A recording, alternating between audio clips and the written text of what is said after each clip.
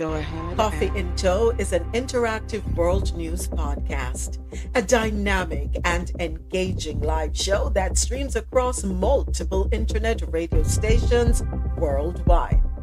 This podcast brings you real-time news updates, in-depth analysis, and interactive discussions on global events, making you a part of the conversation no matter where you are.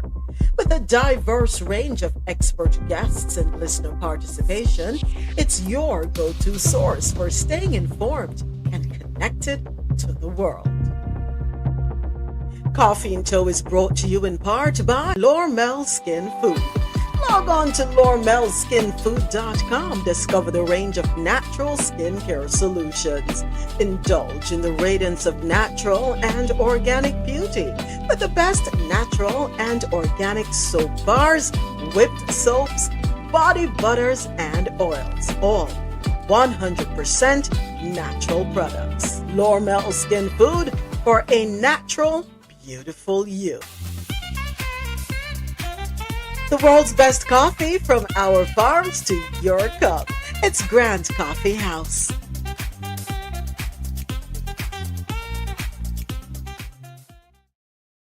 For more.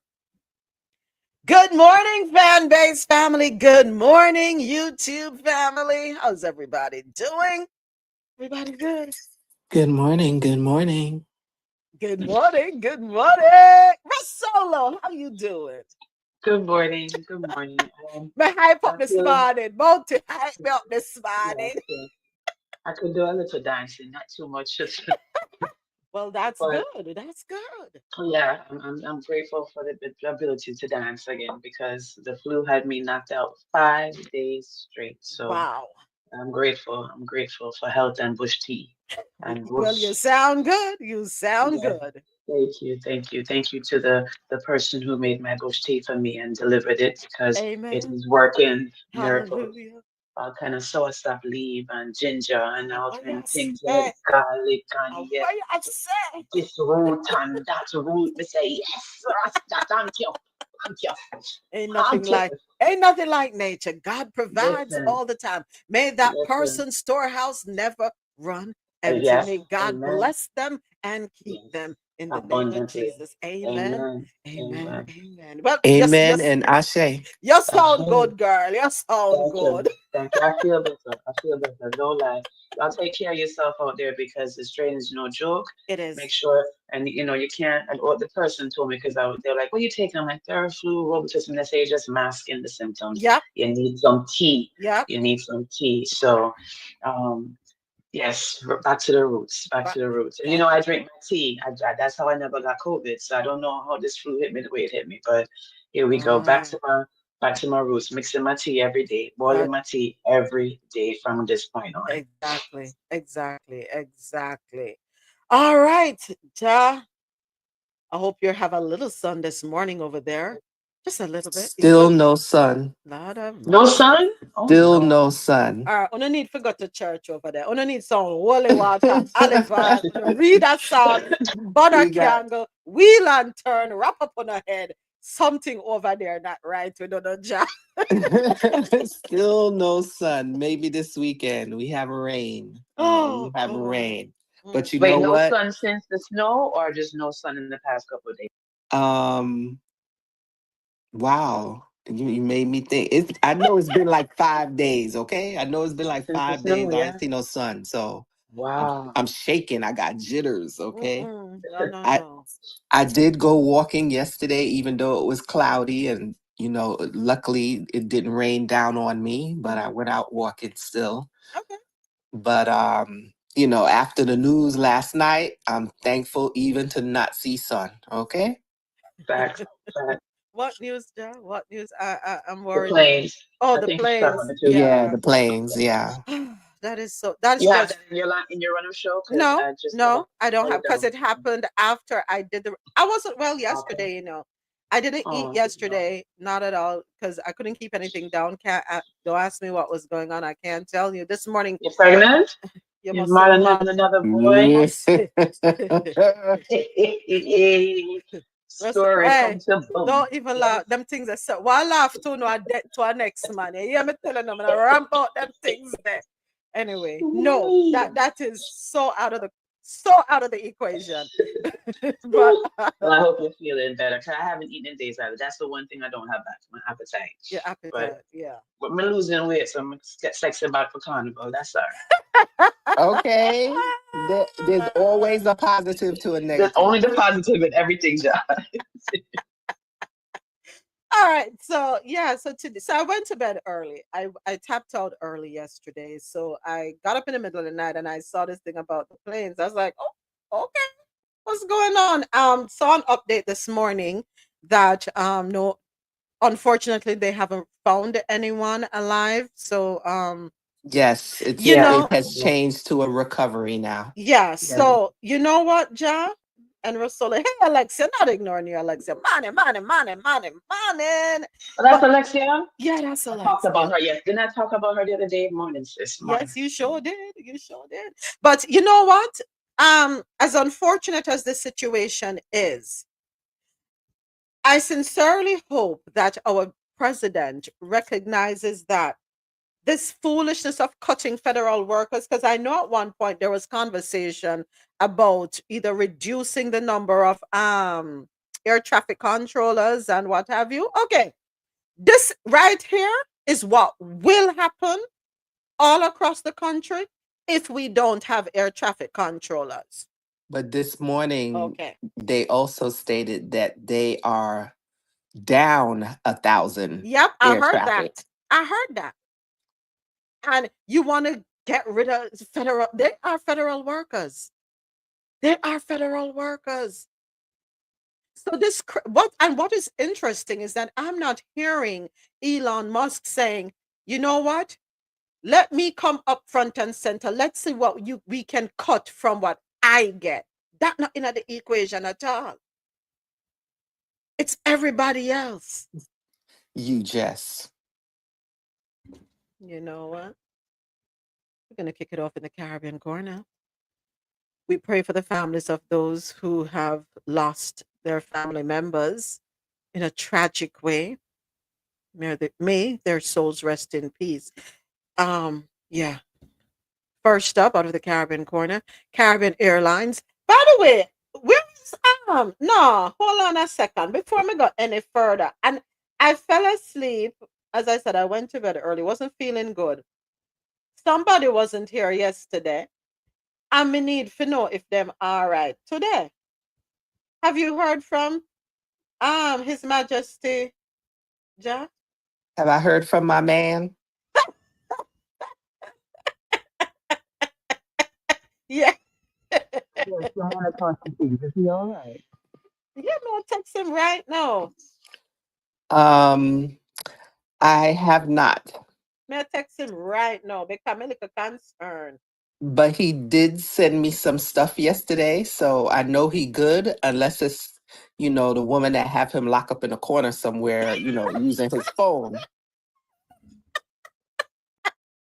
So that go low, my brethren. He under some foo with okra stew. Okay. I myself. Oh, Jesus. Listen, Bounty, are you for blame for the attitude this morning? You have me for 100 this morning. But it is true that certain songs can put you in certain moods. And that's why we have to be so careful what we listen to sometimes. But when you're feeling down, I know where to go to get what I need to pick me up. You make you feel, yes, you can take on the world, Thank you, Bounty. Love you. Caribbean Airlines denies reports of passenger searches in the US. This article, courtesy of CaribbeanNationalWeekly.com. Caribbean Airlines, CAL, has refuted recent social media claims suggesting that its passengers arriving in the United States are being subjected to mass secondary screenings by US authorities. In an official statement, the airline clarified that these reports, which primarily mentioned passengers arriving in Orlando, Florida, were inaccurate. A statement was released saying the airline can confirm after thorough checks with senior personnel in Orlando that no such screening exercise involving Caribbean Airlines passengers has taken place. Furthermore, CAL stated that it has received no notification or advisory from U.S. authorities indicating that such an exercise has taken place or is being considered. Since taking office on January 20, the president has signed several executive orders aimed at intensifying efforts to combat illegal immigration. These actions have led to a significant increase in arrests and deportations of undocumented immigrants. Interesting because I saw a video, a young lady, she was on a flight. She did the video while she was on the flight, and well, I think she had already landed. Let me get that correct. Coming from Colombia, and I think landing in Tampa. I'm trying to see if I can find it back. But in the video, excuse me, she stated that she, as well as other passengers, were all delayed. Let me use the word delayed. I don't want to use detained.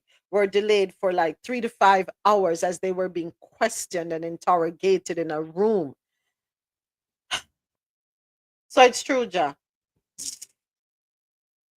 This is just ridiculous. This is ridiculous.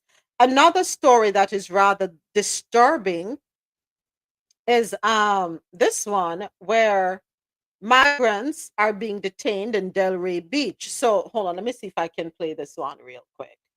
Nearly a dozen people stood outside the parking lot of an immigration supervision office in Delray Beach, waiting for friends and family members. They were tricked into coming to check in with their immigration officer, as they've done time and time again. But this time they were caught by surprise and taken away. This woman says her cousin was called to come in at 8 a.m. on Monday for what they thought was a routine appointment. He was given everything, proper documentation. All he had to do is check in with immigration monthly, weekly, through a phone, and continue following up until his court date to decide if he could stay forever. And today was a normal check-in as far as we knew. It wasn't until she saw this photo and videos of a group of people in zip ties that she realized her cousin had been detained. These people aren't bad people. These people are criminals. And her cousin wasn't the only one. This other woman says she waited for more than 5 hours before her son was escorted out by agents. So they say, come over here at 2 o'clock because we need to fit something in your phone for the application that we supervise you. And that was a lie. She says her 30-year-old son came to the United States from Venezuela when he was just 6 years old. We asked the company for a comment, but they referred us to their federal partners. Today, nearly a dozen people stood outside the parking lot of an immigration supervision office in Delray Beach, waiting for friends and family members. They were. Why do it that way? Why trick them? Why lie to them?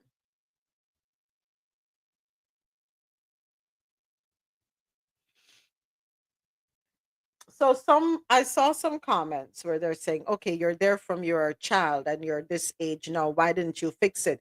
Do you know that there are some people who have been trying to fix their status since they've been here? And it's been roadblock after roadblock. It's been delay after delay after delay. Let's not be so quick to think that, oh, they're here and they just took it for granted. No. Some of them have spent thousands of dollars. And things just keep getting delayed and delayed and delayed.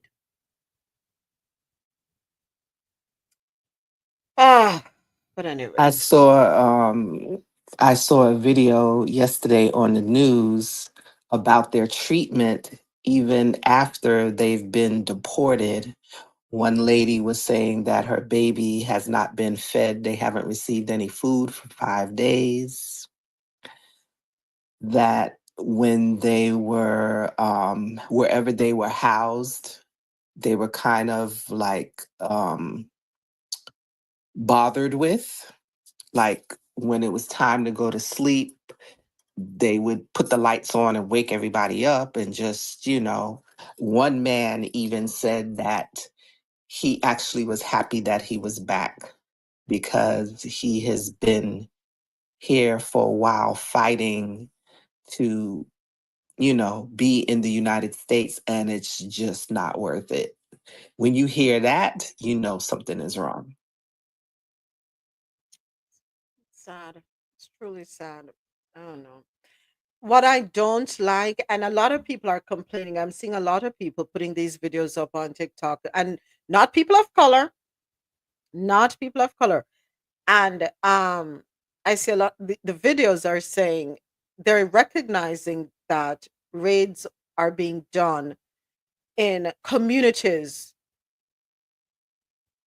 where there are people of color. They don't see raids happening in other communities, and they find that rather disturbing. Now it is blatant, it's out there, um that they're just really after people of color, Latinos and people from the Caribbean community, and that's not fair. If you're going to do something to everybody. Don't pick and choose. And We had a story here yesterday that a teacher was badgering her students to find out yeah. whether they were here legally or not. hmm So hmm now that is being looked into. and the teacher has no right to do that. No right at all. No right to do that. And as I get information on your rights, I'll be giving Yes. them, I'll Yes. be sending them to you so we Yes. can read them. Please do. All right. So, U.S. Immigration and Customs Enforcement has conducted large-scale raids, resulting in the arrest of over 1,000 undocumented immigrants in a controversial move. Hundreds of those detained have been deported on military aircraft, prompting outrage from immigrant communities and advocacy groups who have condemned the aggressive tactics and the impact on families. All right. Next up, we head on over to Grenada. According to the new today Grenada.com, Grenada's Prime Minister, Dickon Mitchell, and this one comes to us courtesy of Mr. President. Thank you for sending this over. Grenada's Prime Minister Dickon Mitchell is bringing the richest man in Africa, Nigerian multi-billionaire Aliko Dangote, to Grenada as the island's special guest of honor for the February 7 independence celebrations. High-level sources told the New Today that elaborate plans are being made for the visit of the high-profile African businessman who once held the position of richest man on earth before he was eclipsed by American Elon Musk. A government official who did not want to be named said that one of the major highlights of the visit will be an evening at the East Wing of Grand Beach Resort on February 6th to interact with leading government and private sector executives.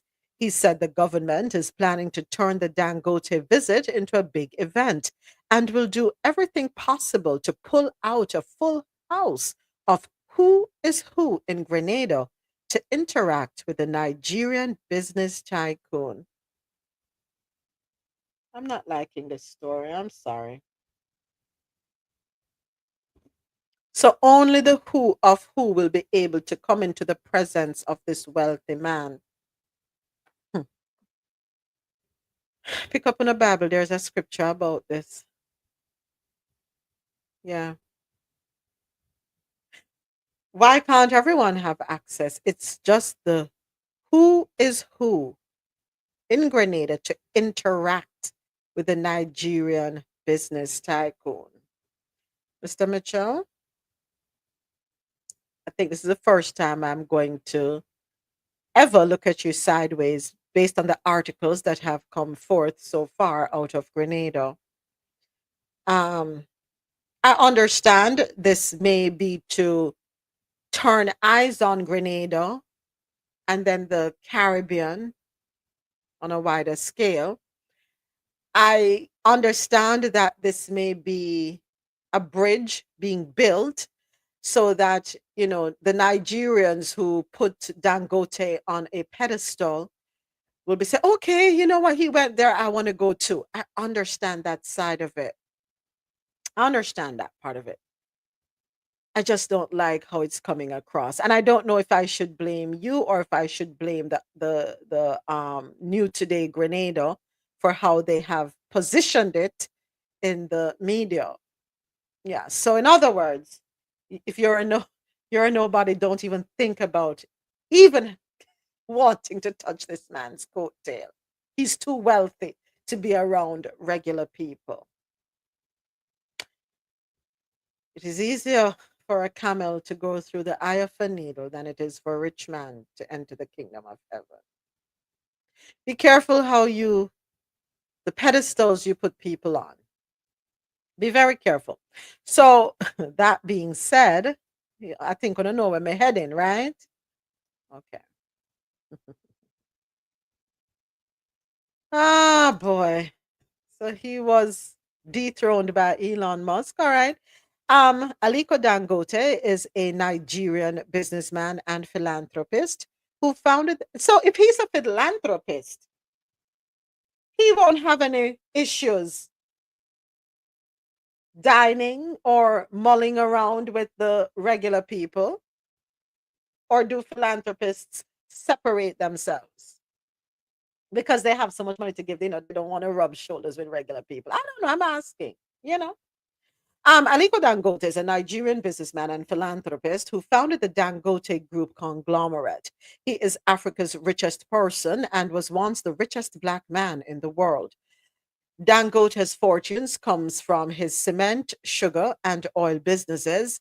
He owns 86% of Dangote Cement, Nigeria's largest cement producer. He also owns a fertilizer plant, stakes in Dangote Sugar and Dangote Oil Refinery, Africa's largest refiner. Dangote's other assets include closely held businesses in food manufacturing, agriculture, and packaging. Let's talk about philanthropy.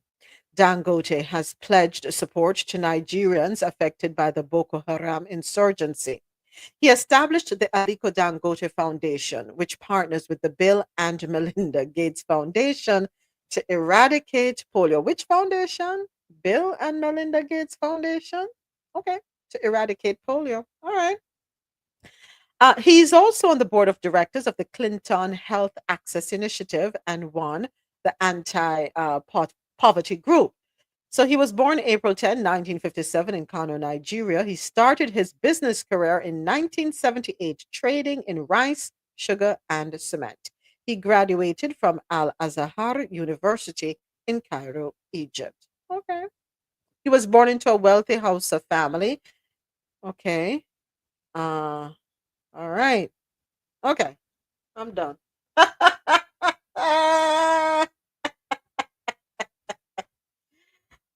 So since I'm hoping, let me look for the positive and the silver lining in this.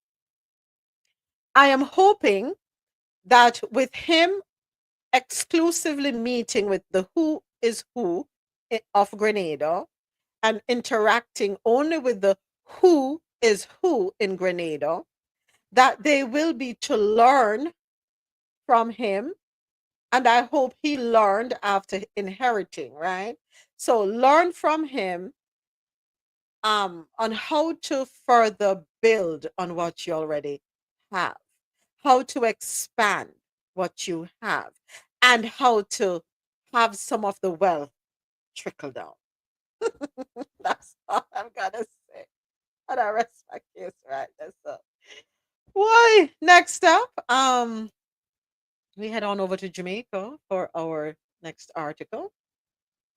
5,000 Jamaicans issued with final removal orders from the US. This article, courtesy of Nationwide Radio, JM.com. Attorney at law and former member of the Diaspora Advisory Board, Wayne Golding, says over 5,000 undocumented Jamaicans who are not in detention have been issued with final orders for removal from the United States. The figure is contained in a list bearing the header U.S. Immigration and Customs Enforcement and the Department of Homeland Security logo. It has been circulating on social media since Tuesday. The list has emerged as the crackdown on illegal immigration under President Trump intensifies. Here is Nora Gay Banton with more in this report. The legitimacy of the document while speaking on Nationwide this morning on Wednesday. From what we've been able to verify through the American Immigration Lawyers Association, AILA, and it comes from the U.S. Immigration and Customs Enforcement number. There's a serious list here of non-citizens on the non-detained docket. These are people who are not detained in custody. They have been through the court system. And as you said, the numbers they're showing is about roughly 1.5 million people. And these are people who have orders to leave, but they're still here. The list, titled ICE Enforcement and Removal Operations, was last updated in November last year. It says as of November 24, 2024, there are over 1.4 million non-citizens on the federal law enforcement agency's non-detained docket with final orders of removal. The document represents a breakdown of countries and how many people from each country have been served with final orders for removal. The figure for Jamaica is 5,120. Several other Caribbean countries are listed. Cuba has the highest number in the region at just over 42,000. Haiti follows with more than 32,000. There are over 22,000 Venezuelans and over 12,000 from the Dominican Republic who have received final orders for removal. For Guyana, ICE says the figure stands at 1,200. Trinidad and Tobago has more than 1,100. The Bahamas totals 426. St. Lucia has 202. Barbados records 151. St. Vincent and the Grenadines accounts for 127. Antigua and Barbuda totals 110, and Dominica has 104. The lowest regional figures were for St. Kitts and Nevis with 68, Turks and Caicos Islands 25, Bermuda 10, and Montserrat 8. Mr. Golding is urging documented Jamaicans to travel with identification at all times. Question comes about whether they have the capacity as it stands to deal with the amount of people who they're planning to round up. And it's going to create some sort of situation as we saw with those kids who were separated from their parents, the first go-round of this type of activity. So we're expecting the worst, so to speak, and the worst is yet to come. But one thing I will tell those people who are documented, who do have their documents in this country legally, is to make sure that you secure your identification, which shows your status. It is absolutely required if you're a green card holder, legal permanent resident, for you to have that card on you at all times. Norigate Banton for Nationwide News. Wow, it is what it is. But let me ask this question. If you have been told to leave, you received your final orders for removal, why not just go? Why put yourself through the embarrassment and the trauma, your family or whoever you're staying with, or, whatever? Why put everybody through the trauma? You went through the court system. The final judgment is that you are to leave.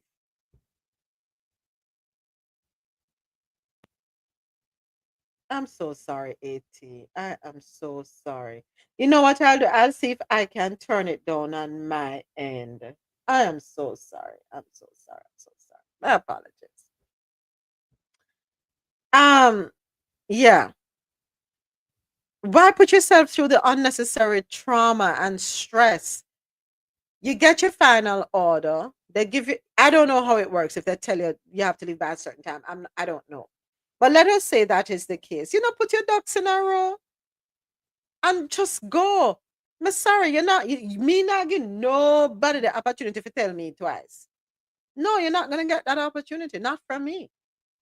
You tell me I need to leave, I am going to leave. If you say I'm to leave by January 31st, rest assured I'm going to get the ball rolling, do what I have to do, and leave the people them country. Me now make ice come knock down my door and draw me out and chain me up like dog and cow and hog and all them things. I'm not doing it. I'm sorry.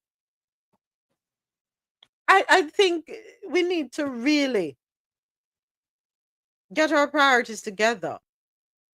Then tell your Philly, yes, I understand. You have figure it out. Figure it out. Hurry up and figure it out. And it is not as though he was just idly speaking.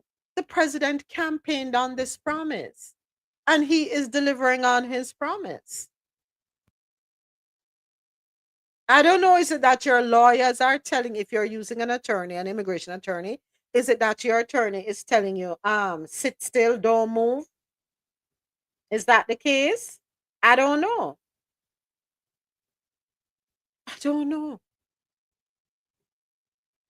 But you know, you see what just say 80. I don't know, but let me talk to the Jamaican them. The 5,120 will have on a final order for removal. Just get a ticket and go home. Get a ticket and go home. Yes, you're gonna hear the people them mouth for a while when you go back home and ray. But I want to make a tell you, say, you're not go dead for hungry down there. You're not go dead. There's a breadfruit tree, there's a ackee tree, somebody have a callaloo bed, dig some yam. No, I'm serious, Ja. Are they sharing it though?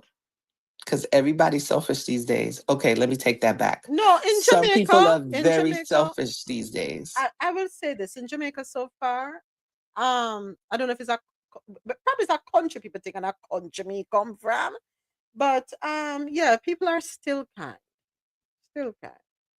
I find. Ja. Morning. Good morning, Mr. James. How are you doing? How you doing? Me It sounds there. down. No, I'm feeling for the people them, right? But here, because them said the figure for Jamaica is 5, because I just finished playing the article. Yeah. Them says 5,120. And me I say, if you have final order for Gaia Yard. Don't sit down and wait for them to dry out. Have you seen the images of how them chain up people, put chain around when waist, and them create a chain gang and put them on plane? Me no want nobody carry me back to my country, so I never leave my country, so I would never want nobody carry me back to my country. So yeah. Me Yeah, an animal. So I got some information on that yesterday. Yeah. Because I did a video about it, and it went viral yesterday. So I got really? based on the, Hold on, let me go fast. Go on, tap. Yeah, so based on that, I got some information from somebody who used to work with ICE. So based on the information, that list, the 5,120 Jamaican, it doesn't necessarily mean that all of them are going to get deported, right?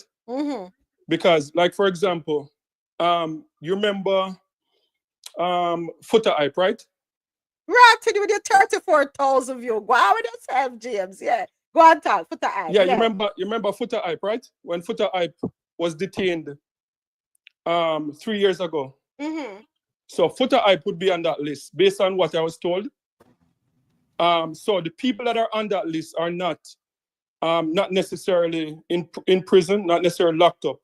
Some of them, like they're like the same thing that happened Footer Hype. He was locked up for like 2 months. He was released. They gave him one of them ankle monitor, and then it was removed. So based on what, because he was able to stay, because that happened over 3 years ago, and I guess there was no rush, and he had a lawyer and everything like that. So a lot of people are in that position. They're still working. They're still doing their thing, and it doesn't necessarily mean that they're going to get deported. Like the people that you see them scraping up is not those people, based on what I was told. So who are the people that's scraping up? Because far they've been scraping up even U.S. citizens.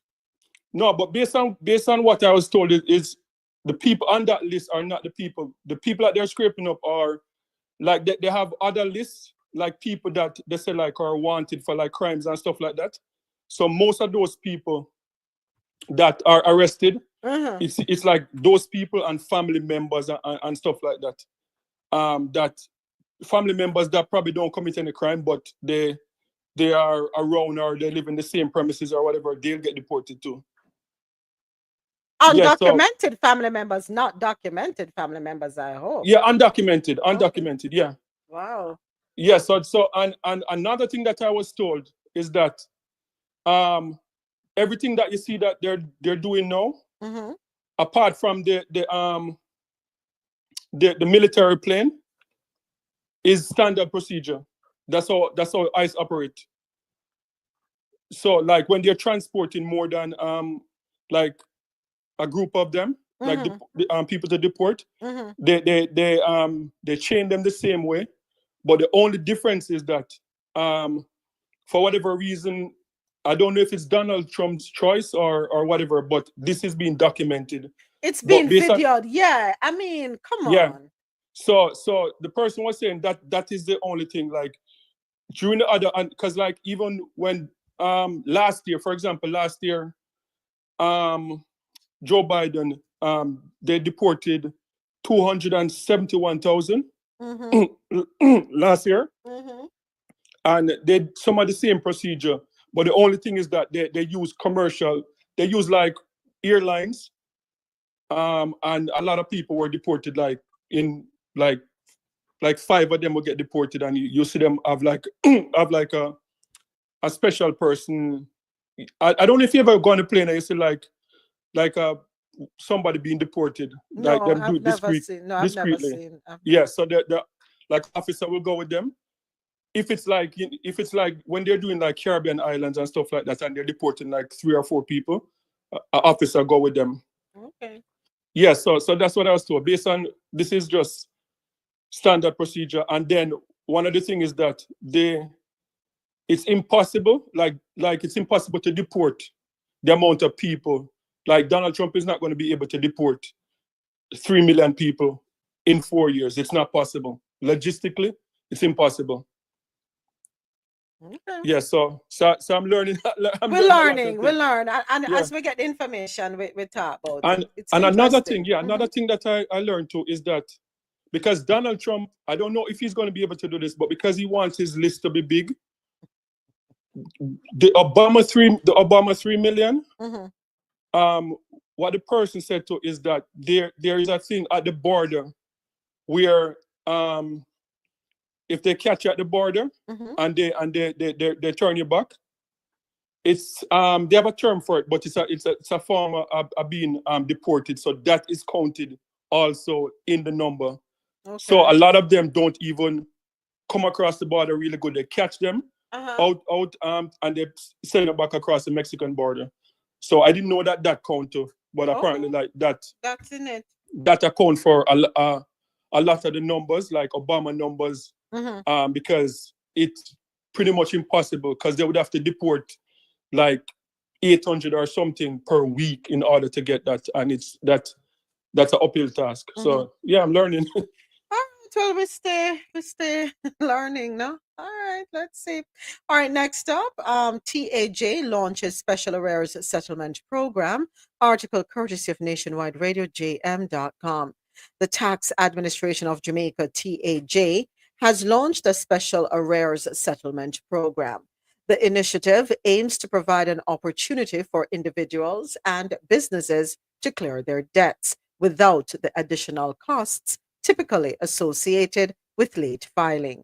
Chief Corporate Communications Officer for TAJ, Maris Horton, says the program is expected to collect $10 billion in outstanding taxes. Let me go ahead and play the soundbite for this one. Then what we'll be doing, once they have cleared their principal, then what we'll be doing is waiving or remitting those interest penalties and charges. This has to be paid up by March 31 this year, 2025. So we are encouraging persons who know they have outstanding amount on our system for back years that they can take advantage of this opportunity. It would also redound to the benefit of TAJ, because we will also reduce our stock of debt that's on record. And we're aiming to collect about $10 billion in outstanding taxes and to clear some of the debt that we have primarily due to interest, penalties, and surcharge. Additionally, TAJ notes that the program is restricted to outstanding principal tax up to the year of assessment 2024 and period of assessment 2025. Ms. Horton says taxpayers will be required to be current with their filing obligations. This includes income tax returns and payments due March 17. It covers a wide range of taxes. We're talking about income tax, GCT, education tax, PAYE, special consumption tax for the groups that have that, asset tax for the companies, as well as a partnership. Persons who operate a partnership, they too can also benefit from this. And what we ask also is that persons are current with their current filing and payment. So this includes persons who are required to file their income tax return for this year. They would need to file their returns before that cutoff time, which is March 31. The return, as you know, is actually due on March 17 for the current year I'm referring to.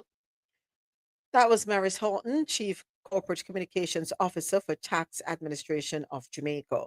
Persons who want to take advantage of this program are being advised to contact TAJ to arrange to pay off the principal arrears by the March 31 deadline.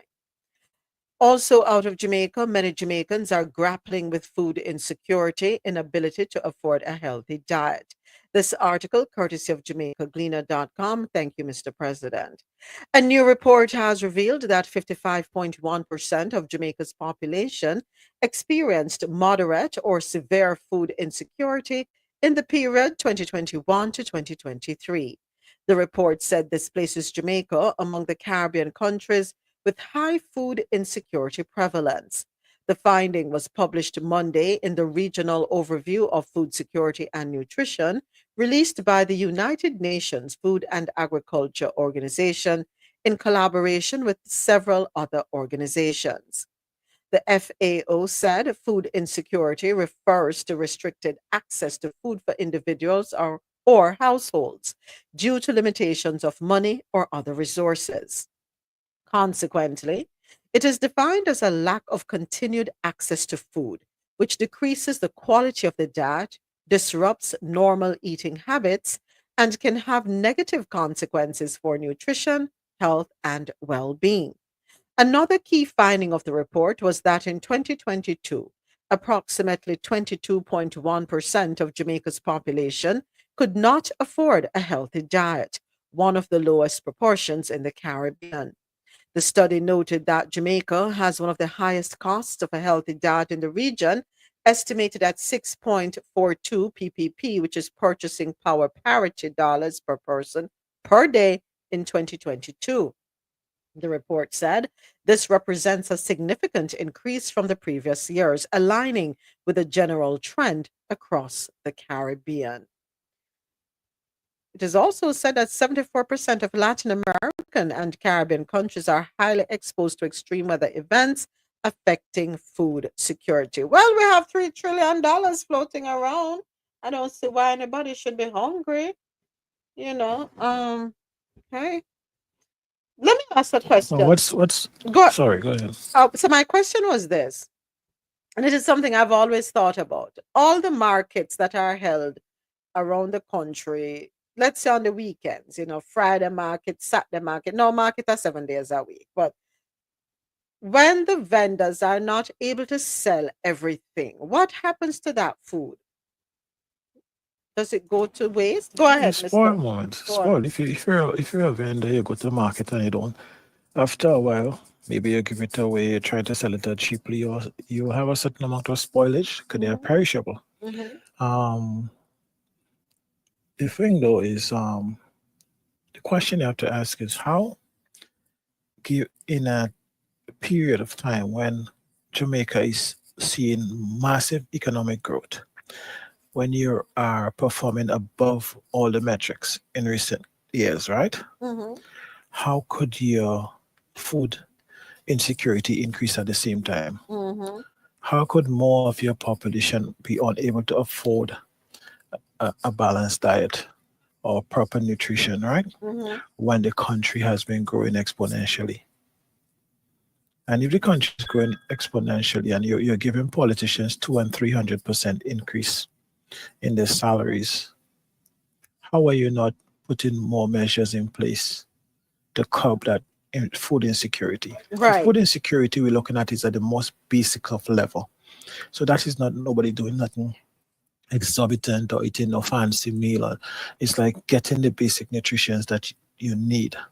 And we do have to consider the climate resilience, because the Caribbean is really exposed to climatic shocks and stuff like that, and Right. that could affect food production and things tremendously. But Jamaica, at its current rate, when the Prime Minister is talking about being a first world country in a couple of years to come, you cannot be talking about being a first world country when almost 25% of your population cannot get enough to eat or have a Right. nutritious meal. So something is not adding up here. So you don't want to create a society like America or like most places, but America is most prevalent, where 1 or 2% of the population is holding all the wealth. In these countries, the average person do not do good. You want to strive to have a middle income country as much as possible. Middle income countries are most robust to all different shocks, and so you can look at the metrics. So it means that if you're increasing the wealth and you at the same time you're increasing poverty, it means that the wealth is concentrated in one particular area, and you know it's not at the bottom. So these are the kind of things you have to look at when you're looking at those kind of reports. And how do we mitigate against it? What do we do 10, 15, 20 years from now? Because at the current trend, you will get wealthier, but your average citizen will get poor. So I'm hearing everything you're saying, Mr. President, but at the same time, I'm also thinking my mind is locked in on the sad but true situation that food gets wasted, right, from the market. And I'm here thinking there are so many things we can do with the food. Tomatoes, for example. Tomatoes should not be allowed to go bad. I think the vendors or the farmers or somebody, and when I say I'm not talking about an individual person, but a group person or a company should step in, be able to take these things, offload them, even for half the price, right? Turn the tomatoes into tomato paste, ketchup, so many byproducts. We talk about scallion, onion. We can make, yes, there's Walker's Wood, great company. They make their seasonings. We should be turning these things into, take these ingredients and make seasoning blends, something, give them to the schools, right? Because a lot of the schools, especially the high schools, some of them have kitchens, and so I don't know, but I don't think waste should be necessary. Should be happening rather. It sounds nice in theory, but how do you practically do it? I think one way I think Grenada kind of mitigate against some of that during the Morris Bishop regime is that they came up with a marketing and national importing board where farmers in the areas that produce surplus could sell to the marketing board, and the marketing board can redistribute or sell to even vendors, for instance, in the cities and stuff like that.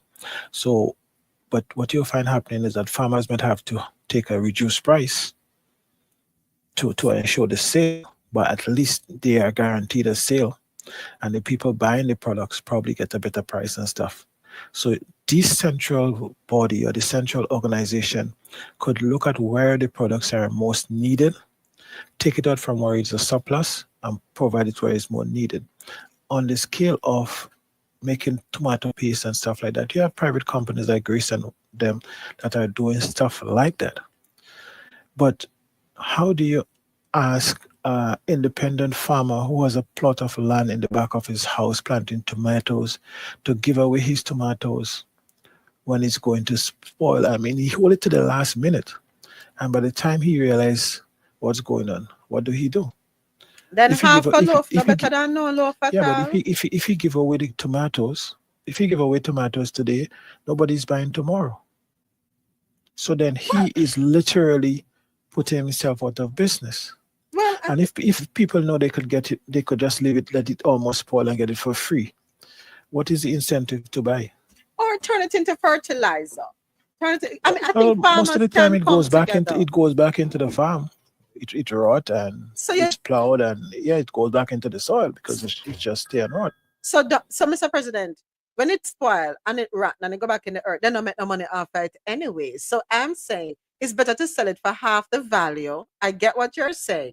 Sell it for half the value. Sell it to a company or a government-run agency that takes these things and provides food for children in schools, something like that. I don't think it has to go to waste. Yeah, Let me ask you a question. Why does US dairy farmers flush millions of gallons of milk down the drain as opposed to putting it on the market and lowering the price of milk? Because they don't want to get sued if someone gets ill.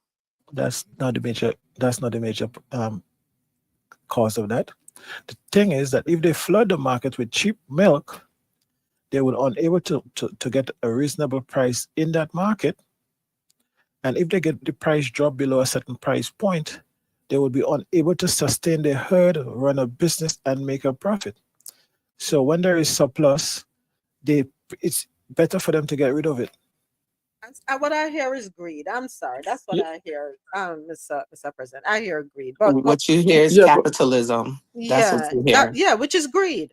Go ahead, James. Yeah, but Jamaica don't. Traditionally, Jamaica don't really operate like that. Jamaica don't really. You don't find a lot of waste in Jamaica, like especially from farmers. So how Jamaica normally operate? The farmer is not the one that normally sells, right? So like you have people in, like, just use St. Mary as an example. You have St. Mary and people have the farm and they do the farming and they go and they get their crop. You have other people that come and purchase them, whether they pay cash or they take it out and pay after. Mm-hmm. And they pack their vehicle and they come to town, or go wherever the market is. Back in the days, they used to take, I don't know if you remember the bus, Susie bus, the big bus, with a big thing on top. The country bus. The country bus, yes. So traditionally, they would do that. Or they have like a truck. They have different trucks that leave from different parishes. So they will have this big truck and you have 20 igla or whatever them call them, and them put them stuff on the truck.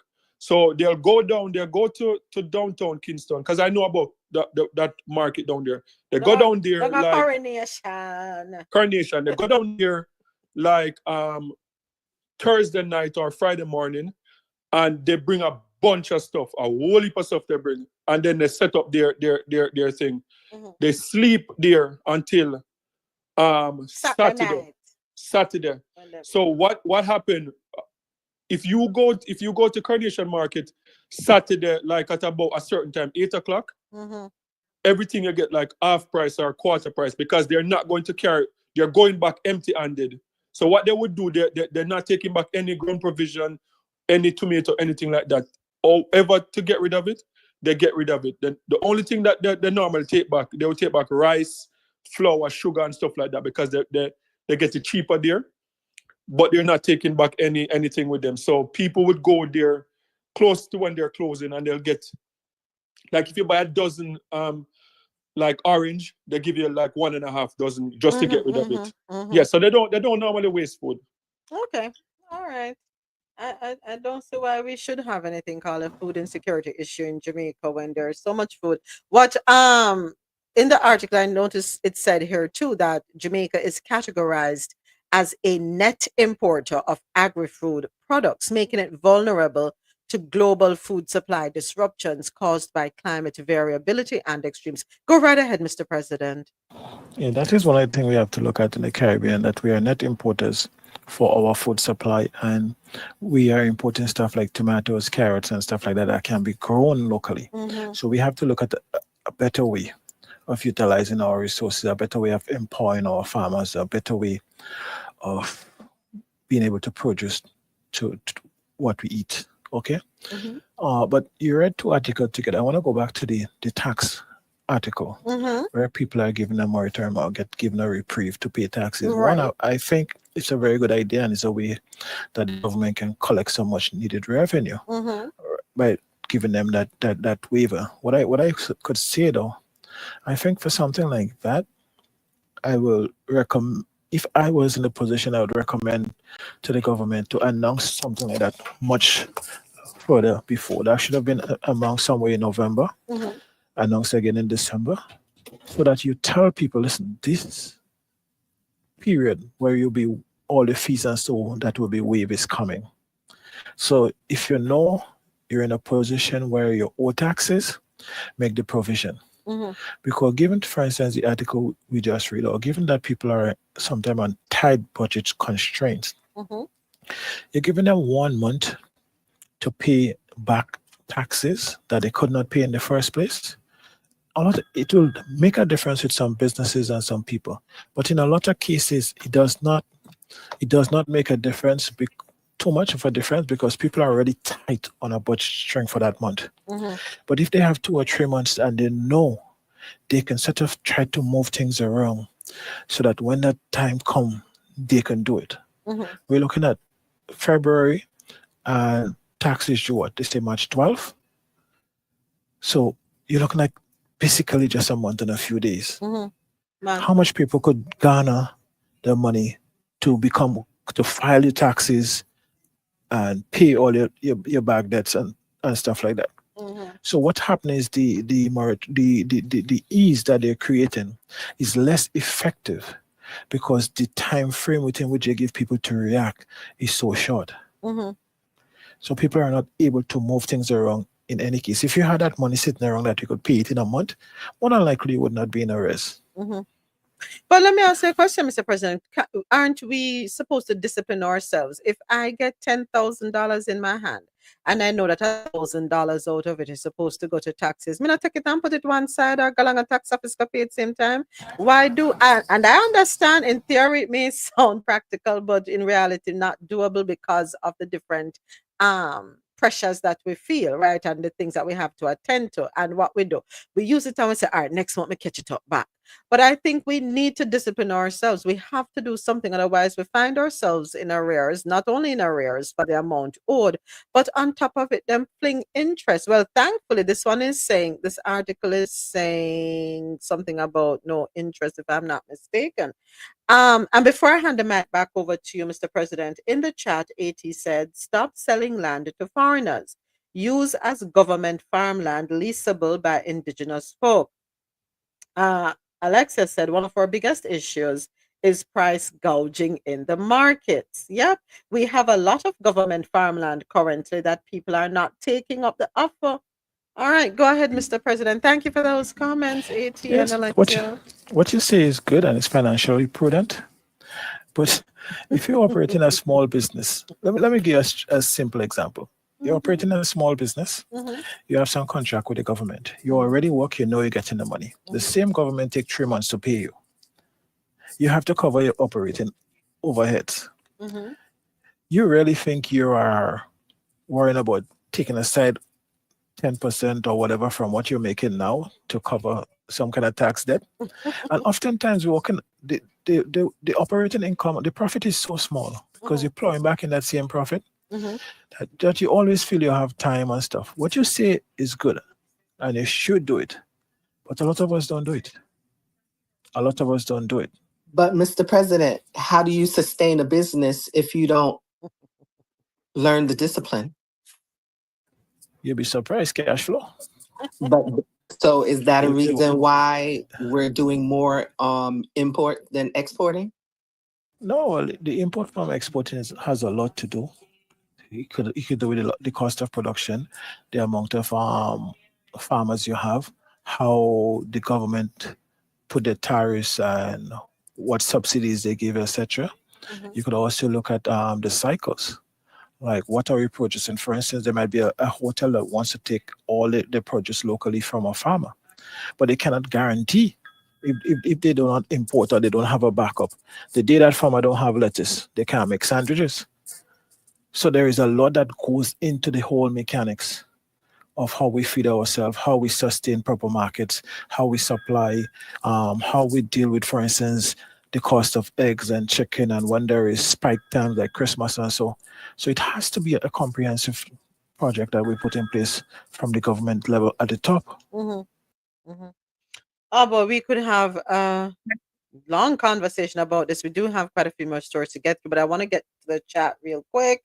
Last year, Alexis says last year there was an Aki Tree project that the government ran the ad for the whole year.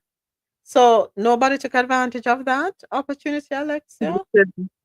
Listen, the lands were in St. Catherine, back that side, like St. Catherine, blah, blah, blah. Uh-huh. And I did not know. They just, because I follow certain Instagram profiles, especially culture and so. And I called and they said it was in St. Catherine. So I was like, you know what? I wonder if I can partner with somebody and probably get a plot to lease. Because they were giving you this what's that called again? The baby trees. They were giving you that, plus they were giving you support and have access to like good technology, man. That people would have come in and inspect your farm, make sure everything all right. And they also had the market, right? And I shared the poster with so many people, including people who do farming. And all they said was, no time for that right now. That's it. Not telling you about Jamaica. Yes, for government, like every other government, right? Them lack this and a lot of things. But I'm going to me go hang the dog and give them character. The government has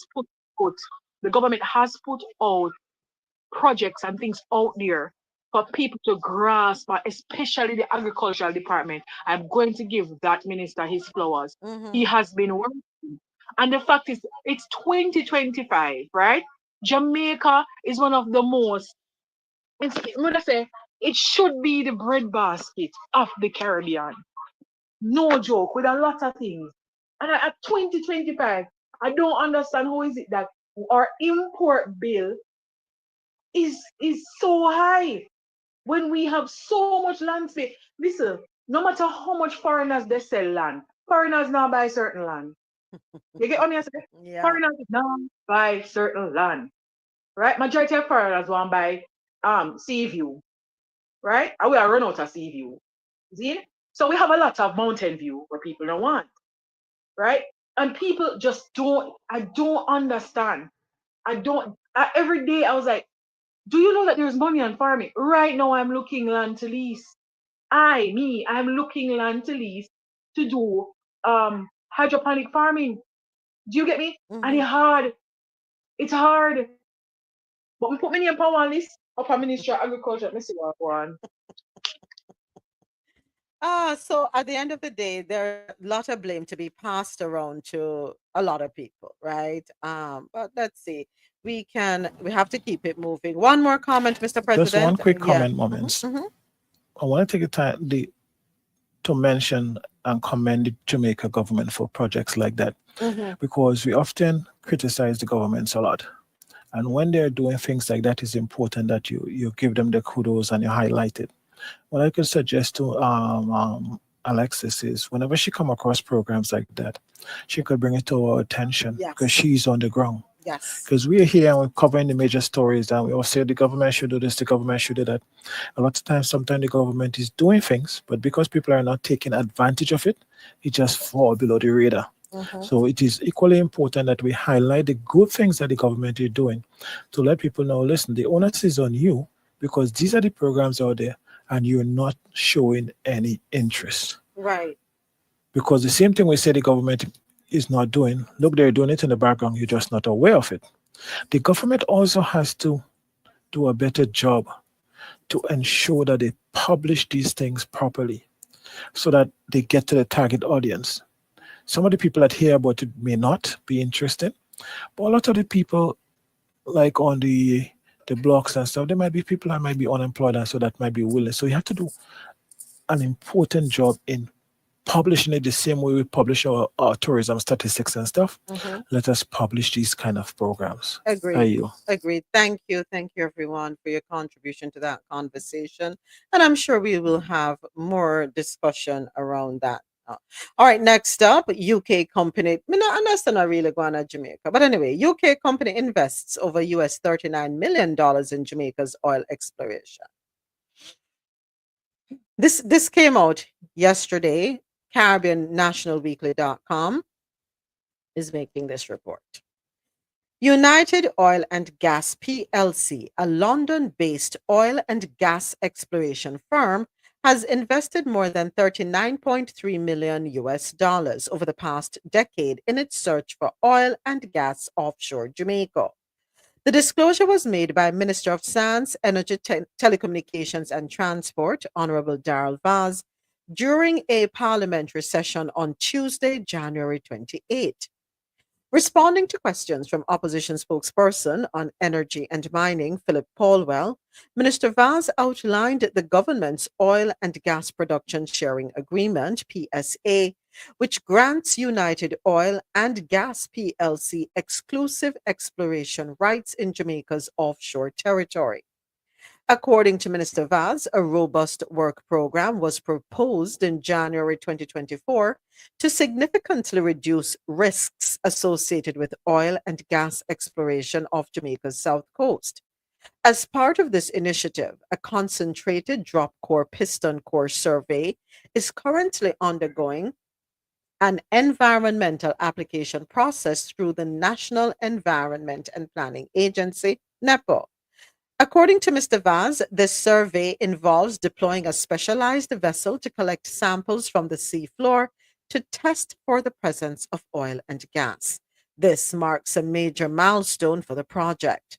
Additionally, United Oil and Gas PLC is actively seeking partners to share the financial risk of drilling operations, with new companies evaluating Jamaica's potential under a drill or drop decision framework. The company has until January 26 to decide on moving forward with drilling operations. The current PSA is set to expire January 17, 2026, leaving the next 2 years critical for determining Jamaica's offshore oil and gas projects. Oh boy. Yes, they did say there was no oil, but I think James and I on the same page. James, correct me if I'm wrong, when we say something dead and things take years before they come to the surface, they wouldn't be pumping so much money if there wasn't the possibility. Yeah, there's a lot of lies going on with this thing. Because remember, so what happened to remember, there's millions that was invested already. People surfaced that put money in it also, right? Mm-hmm. So where's that investment? Where's that money? Yes, there's something going on. I feel like they went through the process and they know what's there already. Like this news that coming out seem like some decoy or some fake news kind of thing. I believe that the investments that the people came out already and said they made, I feel like those investments are legitimate and they already know what is going on, and it's just a matter of fact of just coming in and start getting it. Maybe they're watching Guyana because Guyana, because people are saying that Trinidad is kind of suffering a little bit because of Guyana, because Guyana have the new oil. Trinidad, because Trinidad's been doing it so long, Mm-hmm. they have to go way down into thing to get their oil, so it's more expensive. So say to retrieve 1 barrel of oil in Trinidad costs about twice as much as in Guyana. So maybe they're watching that, but me feel so they want to invest already and them find it. They just give it something for all, just go and hold on for that. I noticed there is a big push for the oil exploration in the Caribbean, right? Mm-hmm. And I understand there is a big windfall to be had from getting oil. Mm-hmm. But we have to also look at the flip side. We are full of coral reefs and our environment are very fragile and stuff, especially due to climate change exposure, etc. It's important that we build diverse economies. We focus on feeding ourselves, we focus on sustainable development because a lot of those contracts are not done responsibly. And they will take the money and they will leave us with the cleanup to do on our own. So I think we have to be careful with this big push now for oil, oil, oil, oil, oil. Mm-hmm.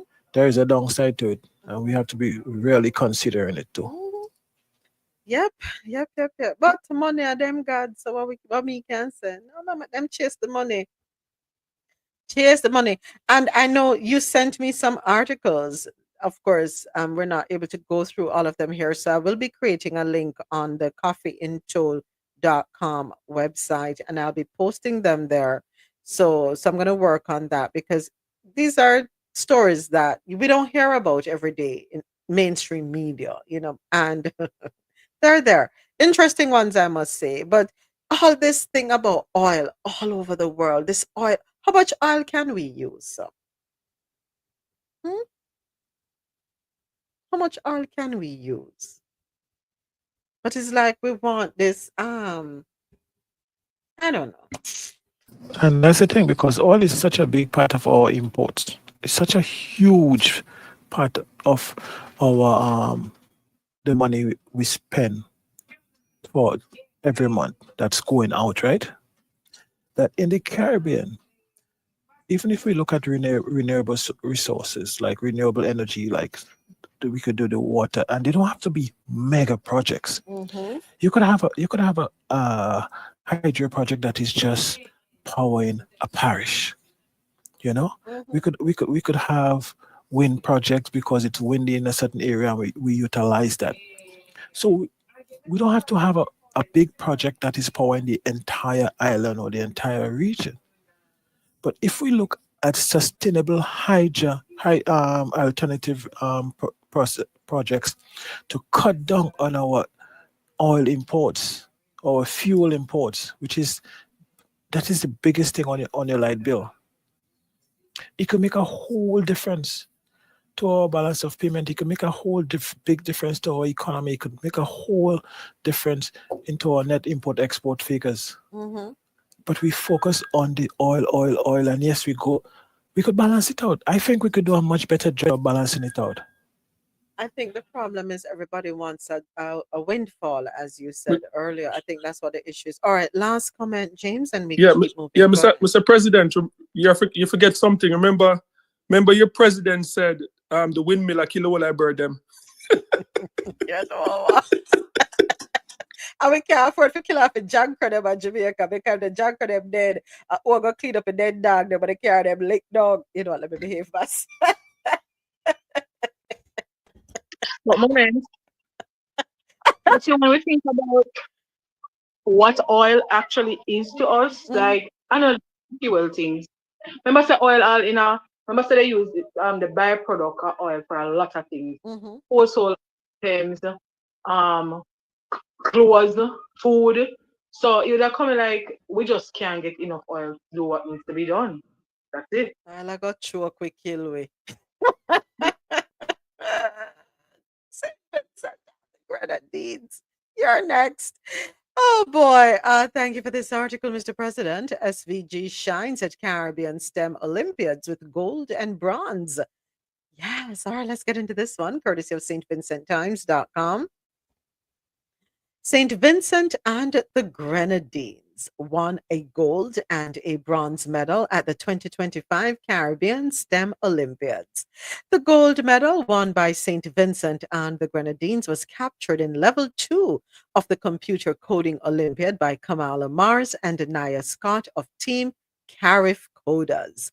They tackled the challenge of cultural preservation with their project, Gary Guru, which was an interactive game designed to teach primary school children in St. Vincent and the Grenadines the the basics of the Garifuna language. The bronze medal was also won in level 2 of the Computer Coding Olympiad. LeBron Matthews earned it for his hurricane preparedness app, Lookout, which was designed to work both with or without internet connectivity to provide emergency contacts and essentials needed during a hurricane. The Caribbean Science Foundation held the third annual Caribbean STEM Olympiad on the 13th to the 19th of January 2025 in a virtual format. In these science, technology, engineering, and math STEM Olympiads, individuals and teams representing educational institutions or themselves competed in math, computer coding, and robotics and electronic systems Olympiads at 3 different age levels: 12 to 15, 16 to 18, and 19 to 21. In the competitions, the focus was on rewarding inventiveness as well as critical, logical, and analytical thinking. In particular, the Math Olympiad was held in a Jeopardy-style format and covered the fundamentals in topics ranging from consumer arithmetic to vector calculus. The Computer Coding Olympiad tasked applicants with creating apps, games, and websites aimed at solving a challenge faced by Caribbean communities. Round of applause. Round of applause. I like the Gary Guru one, and it's reminiscent of the conversation we had yesterday when we were talking about history, and history should be taught, introduced to children at an early age. We also brushed on the importance of having those we're encouraging to learn history to see the benefits, to give them, show them potential avenues that they can explore. And here is one right here. You can teach them about the language, the Garifuna language being taught. And I'm sure within learning about the Garifuna language, they are more than likely going to learn about the Garifuna history. I know someone else had opened their mic. I'm not sure who it is because I'm frozen on Fanbase. Go right ahead. Oh, Mr. Moment. President, yes. These projects is very good and very exciting, right? But what I would like to see, oftentimes these projects, they make a front page newspaper and it's done. The fact that these projects are so practical and they can be implemented, I would like for the government of St. Vincent to take this project and implement it on an island scale, a global scale. They could even develop it to the point where they could give it like the hurricane preparedness and so to even other Caribbean islands. When the kids do things like that, you should make them into heroes. You should give them monetary compensation. You could give them awareness, scholarships, everything. You have to make them to the point that other kids would want to emulate the same kind of stuff, especially in a case where we're saying we are struggling in STEM subjects. Okay? So this is an opportunity for the government of St. Vincent and the Grenadines and for the Caribbean governments, because I know there are other islands who have taken part, where they have students that was innovative and come up with very good projects. We should reward them, and not just reward them, we should implement a lot of these projects, because a lot of the time they will help us. They didn't just get win for fun. These are practical stuff. Yep. I agree. So 80 is asking vector calculus. What the hell is that? I first may I hear about it to 80, so I could get into it. Vector calculus or vector analysis is a branch of mathematics concerned with the differentiation and integration of vector fields, primarily in three-dimensional Euclidean. Me don't know what I word there. It means that I'm maths pro. The term vector calculus is sometimes used as a synonym for the broader subject of multivariable calculus, which spans vector. You know what I done that twist up my head more than I needed to twist up. It's a form of calculus. Yeah. It where you learn to analyze. And you go three-dimensional with the maths. That right there. So me just want to know how to add my money, subtract my money, divide my money, and multiply my money. And I'm good. All right. uh, you know, to whom then it look upon the formula too. No, sir. Mm-mm. There's a limit to my madness. So instead of breaking it down the big way, just find the definition of a vector. Listen, And that what calm me is down today. an object that has both a magnitude and a direction.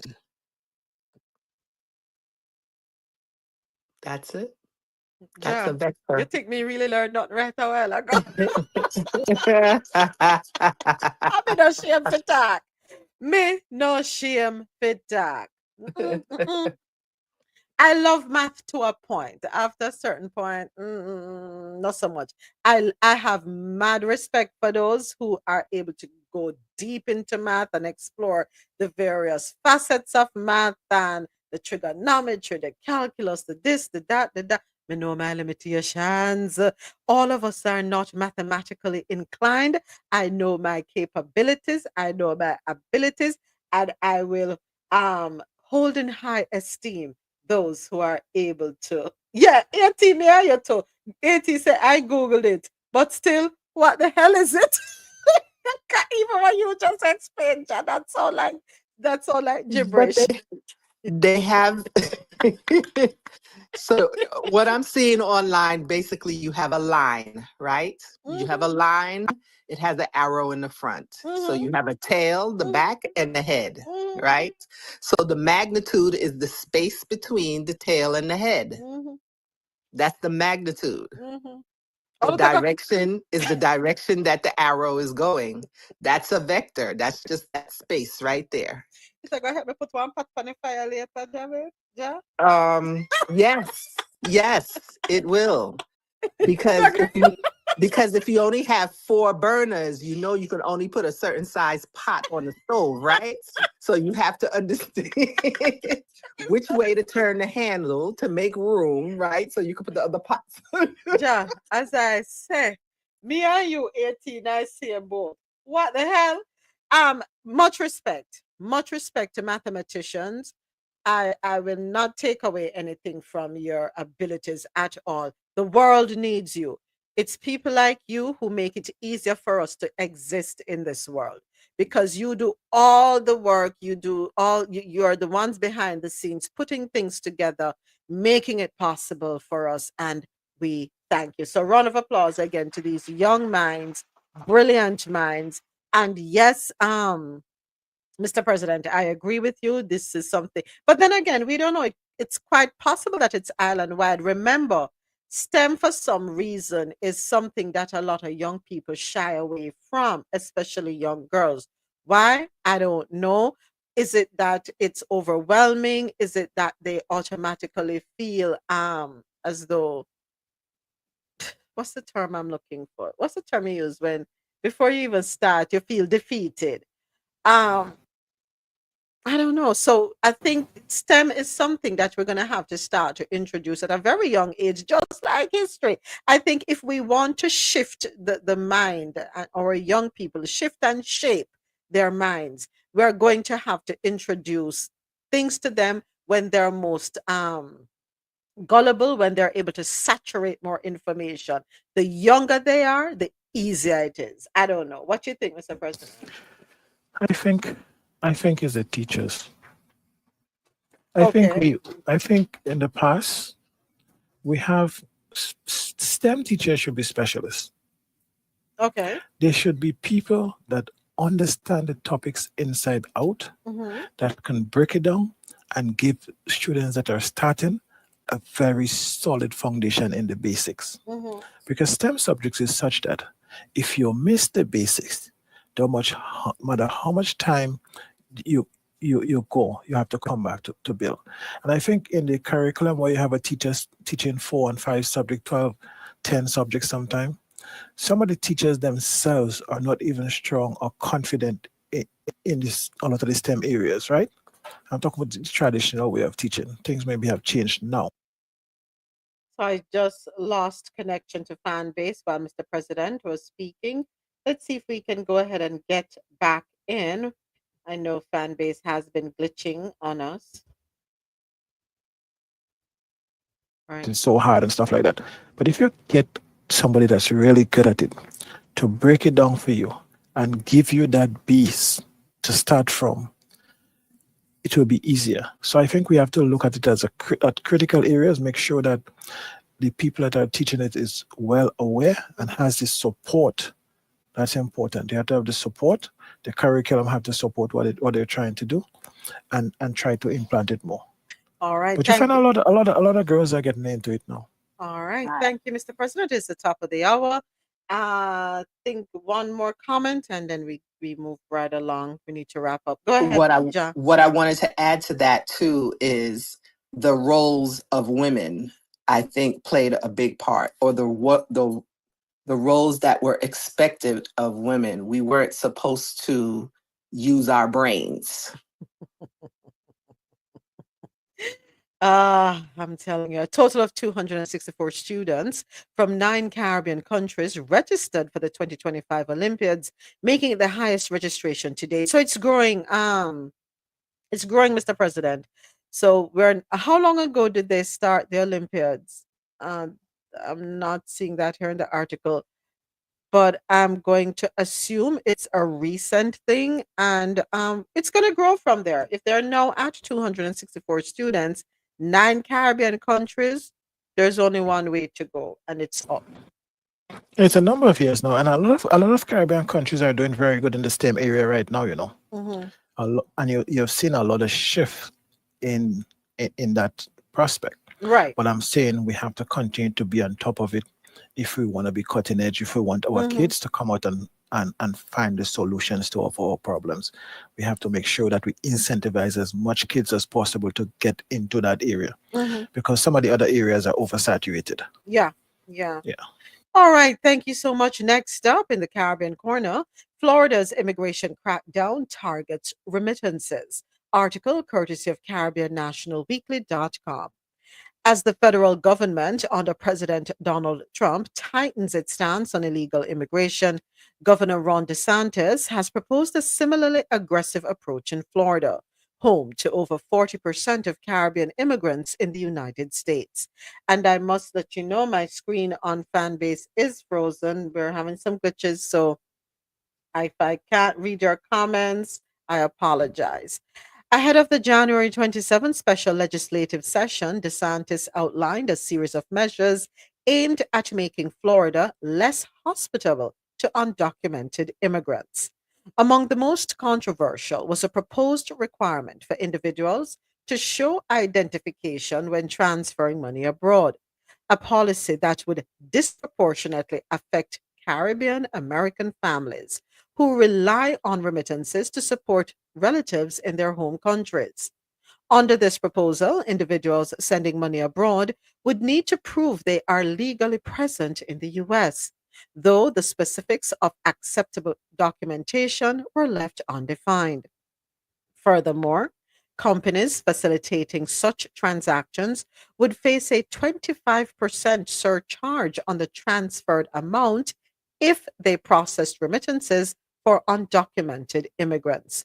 People will come illegally because they can work more menial tasks, but make a lot more money in the US than they can in a third world country. So they'll come, make money, and then they'll send money back in remittances to their family, friends, whenever they go to whatever their home country. We're going to impose ID verification for foreign remittances, so the money transfer company has to run you through to make sure that you're lawfully able to be in the country and be able to send money outside of our country. That was what DeSantis said, framing the policy as a financial safeguard. Well, remittances are a lifeline for Caribbean nations, forming a significant portion of their GDP. For instance, according to the State Department, remittances from the U.S. account for 22% of Haiti's GDP.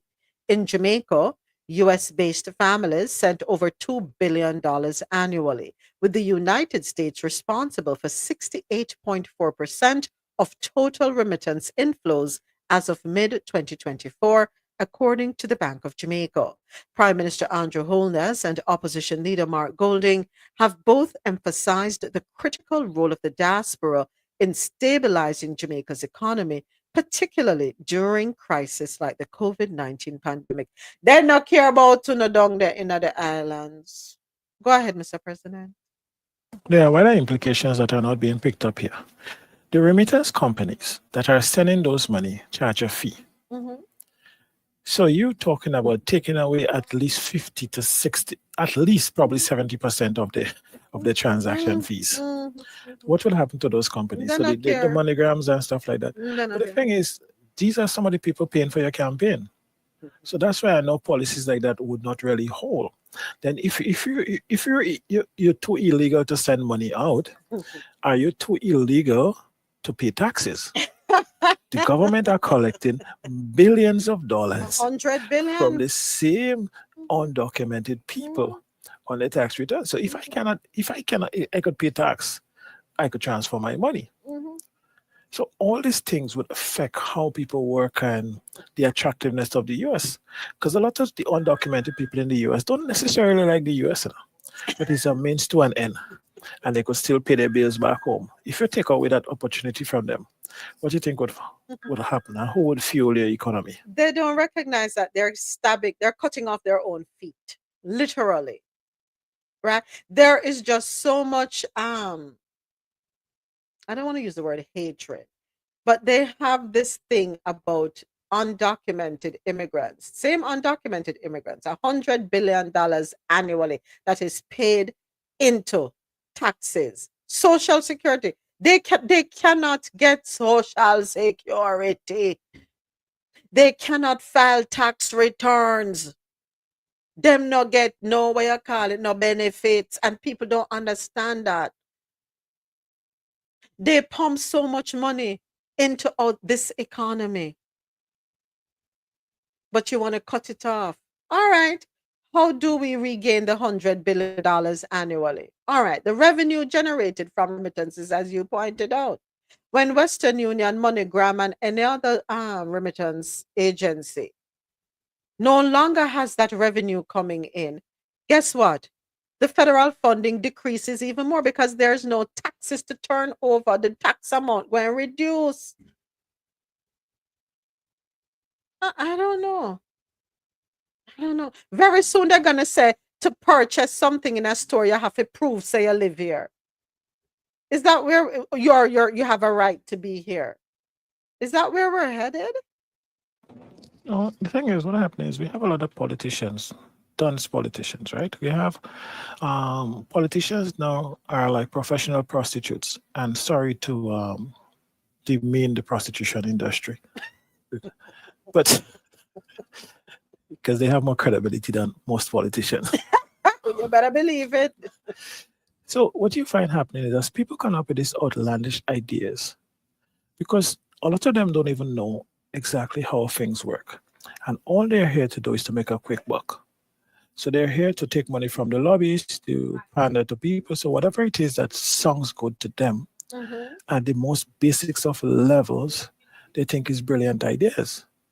And when you have a society that abide into the nonsense and do not hold them accountable, nothing, you vote for them and that's it.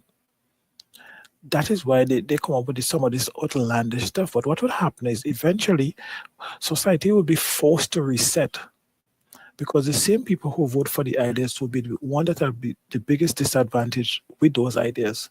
And at some point in time, you're going to realize that we need people that know what they're doing to steward the economy, to steward us for our basic survival. And we're heading in that direction. So that's what will happen. But when you have people flaunting policies, but they don't even know what is in it. Somebody give them a bill, they just read it on the floor, it get passed because of some political stuff. You can't go against the party and stuff like that. And then when you realize what's going on, people are like, oh, that's what I voted for. That is what is in the bill. Because you don't understand the implications. That's the era we're living in. It is. Sad but true. And the technocrats that are working for those politicians, the politicians don't listen to them. So people showing up to work now saying, whether I work or not, it doesn't matter. I just take the salary and go home because that idiot would not do anything I tell him in any case. Oh, Lord have mercy. All right, time for come make we talk. Come on my veranda, make we talk. Spice, not welcome at school. As a matter of fact, yeah, this is our final story in the Caribbean corner. Spice, not welcome at school. Let us take a listen to this video. If you look at my color, you know, recording artist Grace Hamilton, more popularly known as, I told you, Spice. She's here to talk to us about what's good, what's new, what's coming. And we're going to talk to her, and you're going to stay and stick and stay. Hi. You look sharp, though. Hey, thank you. Thank you. So nice to have you here. Thank you so much for having me. I want to start about school talk. I've heard about a school tour. Yes. We never started the school tour.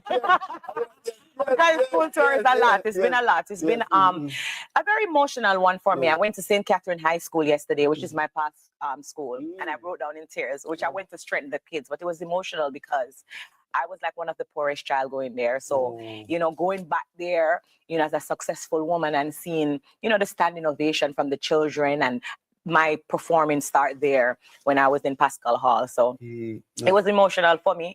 But the school tour, it started to aim, you know, to restore societal values because there's so many trends on social media that is happening. And I just feel like it would have been good because I'm speaking in past tense because I'm going to get to the story, but it would have been good to have someone like me go in and to let the kids know that, listen, there's a difference between Grace and Spice. Focus on your education.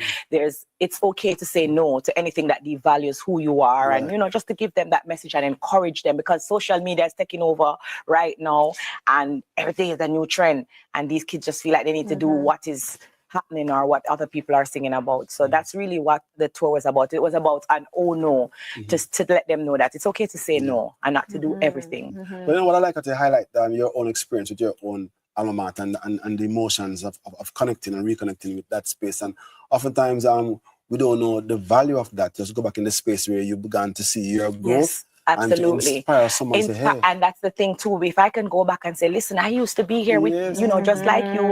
And this is what my situation was. You know, I didn't have enough when I was coming to school, but look at me now. If I can do it, you can do it too. So I wanted to go back and encourage them. We went to the Waterford High School, the Cumberland High School. But unfortunately, well, even at St. Catherine High School, I donated $1 million to the performing arts because they were, you know, saying that they needed costumes and stuff. So I was excited for them and excited for the other schools and what was to come. Because, you know, I have my Grace Hamilton Foundation as well. So I was so happy to go into the school. But unfortunately, when I was on the road doing the ONO school tour, I started to get emails of school canceling and saying they won't be able to do it. So when I start to read into the emails, they're saying that they got calls from TBC, I think it is. TBC is a church or program that is saying that they don't think I am fitting enough to go into the schools. I even have a recording that Apostle Jeffrey, I think Shuttleland or something, was on the program on TBC radio discussing it. Shuttleworth, yes. Oh, you know him, are your friend? It was so strange to me. But I think his problem is because I took keynote and listened to him. He kept speaking on Spice and my music videos and stuff. I'm not going to the schools to show my music video or doing whatever you're speaking about that is happening with Spice, the artist, and the lead music video. I am going as a grown woman, successful woman, Grace Hamilton, to speak and share and to encourage the kids, you know, to say no to the things that is happening. So I was very confused. When I said earlier about you going back there to inspire, because that's it. That's what you want to highlight and emphasize. And the truth is, when you think about looking into the mirror, you know, since you have done your Mirror project, 25. Mirror 25, is looking into the mirror and say, what can I do? And you came up with that, you know what I mean? So I don't know what transpired. I'm not okay with all the information. But I can understand. I would like to only highlight what is positive because we need much more of that. I was trying to highlight that, but I just, you know, unfortunately, the rest of the tour is cancelled. I think you have such a huge platform and your influence is so large and it goes so far beyond your music. I follow you on Instagram. Thank you. Let me just People might see me crying and they don't know why. So let me address my tears first. We grew up together in Windsor Road. I used to, everybody know I'm a past student at St. Catherine High School. I used to live in Windsor Road, so Kimara and we grew up together. My house, I left St. Catherine High one day and I went home and my house was burned to the ground. So when I went home, I lost my house to fire and I became homeless. And I have a slogan that is from homeless to greatness. So when I walked in, I wasn't expecting to see him. And I also walked in and I have so many memories of coming into this hall as one of the poor. I have a question to ask.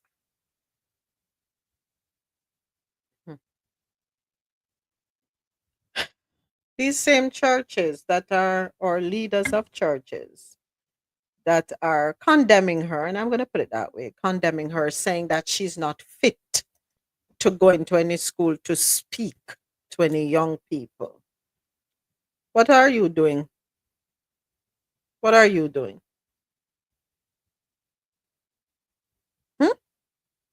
What are you doing, churches? What's his name? What she said, the apostolic person. Well, no, though. Some of you every Sunday on a gather in a one hall and a knock tambourine and knock pan drum and a shout hallelujah, praise the Lord, run up and down, spin on a roll, drop a ground.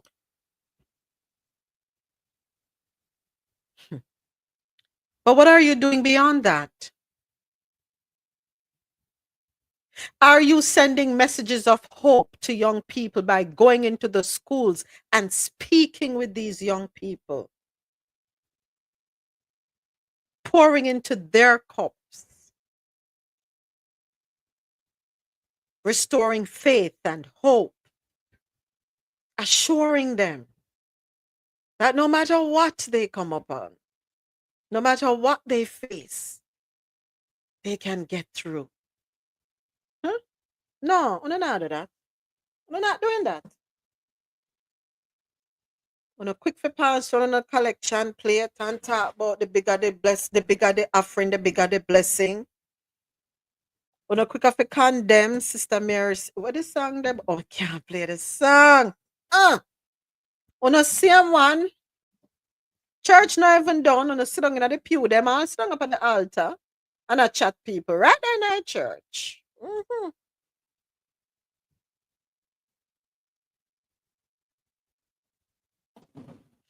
Go right ahead. Well, I can understand both sides of the story. I was gonna get there, but go ahead.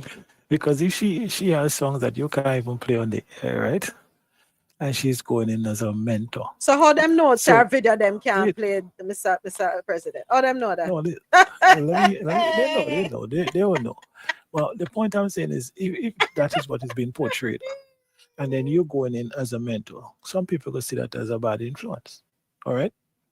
And they don't want the children to be influenced in that negative way from where they're sitting.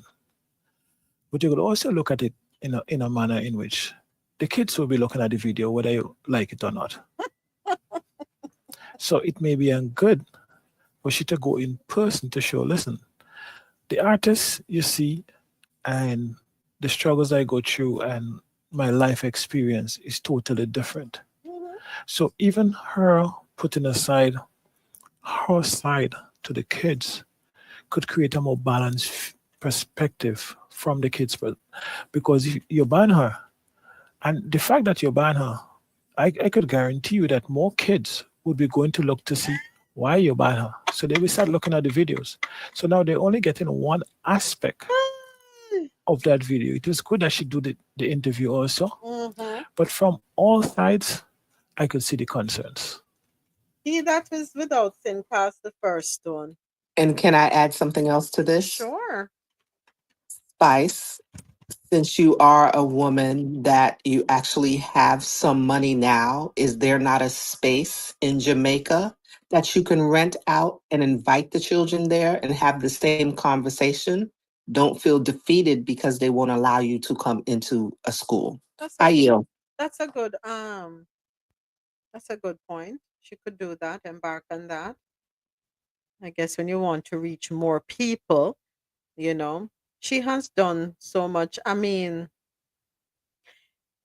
he without sin cast the first stone. We're so yes, it's a double-edged sword, if you want to say that, because of what she does to earn a living. She's a dancehall artist, the current dancehall queen. Her songs, granted, I think she's one of the few where she have clean version for every raw version, right? We cannot sit here and be hypocritical. Dancehall is a part of Jamaica. It's a part of our culture. It is what it is. The clean side of it, the dirty side of it. It is a part of our culture. The dressing is a part of our culture. It's a part of the dancehall culture. Just like carnival. Right? And she's also on a show on TV that unfortunately does not portray us at times as respectful of ourselves. So you have to include that in their decision as to why they decided that. I understand that. Also, you have to learn to separate art from reality. The show she's on is art. Go ahead. Hold on. The show she's on is an art, right? The problem we have, it's a struggle with all of us. We don't know how to separate the two. And what we do is we are quick to condemn somebody because of how they make their money. You see the prostitute on the street corner may be more godly than the man where they're at the pulpit. But it's just because what she does for a living and how she's portrayed, we condemn her to the depths of hell. And because she's a prostitute, God may use her to bring a message to you, but we don't want to listen to the prostitute because she can't contact me. No, but the person who will come dressed in their three-piece suit, roll up in a them Maybach, them Louboutins, and a quick to listen to them and them are about to know the same way. Then will lead you to destruction, but at them we uphold. I get it though. I get it that because of what she does, it is hard for some people to take her seriously. But God can use anyone away. Any one of us. Go ahead, Alexia. Sorry. Moment. Let me tell you something. It was them if you go up in a van and go down a station. Then if you go from here, so them to go because I'm gonna ask you one question. As Spice are the only one we sing derogative music and go on the most way. They listen in a church now.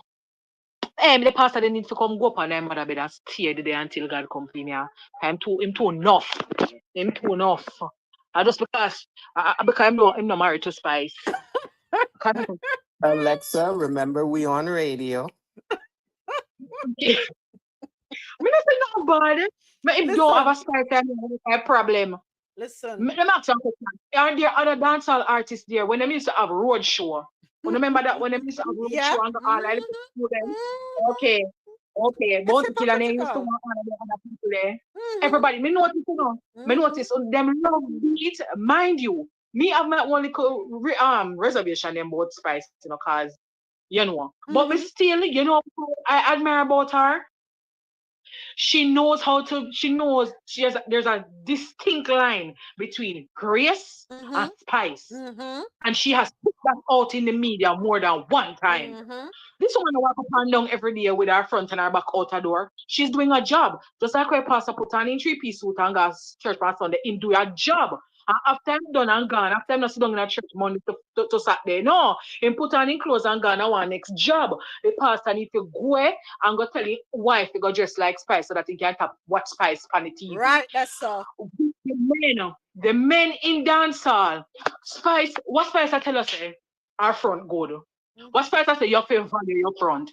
What about you want them? What did they tell the people if you go take drugs and Mali and scam and shoot and ratatatata? What you not gonna talk about them, Mr. Sir Pastor? Yo, come out of Spice, man. Come off of Spice. Right. She might not be the greatest or the best. She never did tell us that she a nanny. She never tell us that she want to be a national hero. The lady do what she do. Look on her two pity them, well taken care of. And our little girl now do what she do. It is not up to the entertainers of the world to teach us teach our children what is right from what is wrong. All of the kids them when they're on the spectrum of autism or something like that, you really have to hold them until they're adult and all of these things. But everybody has have common sense. As a parent, you sit down and say, listen. And also them are people that live in a real life, you know. Just know this is not TV, entertainment. And it might at this point in your life, this is not for you. You understand? But me understand, so you're going to go on the road, you're going to hear the music and you hear all of that. You're not have to listen to it. It's also what you want to. From day one, I tell my daughter, I tell my cousins when they were smaller, your body is a computer where you put in and where you get out. So you know where you put in and where you want to get out outside. Let Spice alone. If you're beat Spice, you have to go beat Jada Kingdom, you have to go beat Shensi, you have to go beat all of them. Lord, the lady, she come back. The girl of a house at Atlanta, she could have went figure about Jamaica. She could have thrown salt back her, she could have knocked off her shoes, but she come back. She come back and want to do something. Mr. Sir Pastor, go sit down, go write your sermon, because I did stop look for the church sister. Alex, thank you, because I never touched upon that yet. The same pastor will be quick to condemn her, but me want to know how the pastor know what in our video. Damn. In pastor, oh, you know when at the video them. Oh, you know. Of course someone told him. No, nobody never tell him nothing.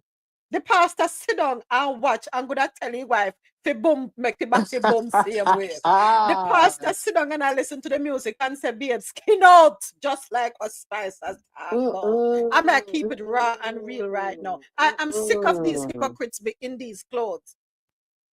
Quick to do, become judge over people's life. And that is why. And that is why it is so hard for them to get young people into the church, because they don't know. Jesus did not come warring. He came with love. And the people that what Jesus sit down with in a for him time are the people that what today we condemn them. We do it. And the reason why some of us go around people is because we don't know the truth about some people. Tell me, Salam, I tell.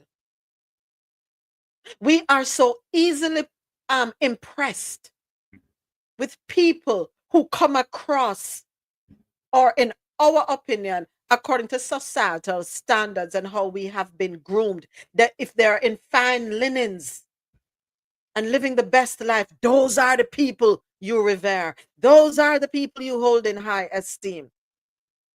Not the man who chat bad. Not the man who for clothes tear up. Not the woman who have to do what she have to do on a back road at night time. No, not them. Them are not nobody. Them are the worst of the worst. And we need to stop it, because the least among us shall be the greatest, and the greatest among us shall be the least. Go ahead, James. James, you didn't want that? On allow the girl Spice. When she have her back giveaway and she spend her millions of dollars and I give the them school bag and in the school, what you are doing at your church? When you cook up in your pulpit and this church sister them sit down and up their foot and cross their neck because they want you to look up under them, what you are do for the school and the school picnic them?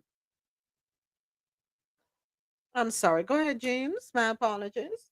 It's not James. It's not me. James. Oh, Is your screen still frozen?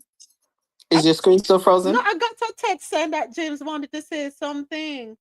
So you're handing the mic. But go ahead, Ja. Lord, don't take me out of character. I took myself out of character. I was just bringing you back into character. That's why certain things me can't do, you know. That's why me know certain things me can't do, because when they dig up for me file, I'm gonna for me file and spread me on billboard and talk about me. But yeah. AT says, it sounds like the churches don't believe an adult can turn off the provocative nature before presenting themselves to the youth. Agreed. Everybody have a past. A saint was once a sinner. I saw some of them still are sinners, saints. And we are all sinners in thought, word, and deed. And throughout the Bible, we have examples. You see? Didn't God use Rahab for hide the 3 man them in our rooftop? What I think we can take away from this is that it's important to have dialogue. Here comes No, the it's a- president. Yeah, it's important to have dialogue. The various stakeholders in societies have their contribution to make. And the more we have dialogue across interests and stuff like that, the more balanced we will be in society. So we have to present everything. The pastor have his view, I has a view. They should be good. We should have both of them on a panel, discussing it, having conversations, putting the ideas out there. And the thing about dialogue, balanced dialogue, 9 out of 10 times, when you have balanced dialogue, you realize you have more in common than what separates you. But oftentimes, we focus so much on the 10% that the 90% that can be so beneficial to all of us, we miss out on it because we want to live our life like a highlight clip roll. So everything is about that highlight. So it's like a content creator. You see that 30-second clip. That 30-second clip took that content creator 2 days to make. So we want to live our life like a highlight reel. But it's important that we start to have more dialogue so we see what it takes to make the highlights. And I think once we start to approach it in that balanced point of view, everyone would benefit because there would be much more compromise. As I say, we have more in common and there would be less discord. Ayo. Thank you for being very diplomatic. Thank you for bringing me back to character. We're going to keep it moving. Go ahead. Oh, James, we take a comment and then we keep it moving. Oh, and the next thing, I guarantee you, say, if Spice carry $1 million, go give them in the church, then I go tell us them not take it. Them I go take the money and say, bless your Spice, all hypocrite them. Go ahead, James. I'm sorry. Yeah. No, I think as to what Javed said earlier, she can, rent a space and do because she used to have this women's mentorship program, I think. But I think when she got busy with the what do you call it? Atlanta Real Housewife or whatever. When she get busy with that, I think she discontinued. But I think people might side with the pastor or whatever because it's still fresh on people's mind. What did happen with what's her name? The girl from St. Vincent. You remember the incident with her, Sita? No, the what little you cat talk diva. about? I don't know what you Yeah, so talk about. she was doing a school tour, right? Sita was doing a school tour and she did this song about, back flick and drop and the something and whatever, right? It's a boom And flick. she did a song like that. But apparently now she had a clean version and she thought it was okay to go at the school and sing the clean version. And when she started singing and put the mic in the crowd, it was an all-girls school too. The girl them never remember the clean version. All of the girl them sing like a choir, backflip and boom and do and that. So like she got beaten. Like she got they. But you like can't them pull use out Sita fat for fry Spice. Spice have common sense. Spice knows time and place. Yeah, so maybe I don't know, maybe it's that. But yeah, she can do our mentorship program and she already do the back to school. She have her back to school thing where she do like all the time. So she can expand that. Yeah. And do her thing. I may agree with Jack. Have a place, rent a facility, and invite the young people to come and have a panel set up. And I agree with you, Mr. President. That would be an opportune time. Bring the pastor and then have a conversation with young people, talk about spirituality, and talk about navigating society, navigating life, understanding that where you are is not where you have to be for the rest of your life, right? Use your talents, use your expertise, learn as much as you can, absorb as much as you can, and use it to propel you so that you can have a better life. She have a message. All right. It is right at 34 minutes at the top of the hour, 36 minutes before the top of the hour. Oh my gosh. It is time for stories out of Latin America. Wow.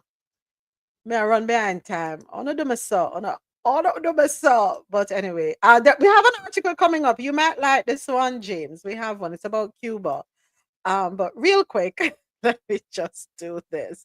Want to say thank you to everyone. Thank you for joining me for Coffee and Toll, World News on the Go. 4 hours filled with news from around the world. Always great conversation and music. And just a reminder, Coffee and Toll streams live weekdays starting at 9 a.m. to 1 p.m. Eastern.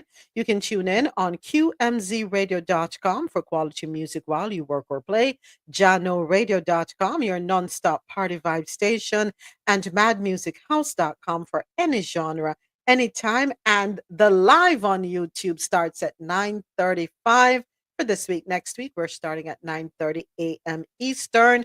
Remember to subscribe.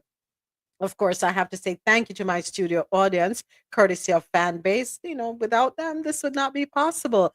I also invite you to go to www.coffeeinto.com and follow Coffee Into on your social media platforms. Okay, last noticias.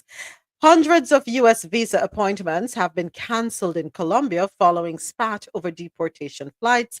This article was sent over to me by Mr. President, and you can find it on ADN.com, which is the Anchorage Daily News. So out of Bogota, Colombia, visa appointments at the U.S. Embassy in Colombia were canceled Monday following a dispute between President Donald Trump and his Colombian counterpart, Gustavo Petro, over deportation flights from the U.S. that nearly turned into a costly trade war between the two countries. Dozens of Colombians arrived at the U.S. Embassy in Bogota and were handed letters by local staff that said their appointments had been canceled due to the Colombian government's refusal to accept repatriation flights of Colombian nationals over the weekend. Later on Monday, Colombia's Foreign Affairs Ministry said the government was sending a Colombian Air Force plane to San Diego to pick up a group of Colombians who were on a deportation flight that was not allowed to land on Sunday morning. The victory, claimed in Washington, turned Colombia into an example of what other nations could face if they stand in the way of Trump's illegal immigration crackdown. What victory? But anyway, it is also put on display. Ah, boy. It also put on display a clash with a leftist leader of a country that had long been a U.S. partner against drug trafficking. U.S. State Department spokesperson Tammy Bruce said Monday the Trump administration will take action if countries do not abide by their agreements, such as accepting deportees. Okay, all right. Let's hop on over to Cuba. According to Caribbean National Weekly.com, it's hard to overlook the towering presence of the Selección La Habana Hotel, the tallest building in Havana, rising 490 feet above the city's colonial architecture. With 542 luxury rooms and sweeping views of the city and the sea, the hotel is an impressive structure. Managed by the Spanish chain Iberostar, it is yet to be officially inaugurated. However, the hotel has already drawn significant criticism, not just for its striking design, but for the government's decision to allocate millions of dollars toward luxury tourism. This move has raised concerns among Cubans, especially as the country faces a deep economic crisis and a sharp decline in tourism, with visitor numbers hitting historic lows. Like all hotels in Cuba, the new Selección La Habana is state owned and operates under Gaesa, a conglomerate controlled by the Ministry of the Revolutionary Armed Forces. Gaesa has long been criticized for the lack of transparency in its operations. As a military run entity, it is exempt from audits by the Comptroller General's office. And it has not revealed the amount invested in the construction of the 40-story hotel. Situated near the historic Habana Libre Hotel and the iconic Copelia Ice Cream Parlor, the new Selección La Habana Hotel is part of a broader government initiative to develop a dozen luxury hotels primarily in Havana. This ambitious project has continued even through the COVID-19 pandemic, despite existing luxury hotels largely remaining unoccupied. Tourism has long been a vital pillar of Cuba's economy, generating up to $3 billion US dollars in annual revenue. However, Cuban authorities reported a sharp decline in tourism numbers in December 2024, with only 2.2 million tourists visiting the island, roughly 200,000 fewer than in 2023, and a stark drop from the 4.2 million tourists who visited in 2019. The government attributes the tourism slump to a combination of factors, including shortage supplies, an ongoing energy crisis with widespread blackouts, and a shortage of personnel caused by emigration and low wages. Additionally, Cuba continues to face a surge in U.S. sanctions, including travel restrictions on U.S. citizens, a ban on cruise ships, and other measures designed to hinder the growth of the country's tourism industry. Architects also expressed little enthusiasm for the new hotel, pointing at its disruptive appearance within the environment, its excessive height violating urban regulations, and tall glass windows that are ill suited for a tropical climate. So, Mr. President, as I read this article yesterday, and I said, I wonder if there's something on the horizon. Iberostar is a company in Jamaica also, right? They manage hotels in Jamaica. Um, would Iberostar invest in this venture knowing that things are not too favorable as far as Cuba is concerned? Could it be that Iberostar has some insight and something is coming down the pipeline so that Cuba will become the pearl of the Caribbean once again? So they're just paving the way. They're getting ready. Could this be the situation with Cuba? I don't think so. You don't think so? Okay. No, like a business, you just hedging your bet. Everyone know the day Cuba open up, there will be exponential growth. Mm-hmm. If you can get in early, as long as you can manage your costs, even if it's at a net loss to the operation, as long as that loss is manageable, you're getting your bill in Cuba, Mm-hmm. you get into the culture and everything like that, and you bid your time. Because you know, the minute Cuba open up, you're already there. So when other people is now coming to build and to organize, you already establish yourself. You have to also know So that isn't that the as head long, start? yeah, it's a head start, Okay. but you don't necessarily know that it will open up. But somebody could have been in there for the last 10 years thinking Cuba would open up, you know.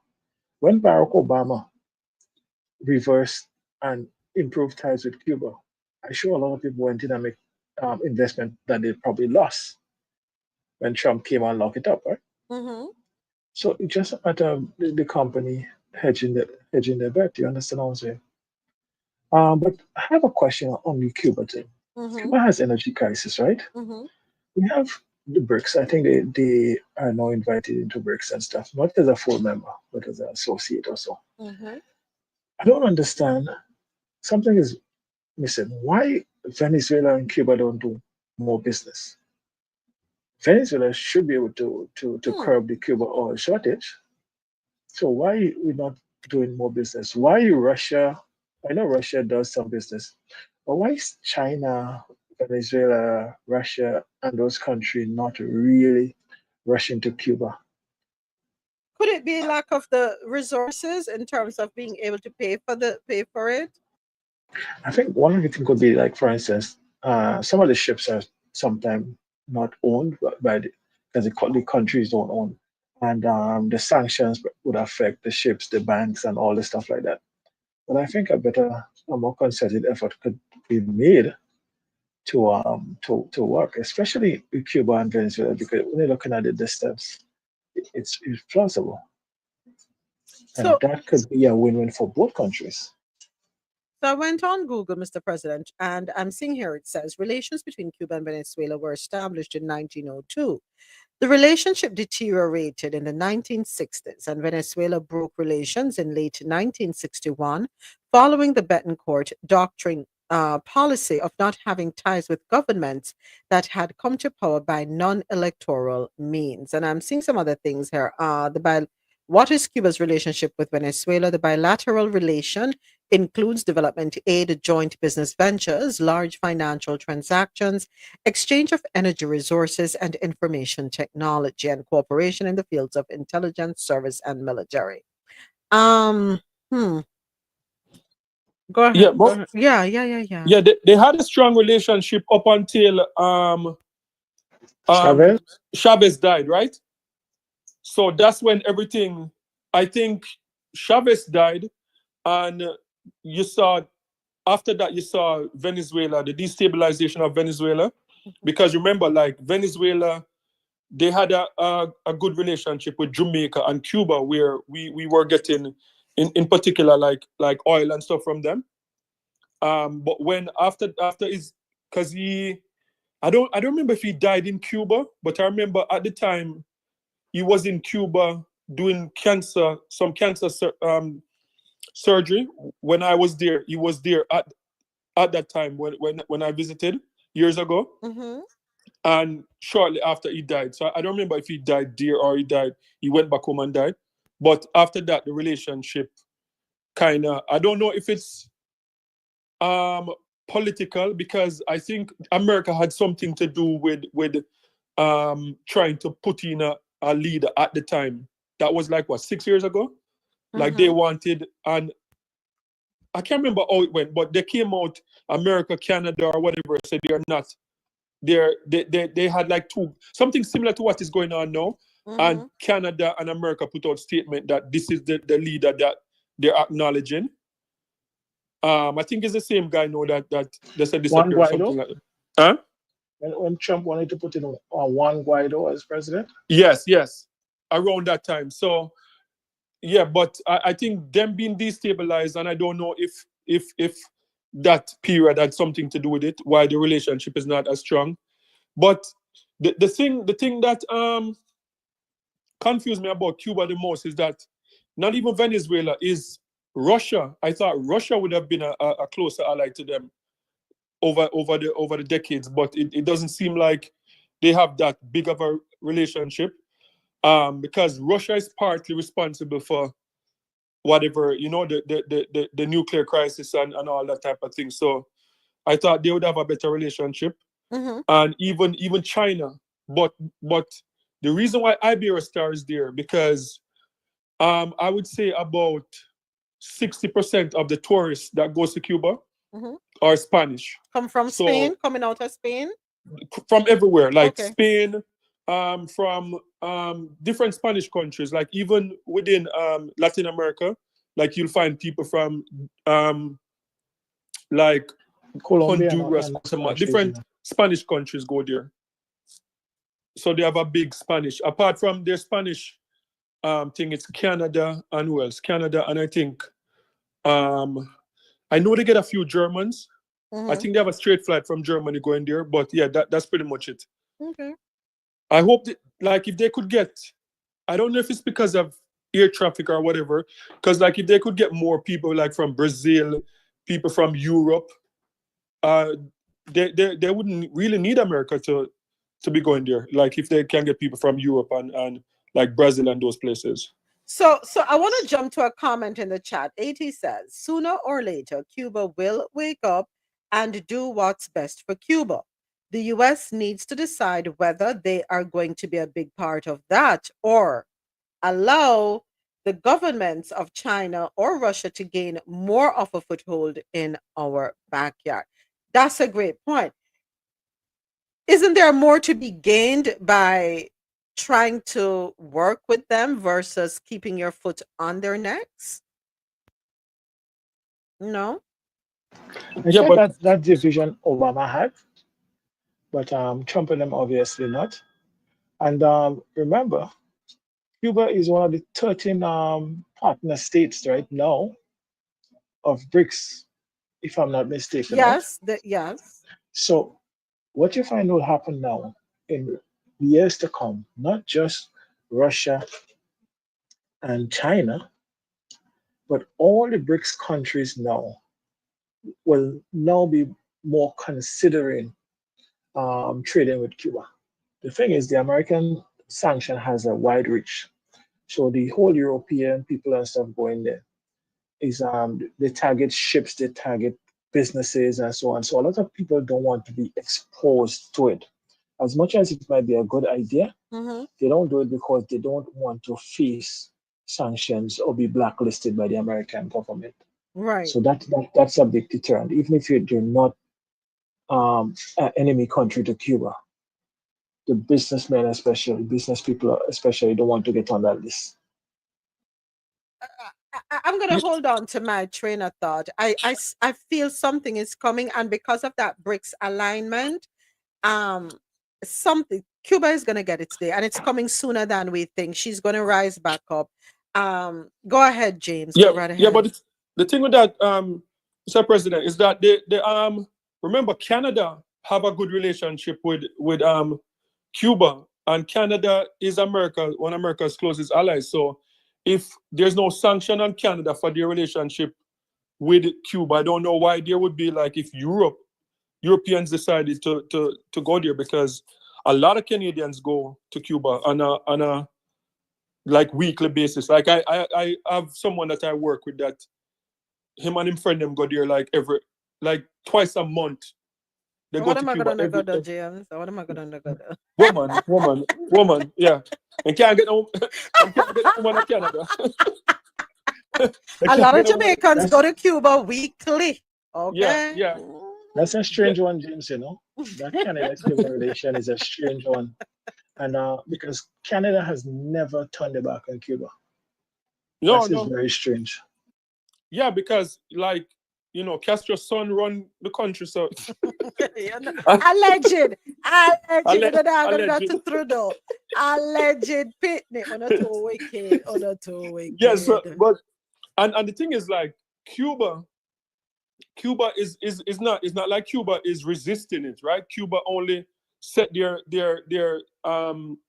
set a standard that they're not going to like compromise, and I think that America should respect their thing and just come to the table and say, look, we welcome Americans, because they want Americans to come there. The government is just saying, this is the line that we're drawing, and if you can't adhere to it, then don't come. Yeah. But the government is willing to talk. The Cuban government, so I don't know. Yeah. So I pulled up this article, and it can be found on cubaminrex.cu. And Cuba and Venezuela defend sovereignty. The article was written August 19, 2024. The interference in Venezuela does not go unnoticed. It is the same script as always, written by the same actors of U.S. imperialism and its accomplices who have caused so much damage in the world. We thank the Cuban Foreign Minister Bruno Rodriguez for defending our sovereignty. This was stated yesterday by the Foreign Minister of the nation, Ivan Gil, on the social network Threads, on the occasion of the expressions of support from the island to the popular victory of the Venezuelan people and their right to sovereignty and self-determination. The ALBA TCP member states also issued a communique rejecting the false and interventionist OAS resolution on Venezuela's internal affairs. The document insists that since this South American nation is not a member since 2019, the OAS lacks the authority to intervene in such a biased way in the country's affairs. Also, yesterday, in a working day of the great Simon Bolivar patriotic poll, it transcended the call of President Nicolas Maduro for the celebration, soon, of a World Congress against fascism, neo-fascism, and similar expressions. Let us invite thinkers, intellectuals, artists, social and political leaders from Africa, Asia, Europe, the United States, Latin America, and the Caribbean, he said. Okay, interesting. I want more information.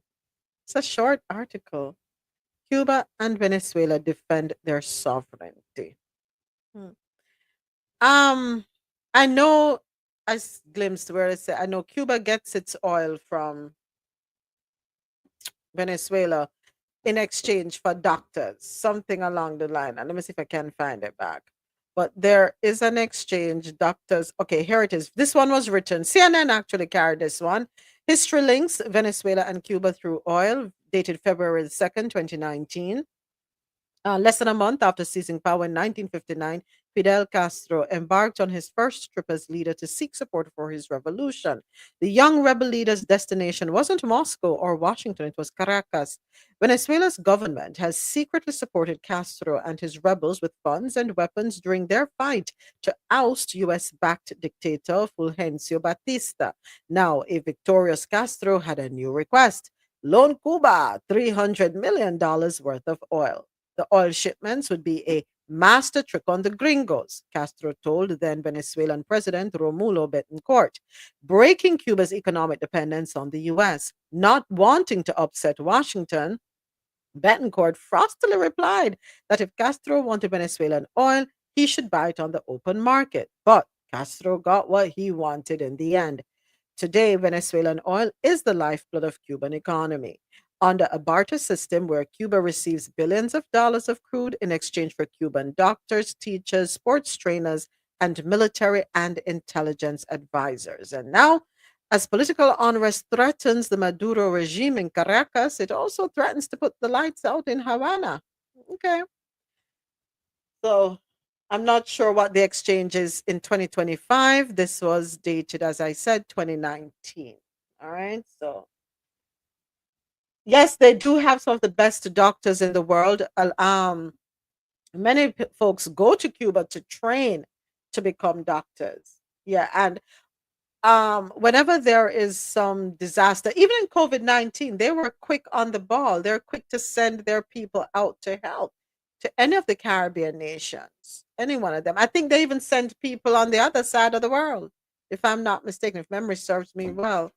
Um, I'm just, I just have a feeling in Yes. my stomach says something on the horizon. But go ahead, Mr. I have to President. remember that article was written by CNN, so we know that the bias slanted it. Cuba and Venezuela do have a good relationship, but Mhm. under Chavez, they had a more robust relationship. Okay. And remember, Chavez was even giving oil to America, right?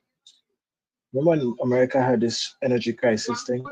So under his Caribe agreement, he was looking at, I think all of the Caribbean islands probably still on that, where Venezuela is produced, so subsidized, given subsidized oil to the region. Mhm.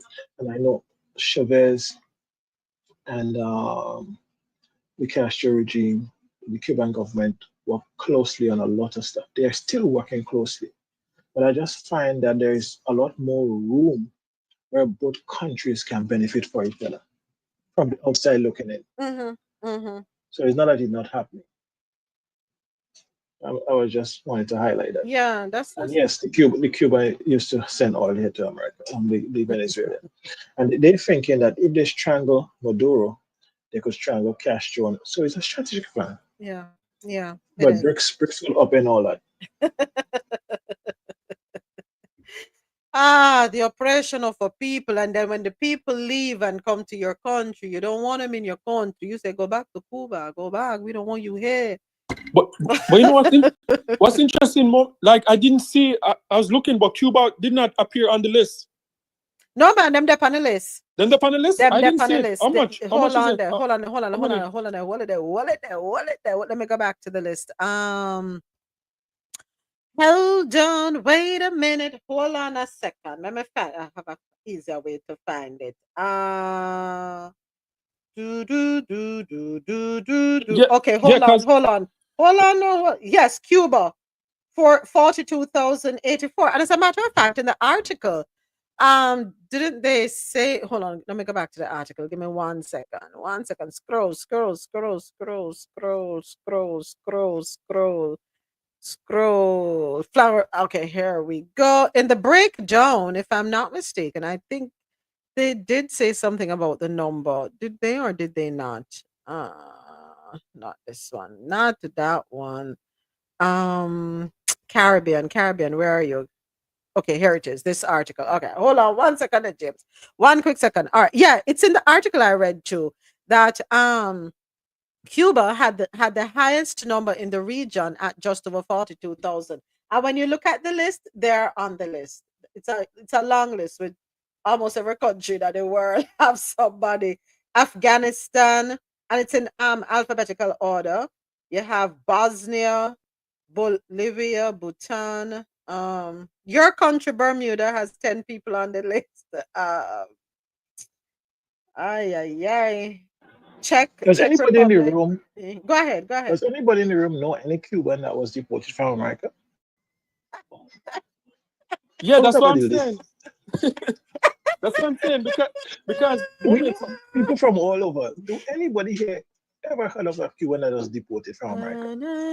Yeah, because moments the list that I have say Haiti as the most in the region and Dominican Republic second.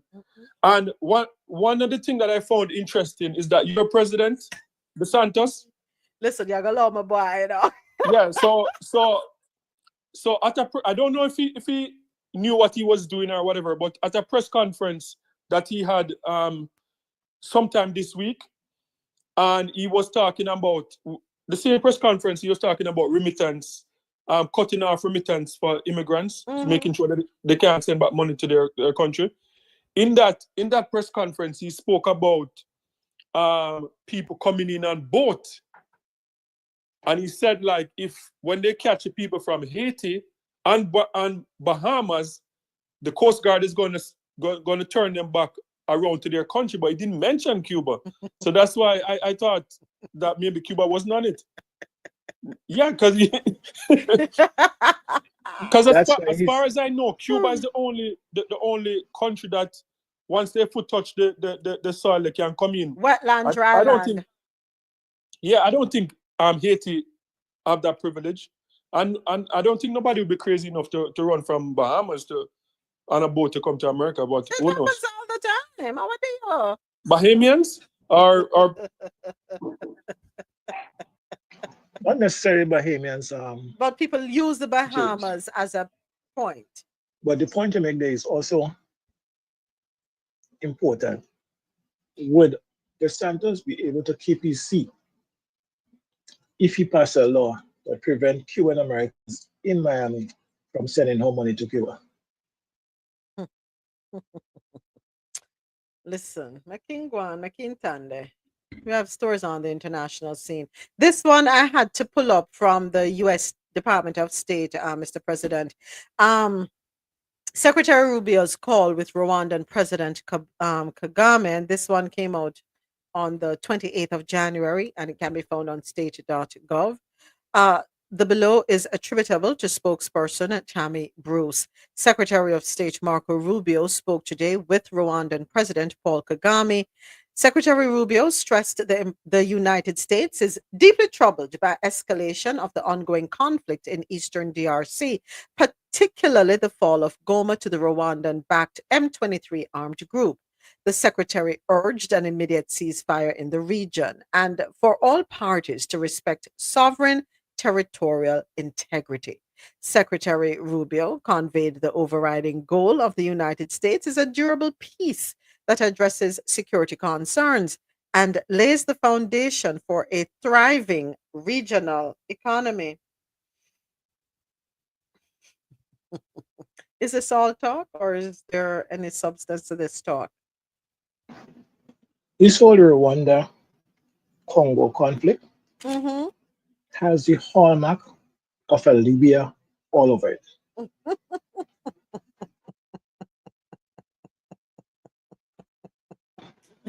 The way Paul Kagame, yes, he always had this issue, but the way he become invader-in-chief in 1 week.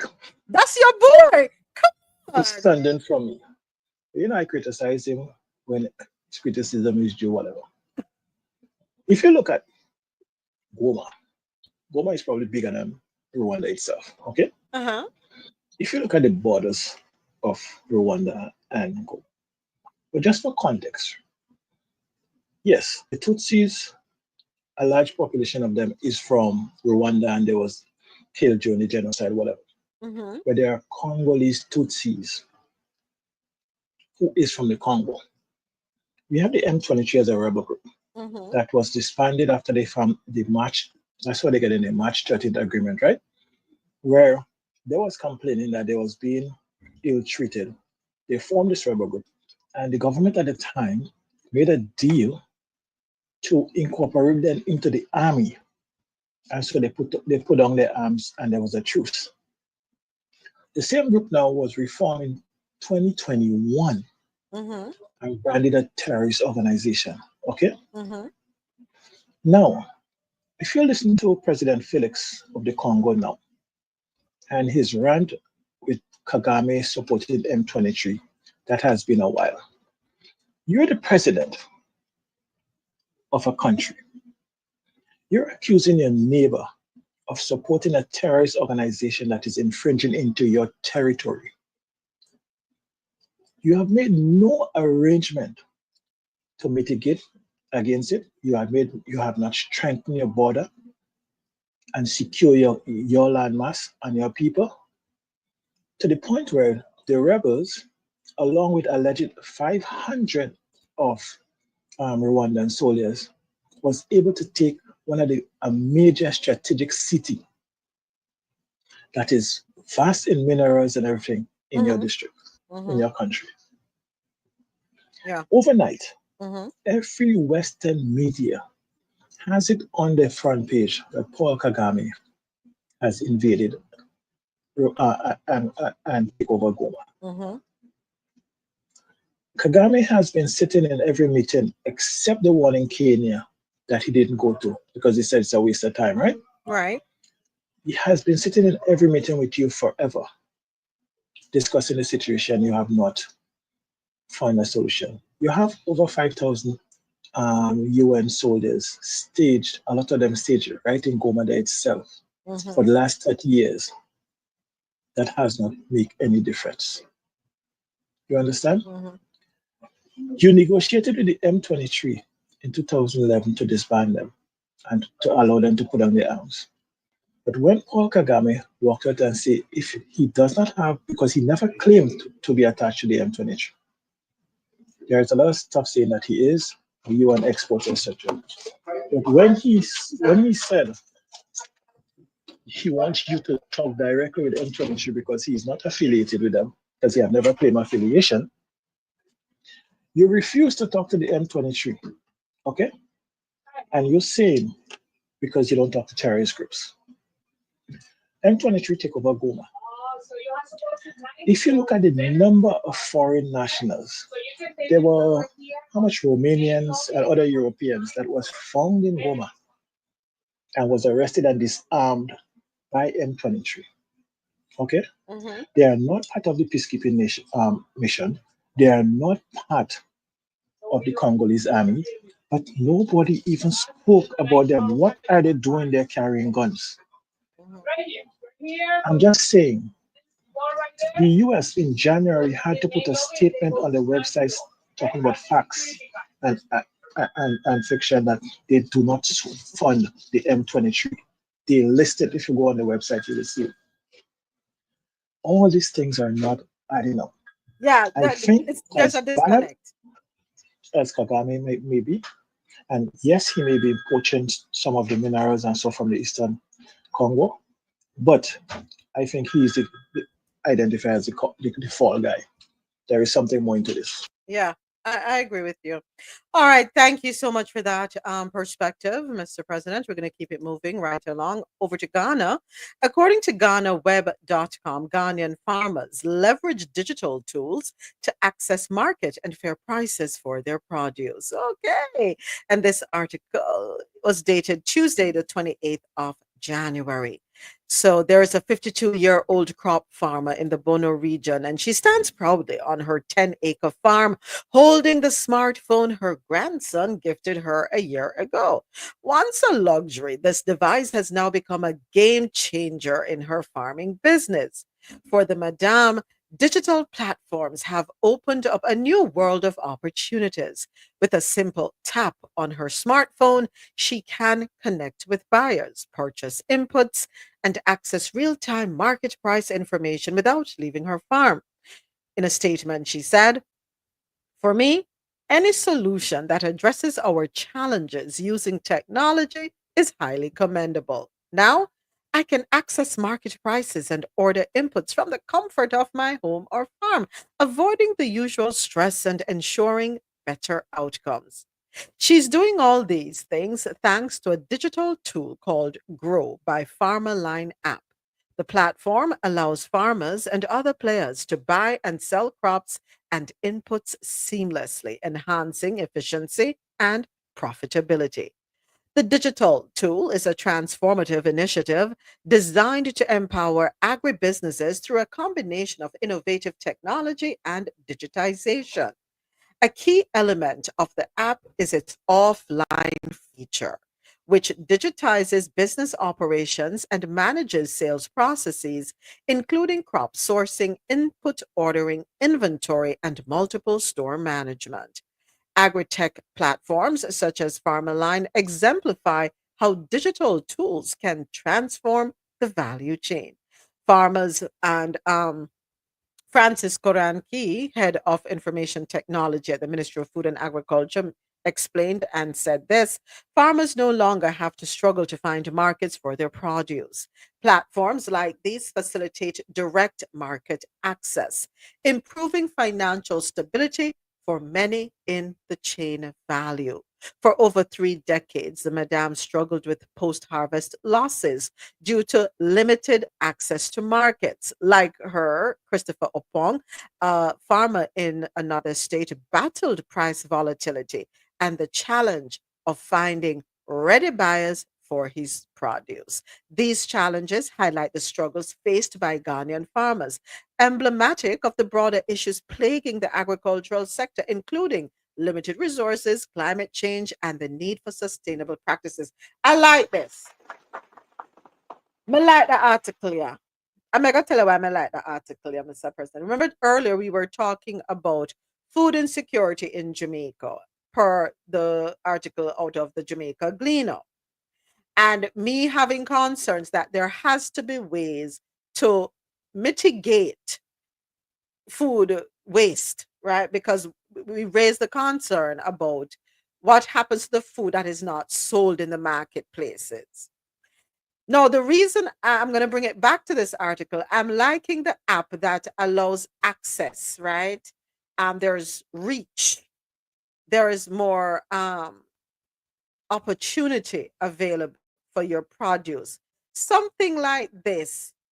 And I know I need to give it a little more thought before I'm very explicit with what my idea. I need to give it a little more thought, but I think it's something that could work across the Caribbean too.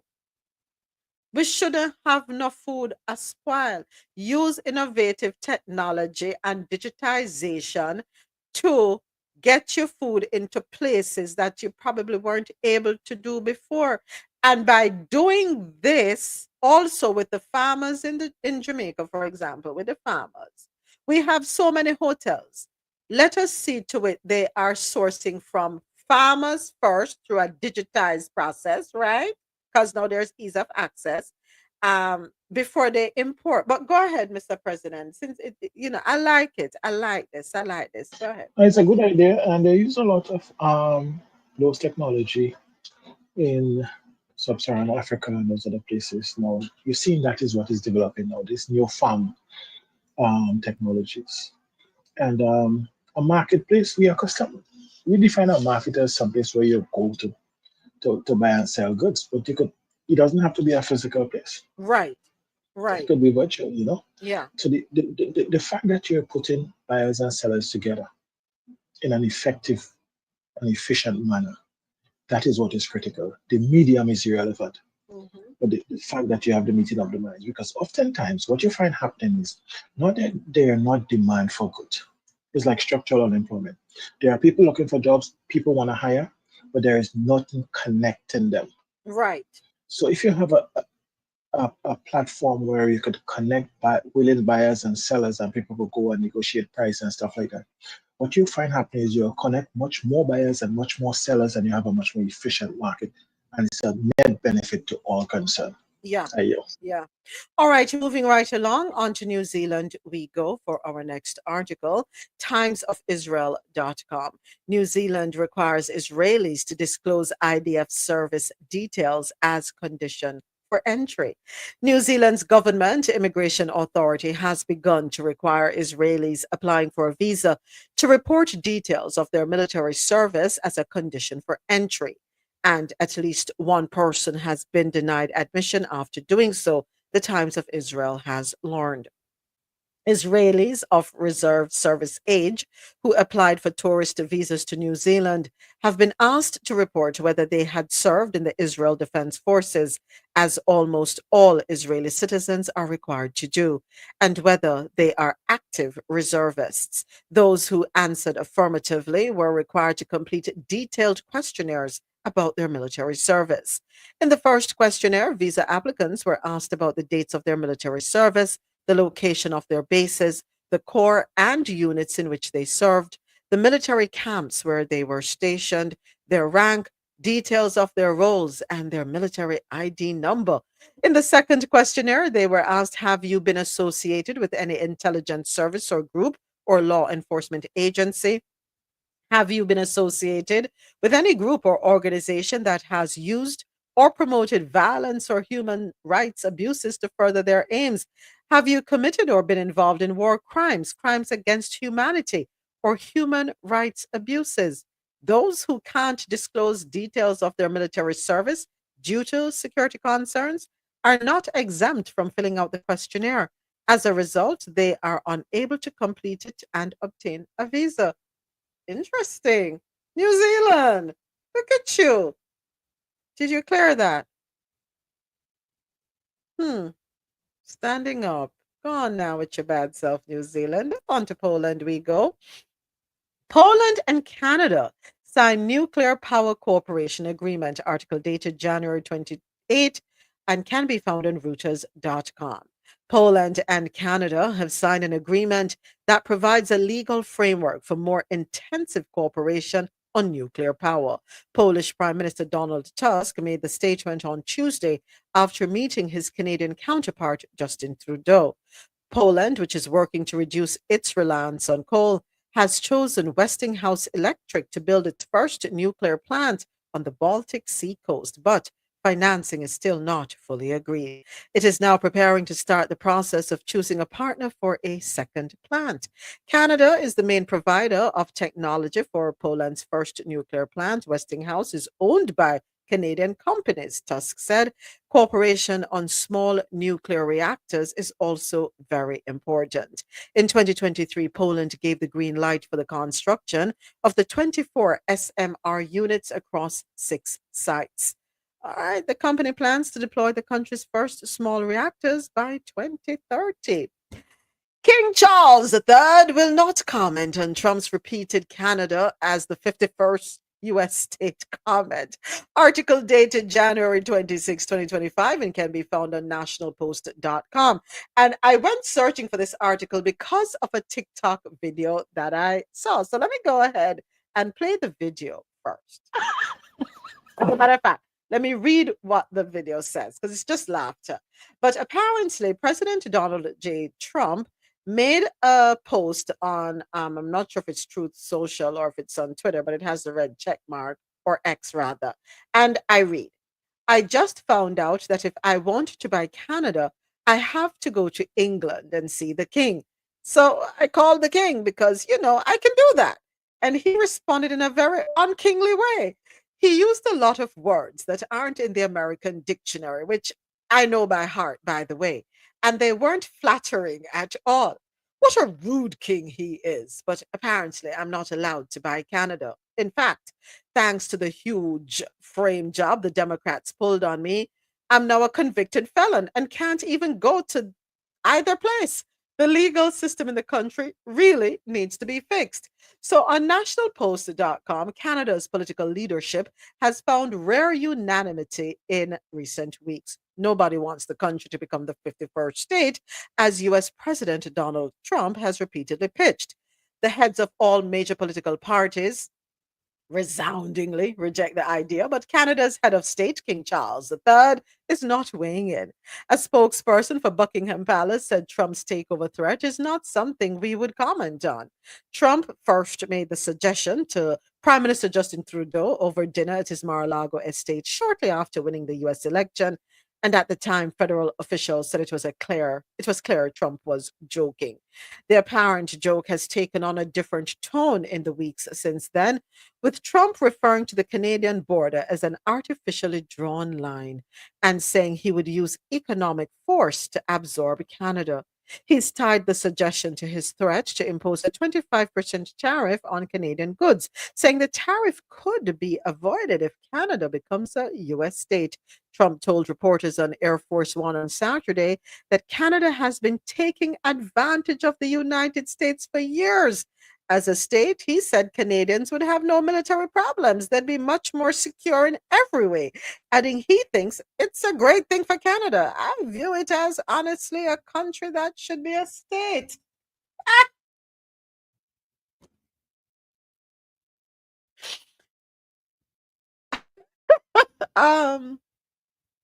We have other issues here. We don't need Canada. We really don't need Canada. Let Canada stay as Canada.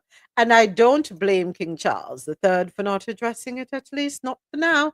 I'm sure he's just there singing to himself, or humming to himself rather, and thinking, what on earth are we snorting over here in the US? But King Charles, please forgive us for our boldness and our brashness, our audacity, to say the least. Please forgive us. I humbly apologize. That is the funniest thing I've heard today. Let me say that. Listen, I was cracking up when I saw the thing. I was like, I don't think y'all okay. I don't think y'all okay. All right, gonna take a quick break, catch my breath, and when we return, we have stories out of North America. So just a quick break. Coffee and Toe is brought to you in part by Lormel Skin Food. Log on to lormelskinfood.com. Discover the range of natural skincare solutions. Indulge in the radiance of natural and organic beauty with the best natural and organic soap bars, whipped soaps, body butters, and oils. All 100% natural products. Lormel Skin Food for a natural, beautiful you. The world's best coffee from our farms to your cup. It's Grand Coffee House.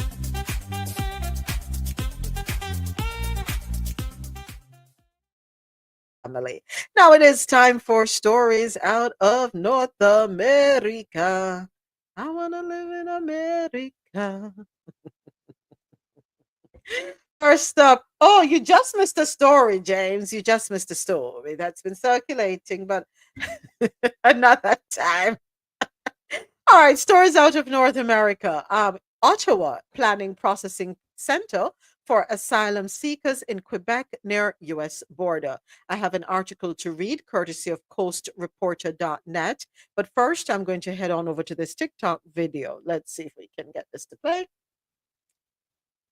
Canada just opened their borders for American asylum seekers, and they even specify if you are an activist or a social media influencer with a difference of opinion and you're fearful of prosecution, you can apply. That means if you're an activist, a blogger, a social media influencer, and you are seeking political safety, asylum in Canada, that means you'll qualify. You'll qualify. Here we go. According to the UN Refugee Agency, U.S. Safe Third Country Agreement Protocol, you can claim asylum at the Canadian land border if you qualify for one of the following exceptions: American citizen. Who can get refugee protection in Canada? So To get refugee protection, you need to show that you cannot return to your country of nationality or residence because you fear persecution for at least one of the following reasons: race or nationality, religion, member of particular social group, political opinion, a risk to your life, or cruel, inhuman treatment, a risk of torture. This website also has resources depending on where you need to apply. So for me, I'm in British Columbia. That's where I would be. So you can call legal aid, whatever Kinbrace is. They welcome refugees. They help find housing and education and support if you are a refugee. Go check out this website. So the first step is an eligibility review, where they're going to, after you claim asylum, they're going to conduct an interview to verify your identity. So you might be denied if you were previously rejected. If you've already claimed asylum in the United States or additional other countries, make sure you have passport, driver's license. So based on everything that she's showing, it might be easier for me to get into Canada than to get into Benin. Anyway, when I saw that video on TikTok, I said, no, I have to go dumpster diving. So, of course, to Google I went. Well, I came across the article, Ottawa Planning Processing Center for Asylum Seekers in Quebec near U.S. border. And as I stated, it can be found on coastreporter.net. Canadian authorities are planning to open a processing center for asylum seekers near the United States border in Quebec in case there is a sharp rise in the number of would-be refugees entering Canada. On Wednesday, the federal government published a notice seeking office space located within a 15-kilometer radius of the official border crossing in St. Bernard, south of Montreal. Federal and provincial politicians have expressed concerns in recent weeks that U.S. President Donald Trump's crackdown on migrants could lead to a surge of people trying to seek refuge in Canada. The planned processing center is part of contingency plans in the event of an influx of asylum seekers. The Canada Border Services Agency made the statement in an email on Friday. All right. The government is looking for a 12-month lease for a facility starting around May 1 with the option to extend the contract. Okay. However, despite the plans for a new asylum seeker processing center, Canada Border Services Agency says it has not witnessed a sustained increase in would-be refugees entering the country. From September 18, 2024 to January 18, 2025, there has been a daily average of 109 claims compared to a daily average of 212 claims for the same period a year ago. All right, so Ottawa has set aside $1.3 billion to increase border security in response to threats from Trump that he would impose steep tariffs on the country if it doesn't address the flow of drugs and migrants into the U.S. as well. The Canadian government has said it has deployed 60 new drones along the border and will be adding more surveillance towers. All right, so look at me, some of me can't go. Yeah, secretly, like I'm hoping that like Trump do the tariff. Why? Huh? Why you say that, James? No, because for the first time, like I see like some Canadians ready to stand up and to fight back. You know, like when a bully push and he just take it and give me lunch money. So they put together a team of people and they come up, they have all the retaliation set up already, like in different phases. And I believe that if this goes forth, then Canada will be a better country for it, because Canada, to me, Canada does sit down like a little simp and make America push them around. No, seriously. So I believe that this will kind of bring out the macho thing in the leaders. Okay. And as I say, for the first time, I see leaders, because I didn't realize that Canada, the trade agreement that Canada have with America, it's more than we do more business with them than China, Mexico, and the United Kingdom combined. That's what the finance minister said the other day. And so, the ex-finance minister, and said, like, look, like, Donald Trump really don't know the depth of the relationship between Canada and America. And yes, Canadians might hurt, but his promise to ease the pressure for Americans going to the grocery store, that if he puts tariff on Canada, like, Americans are going to be paying way more for grocery because of the agreement that we have. And we are selling America, like, oil for like half price. You know, so Go ahead, James. I'm sorry. Go ahead. Finish up. Go ahead. So as I said, like, maybe this will kind of make Canada stand up and be a stronger country, because for too long, like, even the military thing, Trump talking about, like, oh, we are protecting you. Canada should have stepped up a long time ago, but America is the one that stopped them from buying certain military equipment. Is the one that tell them that, look, you don't have to build nuclear weapons, because we have nuclear energy that I was told that the nuclear energy that we have, that we can transform that into weapons in less than a year. But because of America, they don't do it. So maybe it's time. Yeah. All right. Thank you, James. All right. Next up, Trump administration revokes deportation protections for 600,000 Venezuelans. We're going to listen to this video first. We have some news right now. ICE detained a toddler, a mother, and a grandmother, all United States American citizens, just because they overheard them speaking Spanish. According to Telemundo Puerto Rico, these 3 American citizens were taken into custody in Milwaukee, Wisconsin, after ICE agents overheard them speaking Spanish. This included a toddler. A member of their family says that they were taken into custody while shopping at a local department store, and they didn't have a chance to speak with ICE agents until they were at the detention facility. And when they arrived, they tried to explain to ICE agents that they were born in Puerto Rico, that they are American citizens. And it wasn't until after they provided documentation of proof that ICE agents apologized and that they were eventually released. According to the Daily Beast, Daryl Marine, the national president of the Hispanic advocacy group Forward Latino, has confirmed that these 3 individuals were detained by ICE. More and more American citizens are being caught up in these mass deportation rates, and it really seems like racial profiling at this point. I'm going to do a full breakdown. And that is my concern. Racial profiling is what is happening. I don't like it. I don't like it at all. Anyway. A major change affecting hundreds of thousands of Venezuelans in the U.S., many of them right here in South Florida. A move by the Trump administration now putting them at risk for deportation. 7th Faith Graham is live in Doral. She has details. Faith. Yes, Belkis, earlier today, the Trump administration made a decision to reverse an order put in place by the Biden administration that would extend temporary protected status for Venezuelans living here in America. Tonight, we're here in Doral, an area that is home to a large Venezuelan population. People here certainly worried and concerned that they will be feeling the impacts of this order firsthand. President Donald Trump's crackdown on immigration intensifying as he cancels deportation protections for roughly 600,000 Venezuelans. Secretary Mayorkas put in place an 18-month extension of the temporary protective status. I rolled that back.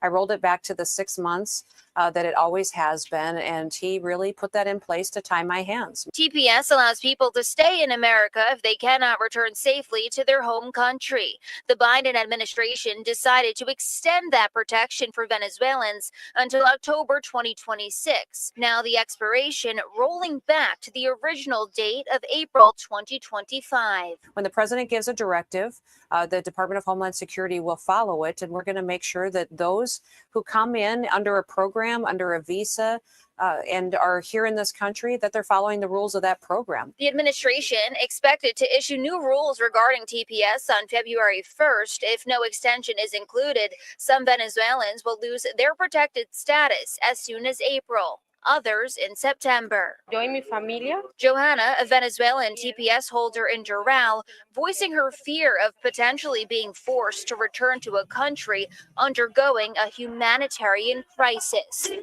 One that other Venezuelans at the Mexican border are still trying to escape. Anthony Velasco says he hasn't changed his mind about trying to get to the United States because his family is here, so he's waiting for another door to open. Republican Congresswoman Maria Elvira Salazar reacting to the order, sharing a statement that reads, Venezuela's dictator, Nicolas Maduro, jails, beats, rapes, and kills anyone who speaks against him.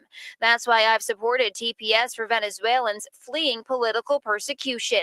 There is a simple solution to this. Maduro has to go. Trump is the only force to get him out. President Trump's decision impacting a community that has rallied behind him, even helping him get elected to the Oval Office. People is in shock because, let me tell you, the Venezuelan people love Donald Trump. Okay, but they think that Donald Trump loved them in the same way. Now, it is possible that the Trump administration will face legal battles as they try to carry out these measures. As for Venezuelan TPS holders here in South Florida, they are protected for now, at least until their status runs out. We should get more guidance on February 1st. Live in Doral, Faith Graham, 7 News. Hey, Faith. Oh, you love Donald Trump, huh? You love a Donald Trump? If you love Donald Trump, then you're going to have to go through this process, whether they pick you up by accident or not. And don't complain about it either. But let me just say. Welcome to Miami. So, we are in the FAFO season down here in Miami, yo. Go ahead, Ja. So are they picking up other cultures that are having conversations that aren't speaking English? No, they're not. I won't hold my breath. No, they're not. Well, let me put it this way. We don't know, because what we are seeing so far is the camera crews showing up strictly where it's predominantly Latino communities, right? We're not seeing them going into other communities. I saw it. It's funny that you're saying that, because I came across a video on TikTok and the lady was saying, I don't see them in my community. And she was talking about a place here in Florida, further north. Clueless. Yeah, talking about a place here in Florida, further north, where she was saying, you'd be surprised the number of Europeans who are there. Yeah, the Caucasians who are there who are not supposed to be there. Let's put it that way. Mhm. Yes, child. But did I send you the story when they started in Boston and they picked up the Haitian guy? Where you sent that one to me? On IG? It was when it first started. I think they were in Boston picking up people, and they picked up a Haitian man. And while he was getting in the car, he was expressing that he will not be deported and which presidents he loved.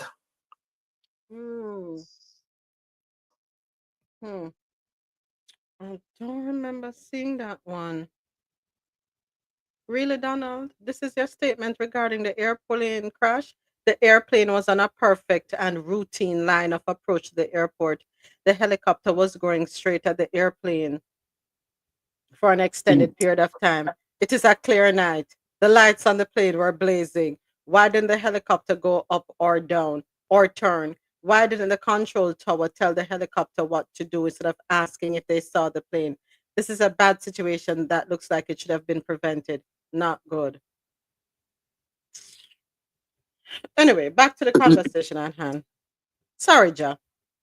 No, I was going to say we're going to hear a lot of assumptions about this crash. So let's just wait and see. Because everybody's going to start blaming everybody else. Yeah. But no condolences, no nothing. Nothing. We don't start out with condolences first. No. Yes, they have. Yes, they had. No, on Mr. Trump's thing, his post, he's been posting condolences. Oh, I didn't read it. I've been getting notifications that he has spoke about it, but I haven't read it. Okay. All right. I hope he has. All right. If I'm wrong, I'm wrong. All right, so I don't know what to tell you, Venezuelan community. And the Colombian community. I don't really know what to tell you all. You know, your family member. You said that you don't want socialism, and you voted for this, and this is what is happening, and you thought that you would have been safe. I don't know what to tell you, my friend. I don't know, my friend. I don't know what to tell you. My landscaper has not showed up, so I have bigger concerns right now. You FA and FO. Yes. Yes, that's what's going on here. A lot of them in South Florida did vote because they felt that voting for him would save them. What can I tell you? I empathize. I truly empathize. I don't like the racial profiling. I don't like it. If you're going to do your job, do your job, but don't do it because of someone's accent. Don't assume that, because as far as I know, English is not the official language of the United States of America. Who told you that? As far as I know, I have not heard anywhere where it's the official language of the United States of America. We assume it is. But where is it written in stone that English is the official language of the United States of America? Let me go to Google University while you go to the next story. Please, because I would like to know where it is written that English is the official language of the United States of America.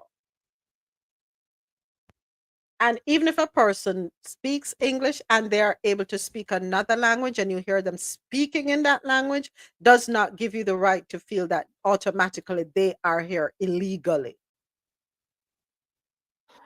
Go ahead, Ja.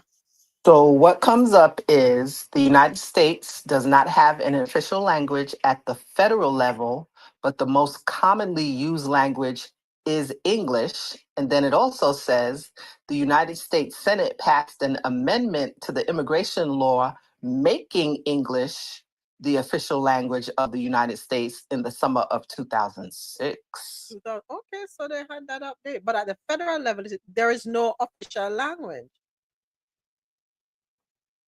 English is not the official language. Go back to the first part again. Federal. No, federal. Go again. Yes. At the federal level, there is no official language. Yeah, there is none. Okay. So and if you're telling people that they can't speak, if they have to speak English, you're telling them to forget their past, forget their culture, forget who they are. But anyway, all right. Nearly 400 USAID contract employees laid off in wake of Trump's stop work order. Thank you, Mr. President, for sending this one over, courtesy of NPR.org. Hundreds of people were laid off by the U.S. Agency for International Development, USAID, as the Trump administration stop work order for foreign assistance goes into effect. Listen, AT, I'm going to tell you something. I struggle 80. It's like anywhere me turn, it's hard to find articles that don't send us back to the US in some way, shape, or form.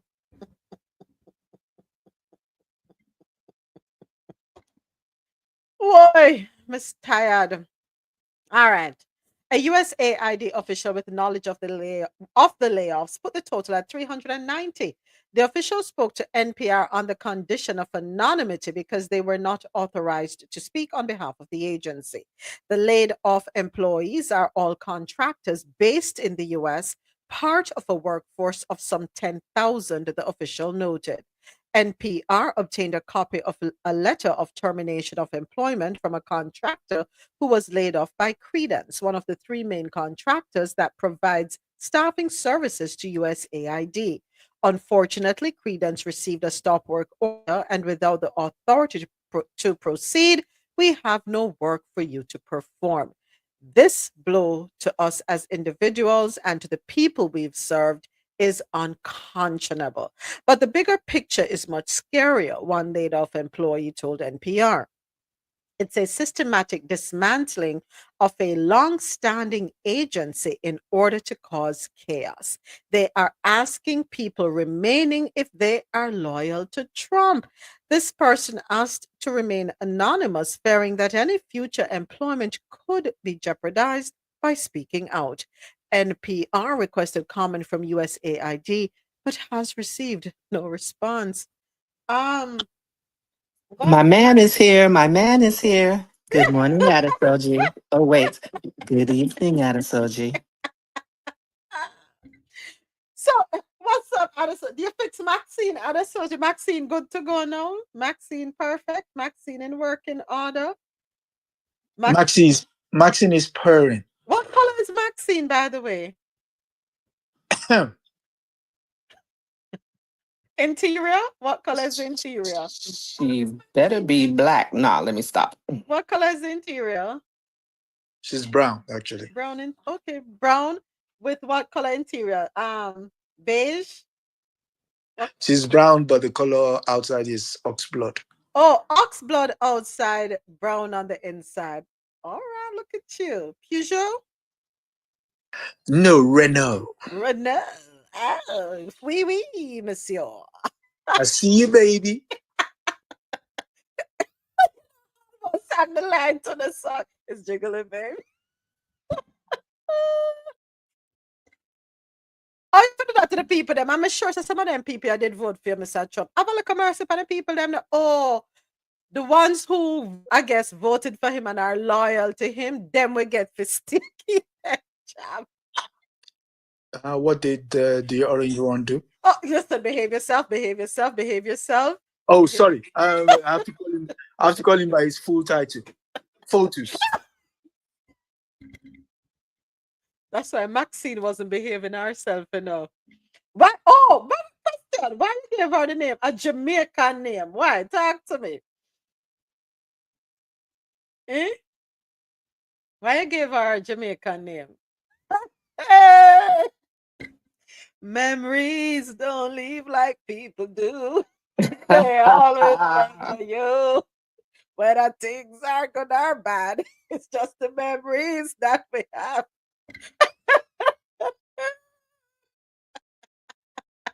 You were reading some news article. Boy, stop living down the past. Stop remember when man I ride off.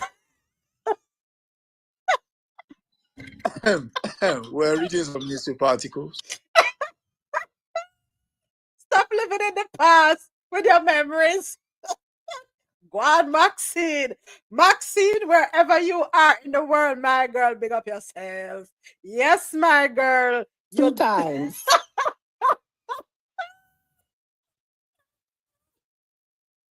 Maxine. I'm not dreaming my dream. He sit in that seat every day.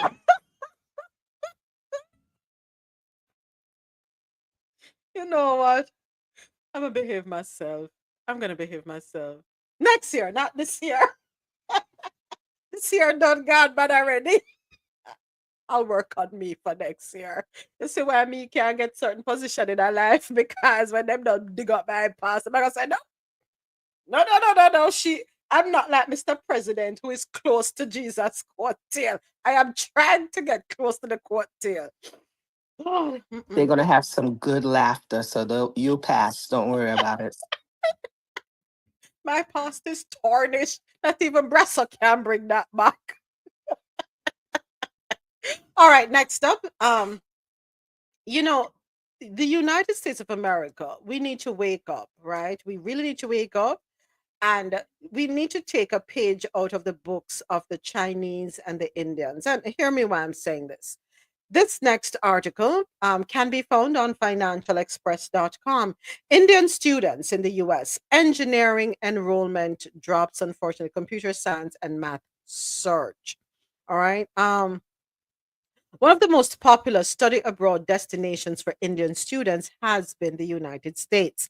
The number of Indian students studying in the US has been rising consistently over time as a result of the nation's colleges and employment prospects becoming more and more well known. In terms of foreign students, studying in the US, India has surpassed China with a 29.4% share. Nonetheless, it has been noted that fewer Indian students are choosing to enroll in traditional engineering programs over time. Engineering enrollment has dropped to 24.5%. Simultaneously, admittance to computer science and mathematics has risen to 42.9%, demonstrating the subject's rising appeal. Excuse me. I've been laughing too much. Excuse me. Rise of technology shifting career landscape. Even while engineering is still a popular field, students are choosing to take alternative courses in response to the growing field or the growing need for qualified workers who can combine technology with corporate strategy. Listen up, Americans. They're looking for qualified workers who can combine technology with corporate strategy, design thinking, and policy making. The emergence of cutting edge technologies like blockchain, AI, and machine learning is another factor contributing to this changing job picture. Engineering cannot adequately meet the new employment opportunities being created by these technologies. This encourages Indians to study different fields that offer a wide range of employment options. Mathematics and computer science have become more popular subjects in recent years, creating a new career or new career prospects in industries like healthcare and finance. All right, Americans, you cannot sit down here and talk about immigrants are can't take on no jobs. You know what immigrants do? Them see a need, them find a need, and them are gonna do something to fill that need there. Do you know? Unless them have scholarship or what have you, it costs them what 3 times the money to go to school in this country. Any international student, you're paying 3 times the school fee. Uno have it here, but uno no want to use take advantage of wanna have. Shape up, sharpen the skills. You got mad when they were talking. What was the conversation the other day about the H1 visas or whatever the name of the visas be? And H1B1. yeah, H1B1. Wanna get mad the other day. Say how Vivek and Elon was one bring over the Indian them. Well, get up, go to school, get the qualifications so you can secure jobs in those fields. Because there's no point sitting and complaining that immigrants are taking your jobs when you're not putting yourselves in positions to do the jobs. So what the people they must do? Make the job them just sit on there empty until you get an epiphany when at what point when all the teeth have fallen out of your mouth? Gonna sit down and complain. But I saw a video yesterday where they were talking about the level of education or how educated Americans are. And it was very daunting. An American man, a white American man, he was highlighting the fact that Americans, for the most part, have a 7th grade education. Full stop.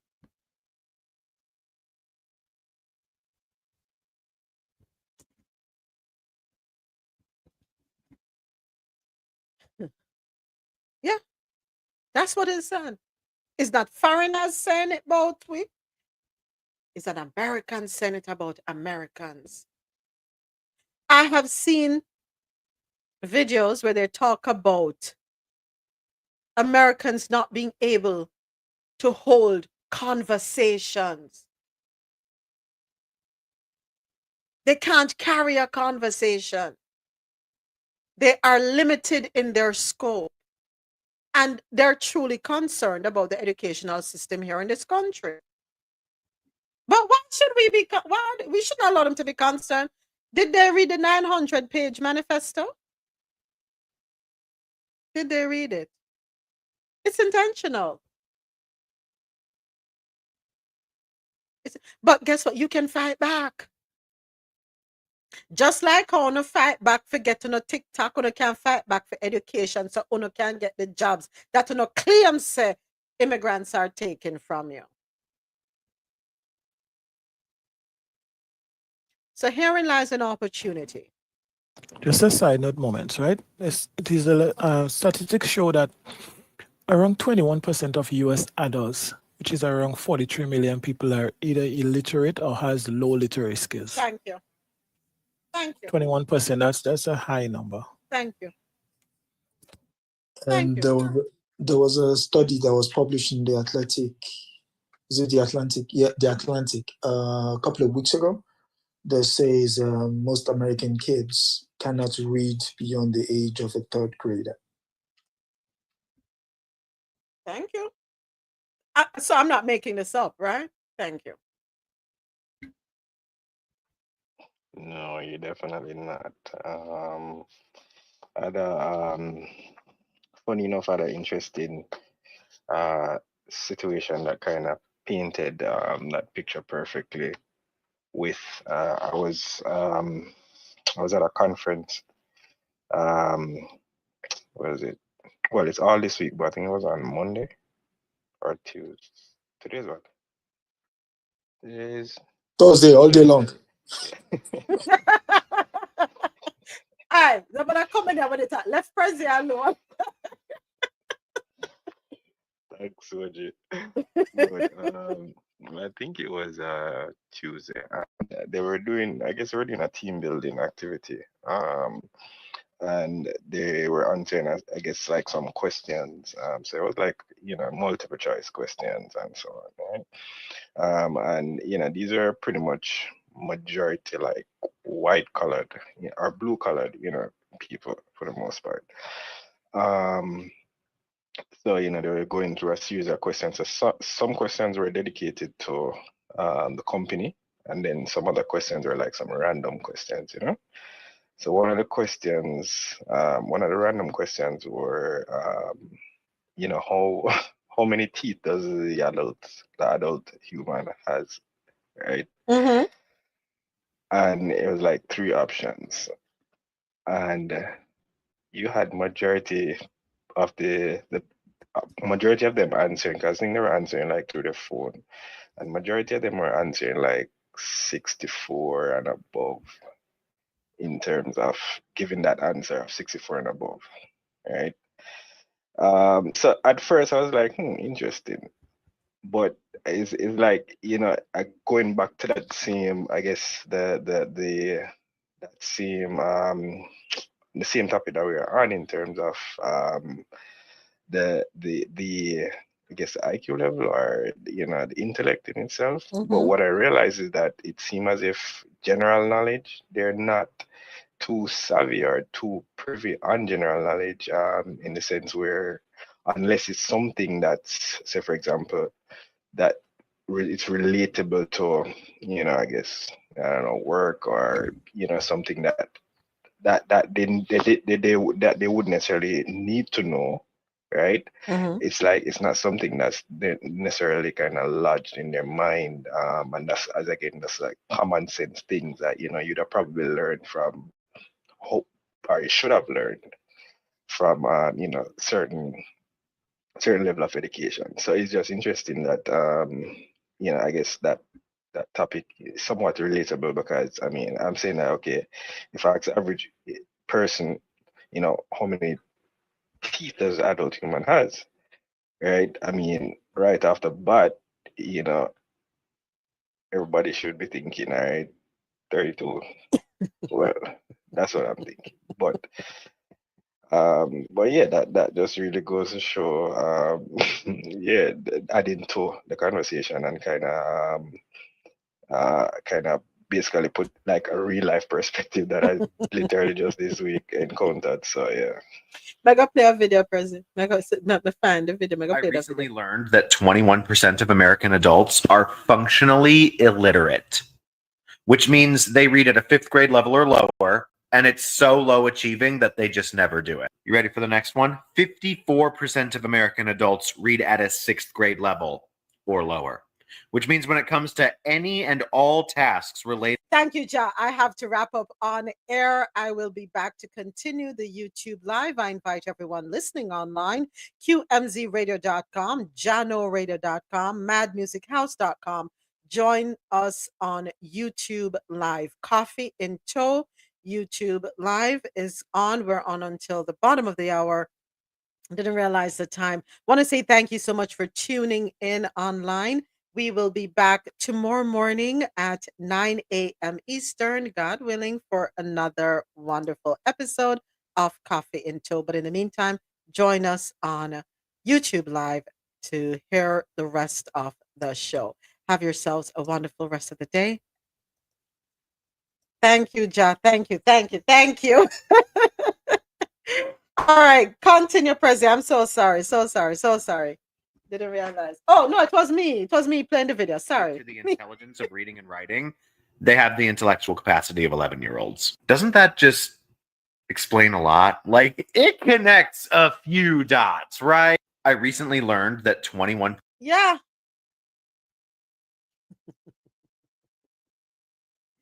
And we see an example of it at the highest office one can hold in this country, in the way the person delivers themselves.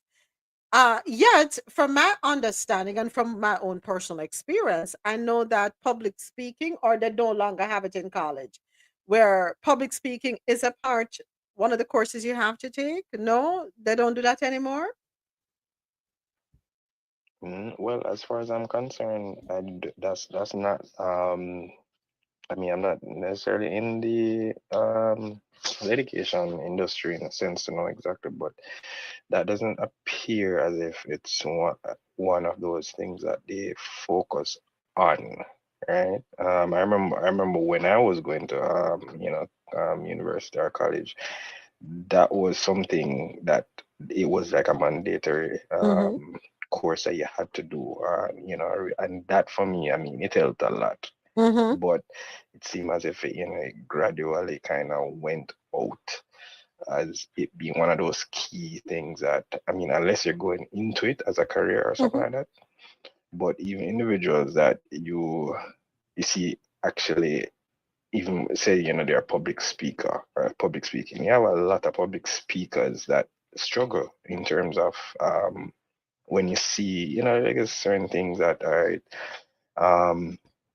jargons and so on, that you realize it doesn't necessarily come naturally, and you realize that unless they kind of practice that a lot, you realize that when they speak, there's a lot of inconsistency that you kind of get from whenever they speak. So Yeah.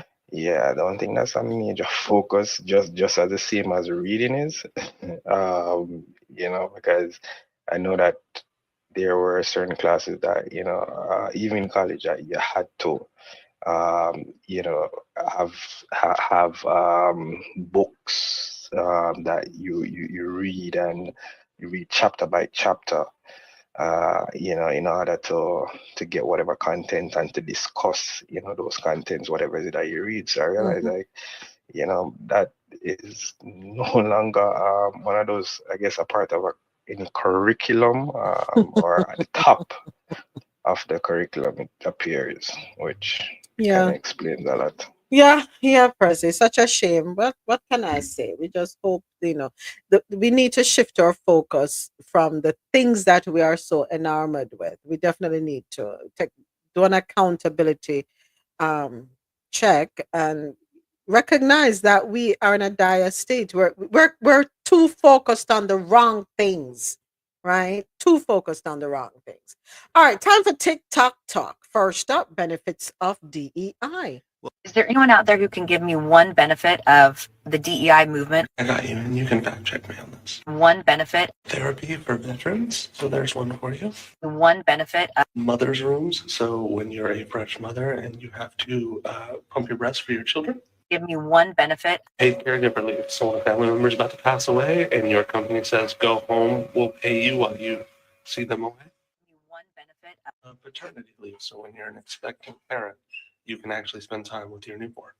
can give me one benefit. Disable accessible places and spaces, so think like elevators, wheelchair ramps, handicap stalls in a bathroom, even ergonomic like displays and setups for somebody who might not be able to do day-to-day activities. I have a friend who lost most of the use to his hands and his job requires him to type. So there's a screen program that clocks his eyes and goes to where he needs. So there's an example. Diversity, equity, and inclusion is racist. Says the woman who has benefited from DEI. So wait a minute. Is she saying that it's not a benefit? She's saying that, okay, so she don't think DEI is beneficial. She thinks it's a racist program.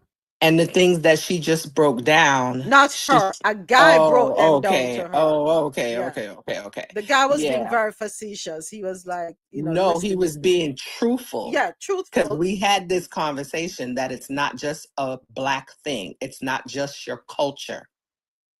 Mhm. I don't understand what people are missing, but I guess it's that 7th grade education we just spoke about in this prior article. Yeah.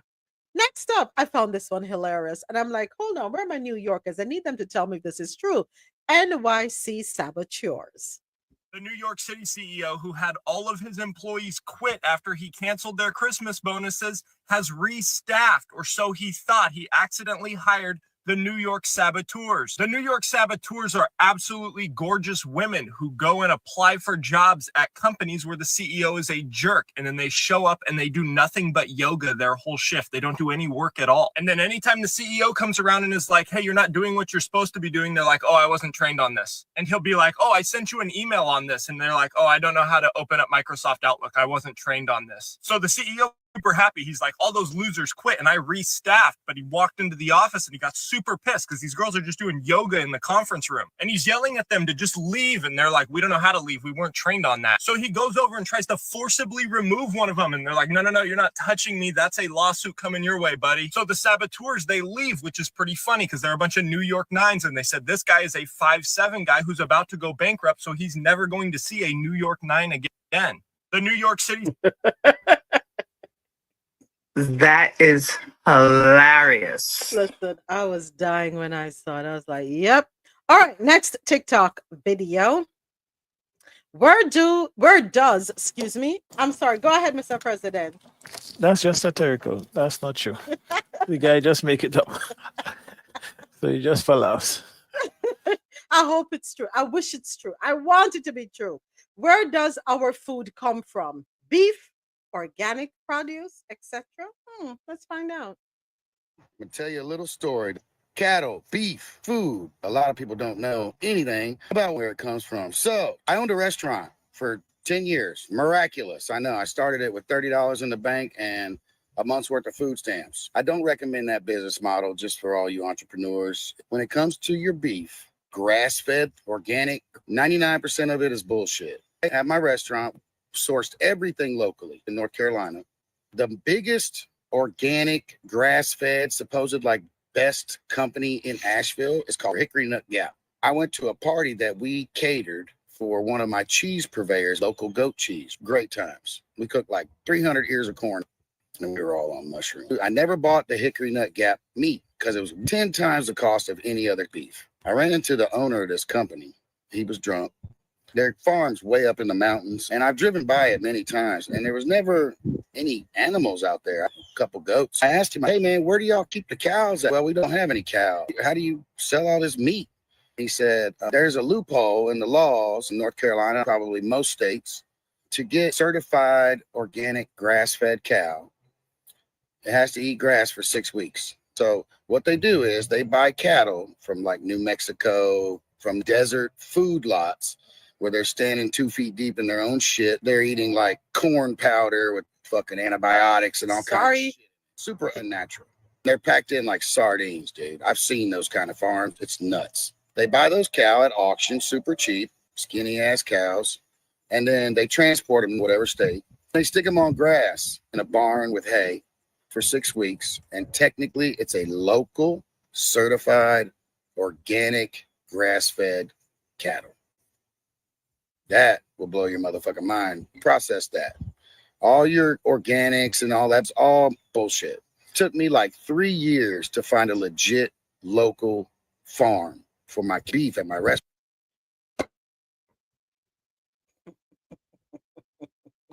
I spoke about that a couple of days Just ago. this week, yeah? Just this week. Explain that to me. How are they allowed to do this to us? We trust them that when they put a sticker on the package for whatever it is, fruits, vegetables, packaged foods, whatever, we trust that what is there is what it is, and they lie to us. But it's the law. Never but I get to me that one. Yeah, but Woman, you forgot about the 100% beef? You forgot that story there? Yeah, I forgot. I really forgot, James. I'm not gonna lie. I forgot. Yeah, so 100% beef. There's a fast food that advertised that they serve 100% beef, and when they were found out that it was a lie, their thing is that the name of the company that they source their beef from is called 100% beef. That's what they did to protect themselves from lawsuits. Oh, Jesus. The beef itself is not 100%, but the name of the company is 100% beef. Yeah. So hold on there, James. AT put in the chat. That's what you must buy. Grass-fed, grass-finished beef. Really? Really, AT? Really, I forgot. Oh my gosh. Can we, okay, we can say let's go to our local butchers, but can we even trust that what we're getting at the local butcher is actually grass-fed from the day them come out of their mother till the day them dead? Can we trust that? We can't even trust that. But moments we need to be realistic. Or if we say, no need to be realistic. Yes, we need to be realistic up here. No need to be realistic, all right? How long it take for grow one cow? Depending on how tender you want the meat, you can. If you want veal, it means you have you kill the cow when it's still at the calf. If you want fairly tender, a year. If you want, a year to 2, no more than 2 years. All right, so right there, so the growth spurt for the cow more than the chicken by far, right? How much cow you think the people them can grow for feed America?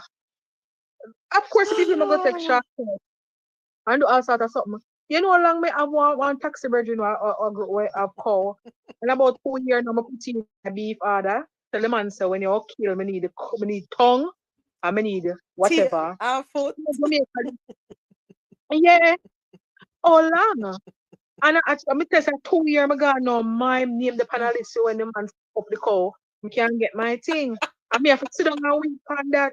And Jamaica grow organic cow. Yes, we do. We not have bug feeding out here. Man, cut grass, go give them cow, and care water, go give them cow a bush. Yeah, I we don't have cow farm. We call them that turn up nowhere. They walk and eat grass. And that we go them do out here too. And we have to wait. If you can't wait, go on Mr. Chin, go buy the water buffalo. No, go buy the dog. Here, the donkey. You get me now? You go buy what? Careful, the cow tongue. No. Not about to be careful because it make news. It make news, Mr. President. It make news. Tell me, sir, lie me, I tell Alexia. There's somebody. Right and what I don't like is that the news station is not telling us which Chinese restaurant it is in Jamaica, because serving dog in Jamaica is illegal. The new TVJ carried the article, and the video was circulating with a man with, and somebody in the video was, somebody on the video said, on the shore of Jamaica, the big green license plate, the commercial license plate upon the truck, the man have one hell of a dog, a chop up the dog with the dog head still in place. And they will, and we are saying, tell us who it is. Just like how on a brandish and broadcast Alice, Alice can't go back a hero circle to Alice now wash her hand. She use her right hand do one thing and left hand do another. On a shame Alice go global. We want to know who them people are between with the dog at Jamaica. Free Alice. Free And Alice. Chinese food still selling in Jamaica? You'll never get me by that at Jamaica ever again. Never. Moment. You hear me say no? You hear me say? And I first have a dog situation, you know. Remember say years ago, I think halfway through they went catch. Yes. Man, yes. Man wife went to a dog soup and I eat. Yes. You get me? That soup that is nice, you know. Damn.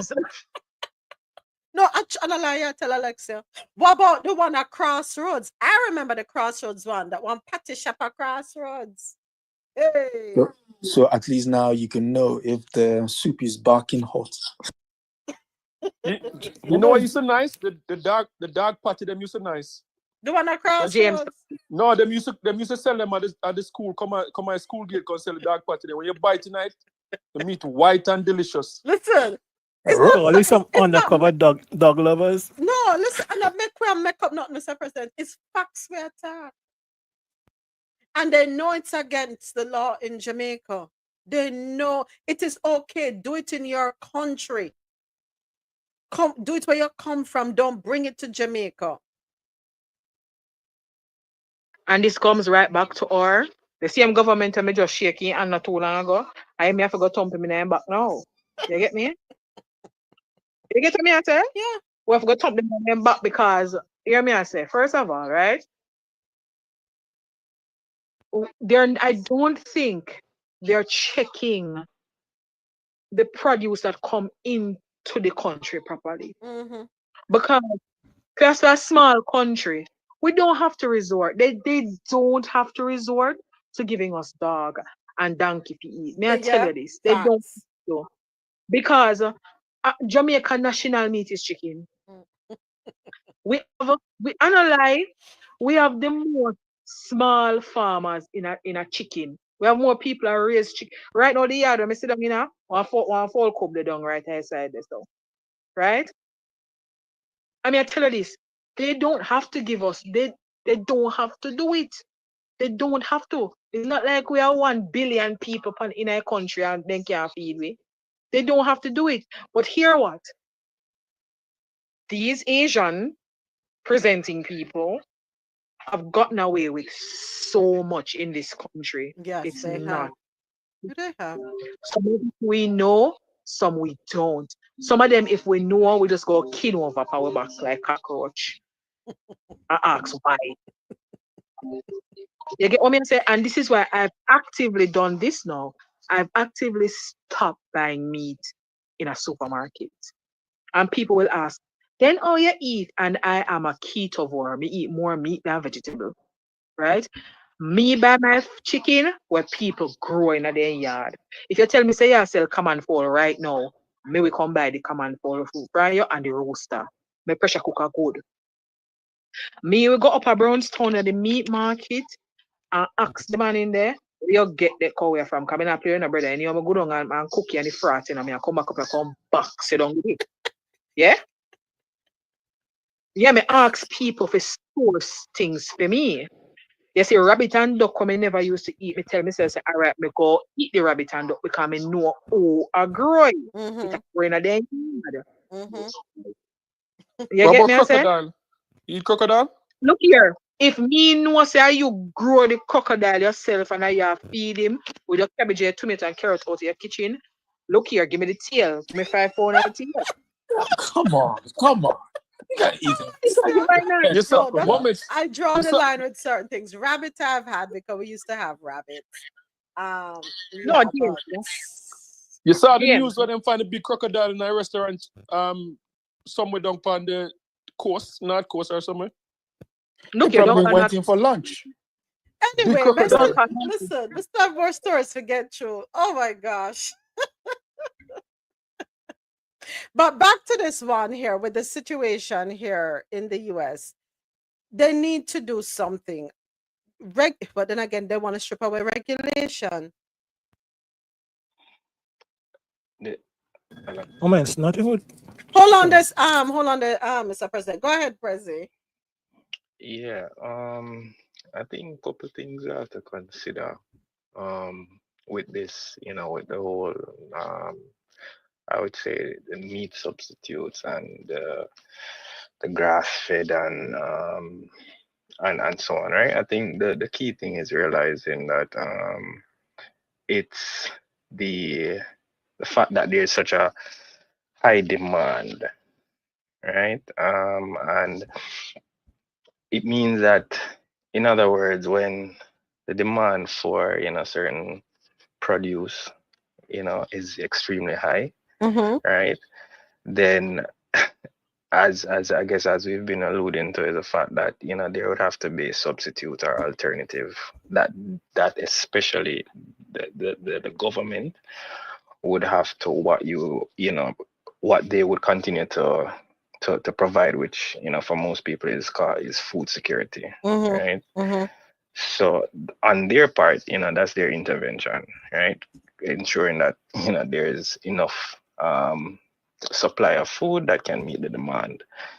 And if that means that it's not real, then unfortunately that's essentially what it is, or what it pretty much boils down to. And of course it's on our part to ensure that what we're buying is also but it's ensure it on the government on their end, to meet, because I mean when it comes to this country, I mean everybody know that them eat right around the clock. So food is a very high commodity, and for that the government in itself, they would have to ensure that they would have to put the necessary food security measures and policies in place, even if it may not be what's the word, for lack of a better word, right, for a nation of a couple 100 million people. And of course, it all have to do with cost as well, in terms of whether they're able to do that to cut certain costs. It may be cheaper. Yes, and maybe cheaper for them to do that, but yeah, they essentially have to do that. So yeah. Percy. All right. Thank you so much. Go ahead, Mr. President, and then we keep it moving.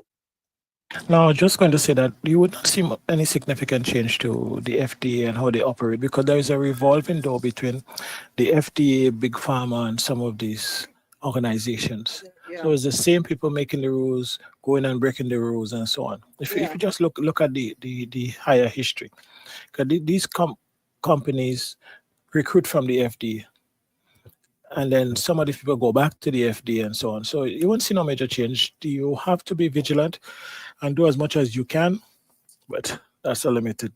But there will be no legislative change. No. Lord of mercy. Pray for it. Just say a prayer before I eat. That's all I can say. All right, it is time for business and tech news. The world's best coffee, from our farms to your cup. It's Grand Coffee House. All right, business and tech news. First up in our business and tech news segment, what is DeepSeek, the Chinese AI company, upending the stock market? So according to Caribbean.loopnews.com, a frenzy over an artificial intelligence chatbot made by Chinese tech startup. And I have three stories, and I'm just going to read them because they're all related. So starting off with this one first, my apologies. A frenzy over an artificial intelligence chatbot made by Chinese tech startup DeepSeek was upending stock markets Monday and fueling debates over the economic and geopolitical competition between the US and China in developing AI technology. DeepSeek's AI assistant became the #1 downloaded free app on Apple's iPhone store on Monday, propelled by curiosity about the ChatGPT competitor. Part of what's worrying some US tech industry observers is the idea that the Chinese startup has caught up with the American companies at the forefront of generative AI at a fraction of the cost. That, if true, calls into question the huge amounts of money US tech companies say they plan to spend on the data centers and computer chips needed to power further AI advancements. But heightened misconceptions about DeepSeek's technological advancements also sowed confusion. The models they built are fantastic, but they aren't miracles either, said Bernstein analyst Stacy Rasgon, who follows the semiconductor industry and was one of several stock analysts describing Wall Street's reaction as overblown. They're not using any innovations that are unknown or secret or anything like that. These are things that everybody is experimenting with. So, what is DeepSeek? Well, the startup DeepSeek was founded in 2023 in Hangzhou, China, and released its first AI large language model later that year. Its CEO, Liang Wenfeng, previously co founded one of China's top hedge funds, High Flyer, which focuses on AI driven quantitative trading.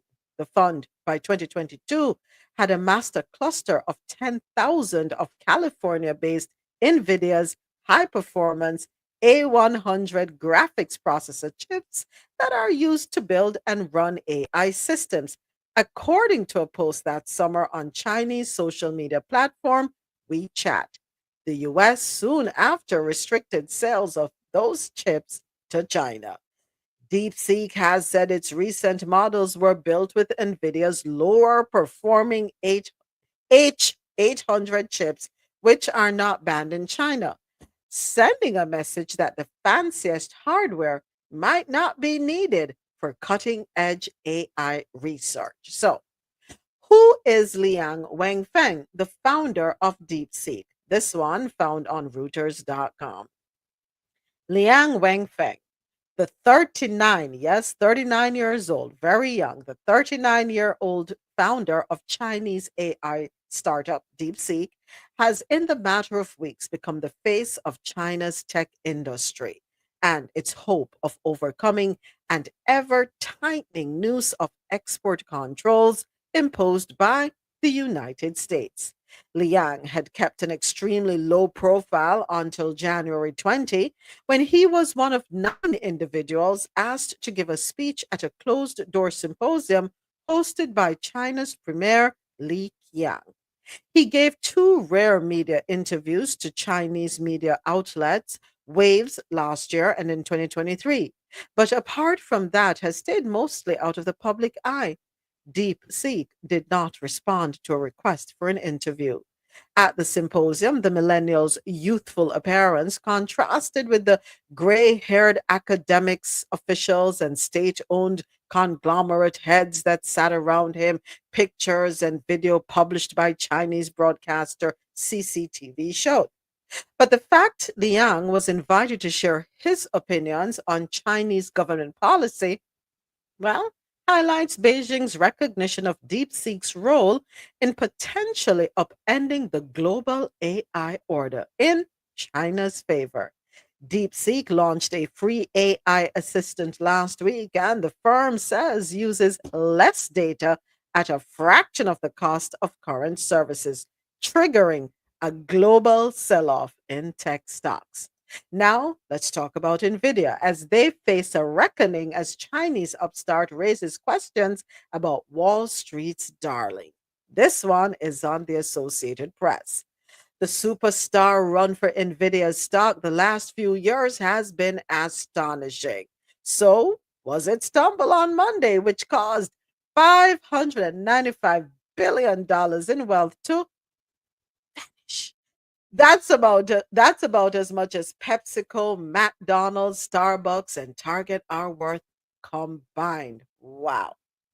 Mostly known in gaming and crypto circles for a few years, Nvidia burst into the scene after seeing its sales surge because customers wanted its chips to train their chatbots and other artificial intelligence products. Well, Nvidia became a household name as its stock more than tripled in 2023 and then more than doubled in 2024. Investors and analysts lauded CEO Jensen Huang as the godfather of AI. Nvidia grew into a 3 trillion plus behemoth and traded places with titans like Apple to become the most valuable company on Wall Street. But that all came to a screeching halt on Monday, at least for a moment, after Chinese upstart called DeepSeek said it had developed a large language model that could perform like ChatGPT and other US rivals, but by using far less computing power. How them stocks doing, Mr. President?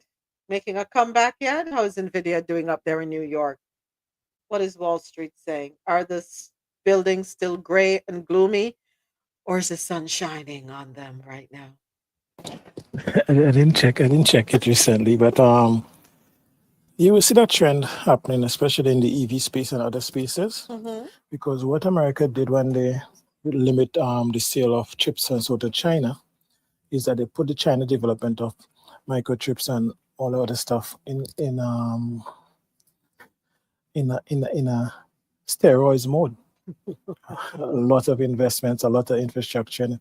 So sooner or later, China would catch up and surpass them. I can guarantee you that. Not only that, because China controls so much of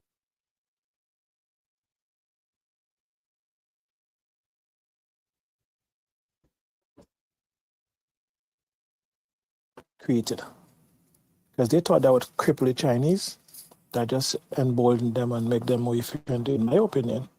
But I'm subject to correction. But what is interesting, Mr. President, for me is the cost factor. How is it that the Chinese DeepSeek, the company, was able to do it at a fraction of the cost? Is it that we are overvaluing things here in the US? Yes, I can answer that question. You guess. I can no, I can actually answer that question. There was a meeting. There was a meeting held in Malaysia. DeepSeek came out 2023, right? The upstart started 2023. So the meeting itself took place in 2022. What happened in 2022? That was the beginning of ChatGPT, right? No, that was when they introduced the commercial version of it. Yes, that was when they introduced the commercial version of it. So at that meeting, Sam Altman, the CEO of ChatGPT for Microsoft, was talking about sat on stage and was talking about what they did and how expensive it is to do. And one guy from the audience said, I mean, you could still search that video. I'll send it to you actually. He said, does it have to cost that amount of money to build an AI model? Sam Altman, without even missing a beat, said yes. And if anybody were to try it, they will simply just be gobbled up by the market. And so essentially what these guys have done is that market that he thought was going to gobble something up has been gobbled up itself by something cheaper, doing the same thing, or even better, for less than the cost. So it goes to show that sometimes it's not the size that matters. So, Adesoji, and since we're talking, look, we talk about the whole EV market right now. Isn't China producing EV vehicles at a much affordable cost than Tesla? Yeah, all those the orange one, all those grandstanding of tariffs. It's a foreboding of what is coming. These guys, for them, capitalism should have no what was it? There was somebody who did a very good metaphor of the role capitalism plays in our lives. Like capitalism has been eating grass for the last 4 years, but now it wants to feed on meat. But unfortunately, it's either we stop it or it eats everything. And I mean everything. So this guy in there is basically doing the bidding of the tigers to ensure that we lay down to be gobbled up. So China is effectively saying, yes, tiger can eat his meat, but we will dictate the kind of meat it eats. All right, so I want to jump to, hold on, this thing keeps freezing up on me. Okay, so AT says they didn't do the full amount of R&D, research and development, so it's easy to produce and offer at a reduced price. Would you agree with AT that they didn't do the full amount of R&D? I want to differ, AT. Go ahead. What are your thoughts? You mean for whom? For DeepSeek or for... I think he's referring to DeepSeek. Isn't that who you're referring to, AT? Well, I mean, the take-up alone... DeepSeek, So the take-up of DeepSeek by majority of the people around the world suggests they did something right. So again, you don't have to get a technological model right. You just have to build incrementally on it. And so what they will do is they've seen what the shortcomings of ChatGPT was. So they started from that spot and they are building on top of it. So the question is, will ChatGPT match them? For one, they've lost money. So would they look somewhere else or would they match them? At the end of the day, who wins? The consumer. So I yield.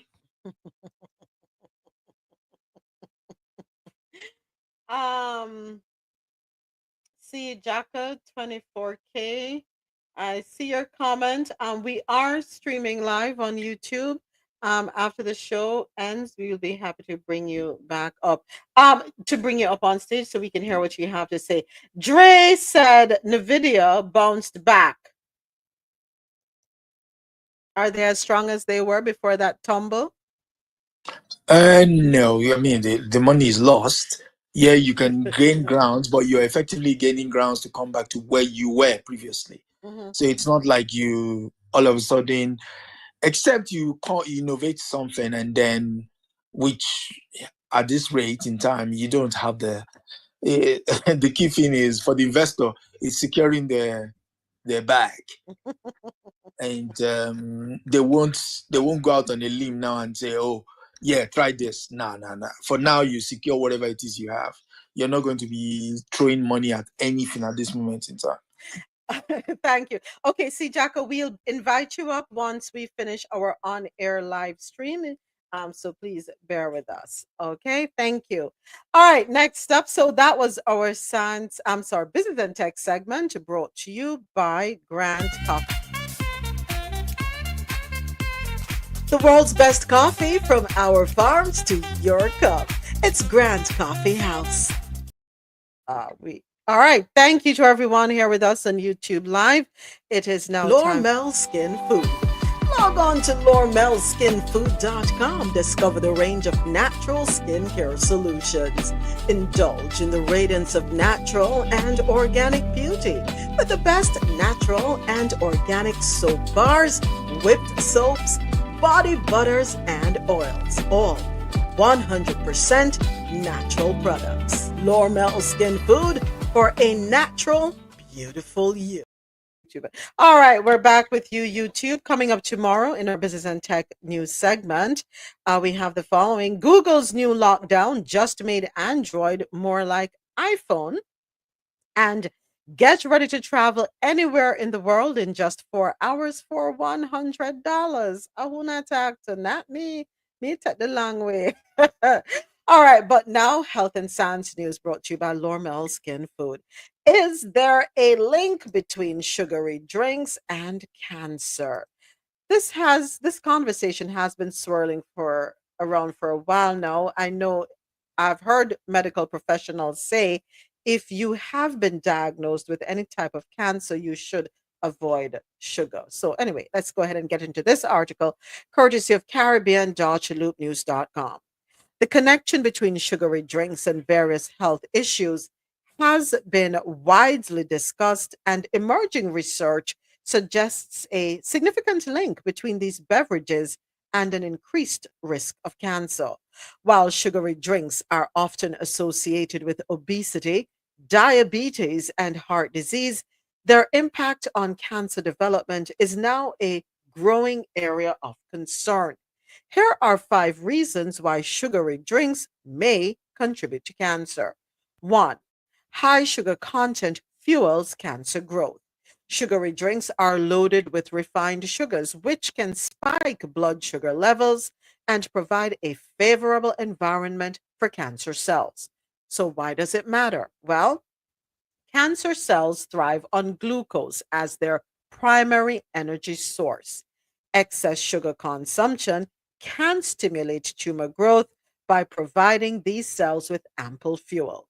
Evidence? Well, studies have shown that high blood sugar levels can promote inflammation and metabolic changes linked to cancer development. Number 2, contribution to obesity, a cancer risk factor. Excessive consumption of sugary drinks is a leading cause of weight gain and obesity, which is a known risk factor for several types of cancer. So, why does it matter?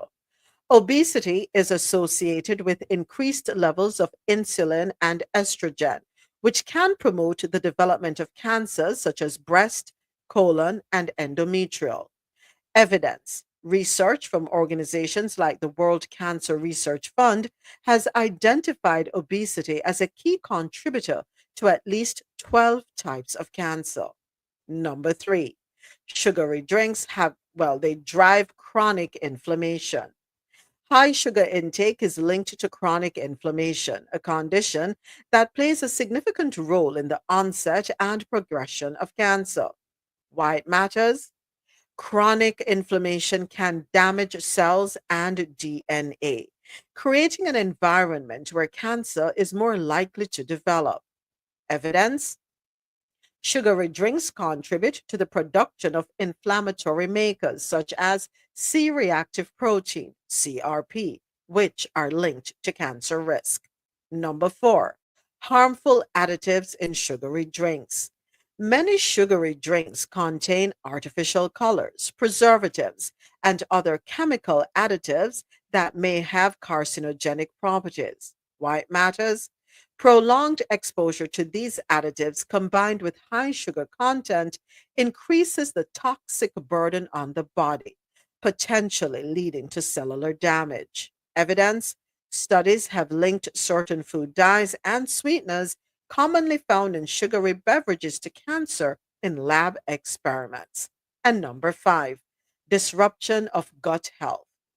Sugary drinks negatively impact gut microbiota, which plays a critical role in immune system function and overall health. Why it matters? A healthy gut microbiome helps protect against diseases, including cancer. Consuming sugary beverages disrupts this balance, promoting harmful bacteria and inflammation. Evidence? Research suggests that an imbalanced gut microbiome can increase the risk of colorectal cancer and other gastrointestinal malignancies. So, what can you do to reduce the risk? To lower your risk of cancer and improve overall health, choose water or unsweetened beverages. Replace sugary drinks with water, herbal tea, or sparkling water flavored with natural fruits. Read labels carefully. Avoid drinks with high sugar content and artificial additives. Limit portion sizes. If you consume sugary drinks, keep portions small and infrequent. And adopt a balanced diet. Focus on whole foods rich in fiber, antioxidants, and nutrients that support cancer prevention. While more research is needed to fully understand the link between sugary drinks and cancer, existing evidence strongly suggests a connection. The high sugar content, potential for obesity, and harmful additives in these beverages create a perfect storm for increased cancer risk. By making informed dietary choices, reducing sugary drink consumption, and promoting healthier alternatives, you can take an important step toward reducing your risk of cancer and improving your overall well being. All right. So let us be mindful of what it is that we're consuming. Let us protect ourselves as best as we can. We know that what has been made available to us, Lord help us, say your grace. But let's make the best choices out of what's there. All right. With more water, less sugar. When you're tempted to add sugar to your beverages, uh, no, turn away. And what are some natural alternatives? You have honey. Um, I've seen this one. It's stevia. What's the right? Is it a safe alternative? Is it a natural alternative? I know. What's the one? Agave is another natural alternative. Any other natural alternatives that we can use instead of sugar? Honey. Honey. So we have honey, agave. I don't believe in Splendor is artificial. Monk fruit. I've seen this one too. As I'm looking here, monk fruit. I've heard about this one. Anybody know anything about monk fruit? All right, stevia is a sugar substitute made from the leaves of the stevia. Oh yes, I did have a plant. The plant did dry up and did bomb me. The plant did bomb me. I have to go buy back one. I just use that. So stevia is made from the leaves of the stevia plant, and that plant originated in South Africa. I'm sorry, South America. It has a highly concentrated sweet flavor. So they say it's about 50 to 300 times sweeter than sugar. I didn't find that when I used it. The plant is native to areas of Paraguay and Brazil. Is it safe for your kidneys? So far, yes. They haven't come across anything to say otherwise. Monk fruit was the one I was questioning that one too, because I've heard about that one. But anybody here familiar with monk fruit? Yes, no, maybe so. But Moments. yeah. Go ahead, Alexia. About the thing about these alternatives, we have to take into consideration the different forms of sugar, right? Mm-hmm. Because any herbs you consume, it could be a cracker, bread, spaghetti, whatever, Mm-hmm. all of that turns sugar in your body. Facts. Right? So you can't just be watching the obvious sugars. Facts. You have to talk about that these things other things go into your body Mm-hmm. and turn into sugar. Mm-hmm. So my best advice would be just watch what you eat. Clearly, white sugar cannot be a thing. You understand me? And be a regular. Try something regular, like go on a fast. You know, this thing where I say breakfast is the where you say The most important meal of the day. Not no go so Kellogg's come up with that, so that's when we buy cornflakes. You understand me? Not to stop it. You see, remember said disease come about when you have greed. Mm-hmm. Too much. Ever you hear people say too much of one thing good for nothing. Yeah. Mm-hmm. Yeah. Because even if we eat just the fruit, the banana, the apple, the grape, or your blood glucose is still going to go up. Mm-hmm. I mean, you can literally wake up in the morning and check your blood glucose and it's high, You get what I'm saying? Yes. So it's about moderation. I know every day you have to eat fruits. You have to understand when you hear some of these things in the media, this is people who are get sponsorship or come tell us, say, eat an apple a day. These are people who are going to benefit off you buying these things on the regular. Mm-hmm. You're not going to die. Remember, I'm 320 pounds and I did not die when I didn't eat for 48 hours, you guys. I not even did hungry. So taking a day not eating isn't going to kill us. Society has taught us that we have to eat every day. But if you listen to your body, trust and believe, you don't have to. Take your time. All things in That moderation. deserves a standing ovation. Yeah, no, you're right, Percy. You're right. It's true. Marketing. Because that is pretty much how I live. And I really, the whole breakfast thing, I do intermittent fast, right? Which means that, I just don't eat anything up until probably 12, 1, thereabout. And it's the best thing I've ever done, especially for my body. For your body and mind. Because, one, it creates a discipline in you. Where you tell yourself, so I'm not necessarily have to eat this. You don't have to eat. You have to give your body, a break. Give your digestive system a break. Otherwise, when you think about when you stuff things down like in a toilet, it gets Clogged up, yep. Right, that's your body. Yes. Stuff. It will eventually get clogged up, and things just start from, and that's how it begins. So yeah, couldn't agree anymore. And I'm glad thank you, Percy. I'm glad you raised that, Alexia, that we have to be cognizant that bread, yes, turns into sugar. Rice turns into sugar. Flour, anything flour made will turn into sugar in your body. So all things in moderation, please and thank you. And yes, if you overindulge in fruits, you can be doing your body harm as well. All right. So that was. Go ahead. I mean, Mr. it's just President. one thing I want to say to for all your carbs and stuff. You see the rice and the flour and stuff and the processed carbs. Yes. At least if you're gonna eat complex carbs, eat the bananas, eat the dashing, the yams and stuff. Forget the ones that are processed with no nutrients in it. They bleach out everything and they give you a product with some fancy ad and flour with vitamin C in it and all kind of nonsense. Why are you laughing? That's civilized food. What is your again? I need to enrich flour with vitamins. Come We on. can't never have enough to begin with. So you're frowning on civilized foods? I don't know what Mr. President I tried not to know, but you're absolutely right. Okay, so monk fruit is a small round fruit that is a natural calorie-free sweetener. It is native to southern China and has been used in traditional Chinese medicine for centuries. It is a member of the gourd family, which also includes pumpkin, squash, and cucumbers. All right.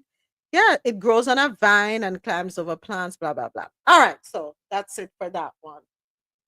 Okay, so also reminder today and tomorrow, if you have not yet scheduled your OBGYN exams to have your cervical exams done, to get your pap smears done, ladies, I implore you to do so. Try to get them done. Get your annuals done, please. January marks Cervical Cancer Awareness Month. If you're not scheduled the appointment yet, maybe gonna do.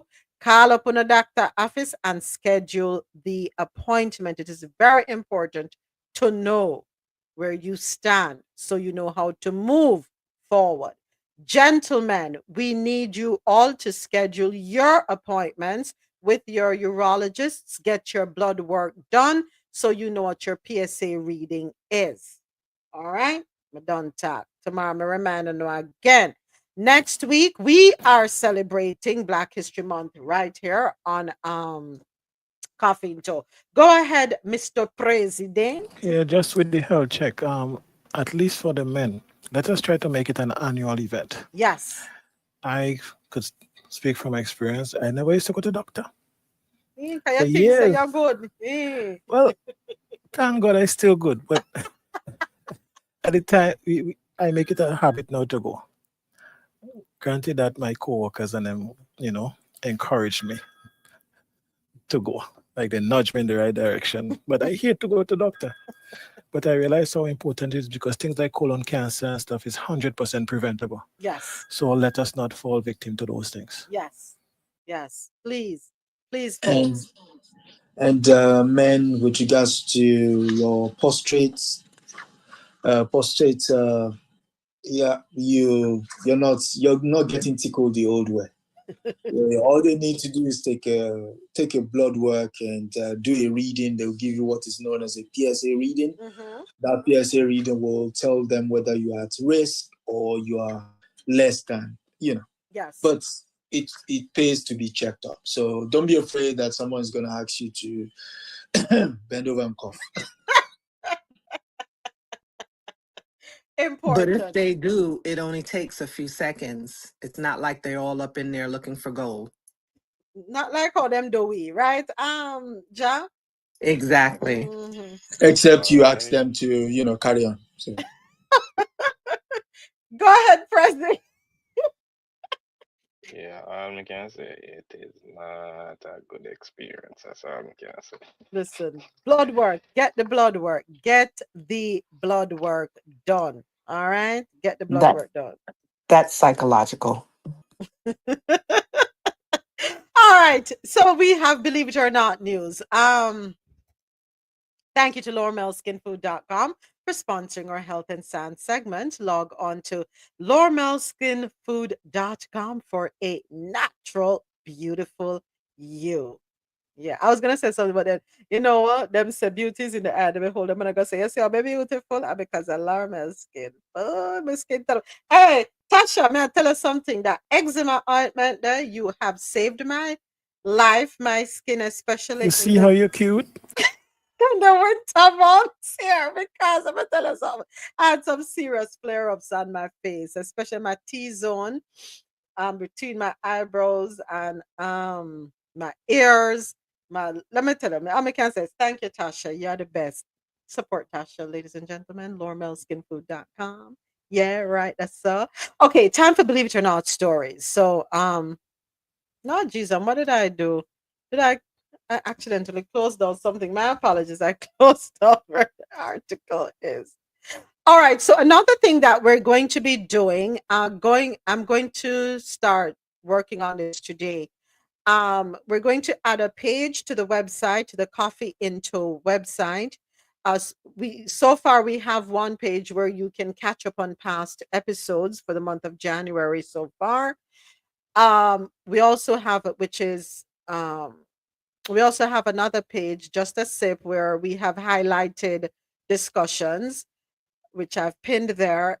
But I'm going to include another page where there are so many news articles, stories beyond the US, because the US is not the only country in the world, right? We get inundated with a lot of stories that come out of the US sometimes. However, we have so many stories globally that we're going to be pinning them, courtesy of Mr. President. Thank you so much. I'm going to start pinning them, create a page and put them there so we can see other things happening around the world and stay abreast of current events, global events. So look forward to that. That's going to be launched between now and this weekend. Another page dedicated to stories, things that we didn't get the opportunity to cover on Coffee Until live, whether on YouTube or on internet radio. All right. So coffeeuntil.com. Check it out. All right. So back to oh my gosh, I just love my people. Today's the 30th, right? Yeah. I got All day long? I got a text message, so I that has me laughing. Jesus, let me tell you something. Loving it to death. All right, so first up, a 72-year-old bus driver arrested on multiple charges. Number one, why do we have a 72-year-old person working as a bus driver? Shouldn't that person be retired, enjoying life? But unfortunately, this is America. You'll go to the supermarket and you see people who are long retired. Some of them are doing it just to, what you call it, it's a form of therapy. They do it for that, not because they need it. But then, yes, you do have a large number of people who do it because they don't have enough, what you call it, social security benefits, retirement income, so on and so forth. So they have to subsidize whatever little they have on them. It's a shame. We need to take better care of our elderly. But anyway, let's go ahead and get into this article. Let me skip the ad here. There's a soundbite for it. A camera capturing the moment students were finally allowed off of a school bus after one terrifying ride. A Wisconsin school bus driver now under arrest. Police say he was not fit to be behind the wheel and refused to let those kids off the bus. Craig Stevens in the Satellite Center with what happened next. Craig. Joe, that 72-year-old driver is facing several charges, including driving under the influence. And tonight, we're hearing from a student who called 911 scared for her safety.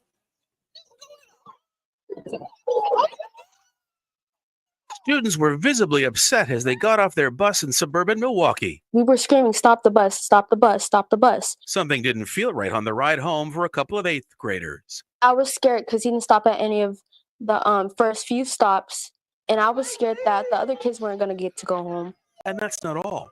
Just like getting mad over little stuff. Her friend dialed 911 when she noticed something was off. Bus driver 1 apparently didn't stop at the last 8 stops and the students screaming in the background. The district superintendent says she's disgusted and disheartened and emphasized student safety is a top priority. I'm frustrated, right? I'm concerned. I'm concerned for a lot of reasons. We need to do better in this community, across the state and across this country to ensure safety of our children. I was worried about everyone. I'm like, where did my brother go? And is this little girl hurt or something? Are all the kids off the bus? One mother says she's proud of how the girls handled the situation. They did a good job seeing them work together in the way they took care of them babies. I was very happy. However, she's not happy with the school district. We should have been notified ASAP. I should have got a call from the principal. Anybody, school district, anybody should have called me to let me know what was going on with my kid. Again, and those kids were not hurt, at least not physically, and that driver is facing several charges. At the Satellite Center, Craig Stevens, 7 News.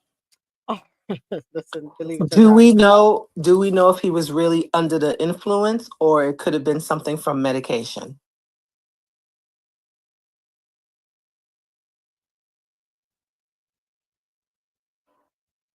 I'm not hearing you, Moments.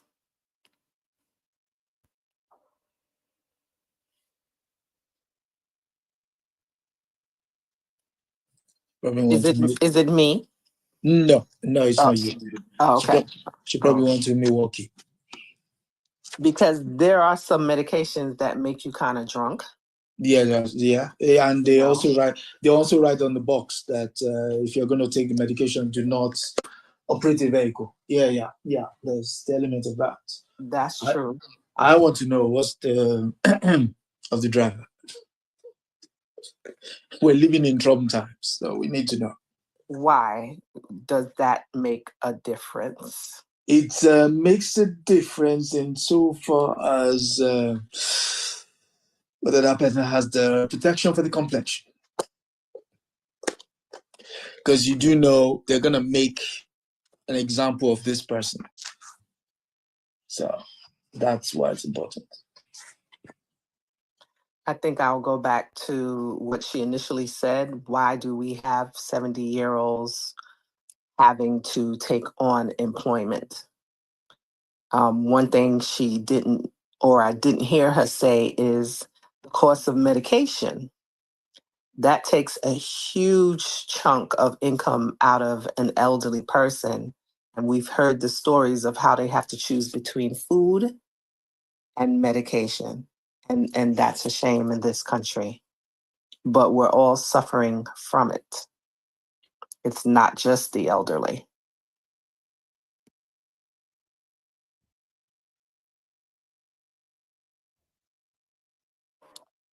Mr. President, we're still actually being recorded on YouTube. Does anyone else want to add to the story?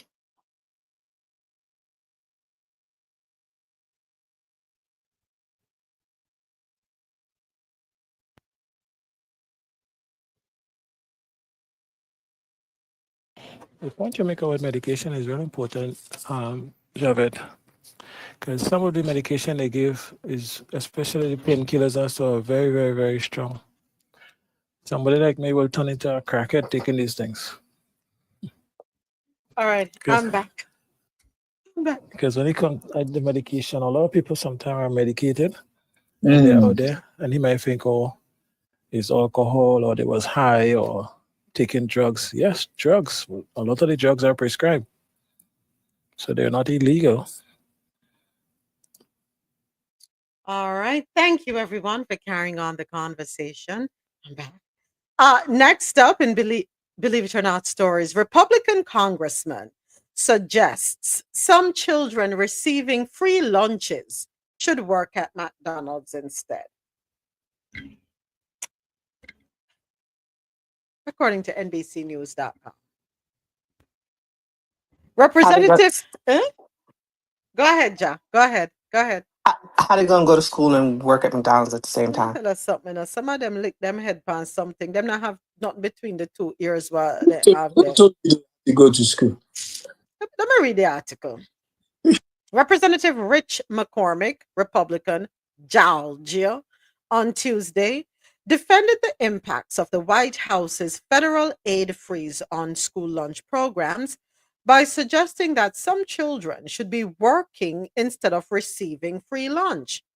During an interview on CNN, McCormick praised the move as a way to broadly reevaluate how the government allocates funding. CNN anchor Pamela Brown noted that Head Start, which helps provide nutritional assistance to low-income children and families, is one of the programs that could be affected. She pressed McCormick on whether he would support cutting funding for free breakfast and lunches. He said, listen to this. Before I was even 13 years old, I was picking berries in the field before child labor laws that precluded that. I was a paper boy, and when I was in high school, I worked my entire way through. You're telling me that kids who stay at home instead of going to work at Burger King, McDonald's during the summer should stay at home and get their free lunch instead of going to work? I think we need to have a top-down review. McCormick, who was speaking from Doral, Florida, where House Republicans were holding their annual issues conference, said that the pause on federal funds gives the government a chance to see where the money is really being spent. Out for money. Afuna money. I think it's a brilliant idea on one condition. We will start a pilot program with the children of everyone in Congress working at McDonald's so that they can get lunch. And let's look at the result of that study. And once it is successful, we roll it out to the nation. I think it's a brilliant way to start. Can we add something to that? Can we add something to that, Mr. President? And in addition to that, their parents get $7.25 per hour. Isn't that the federal minimum wage? And aren't they federal workers? Go ahead, Adesoji. No, it was. Oh, sorry. So I'm going to tell y'all about me because y'all know I always reference myself. Okay. In this country, you're only legally able, supposedly, to work when you turn a specific age. Right now, we're talking about children in Head Start. And let me tell you, I went and I got my free lunch. And I also I didn't work in McDonald's, but I worked in Burger King. And that money was just a little bit of pocket change that I had to bring back half to my mom and then half for myself. Okay?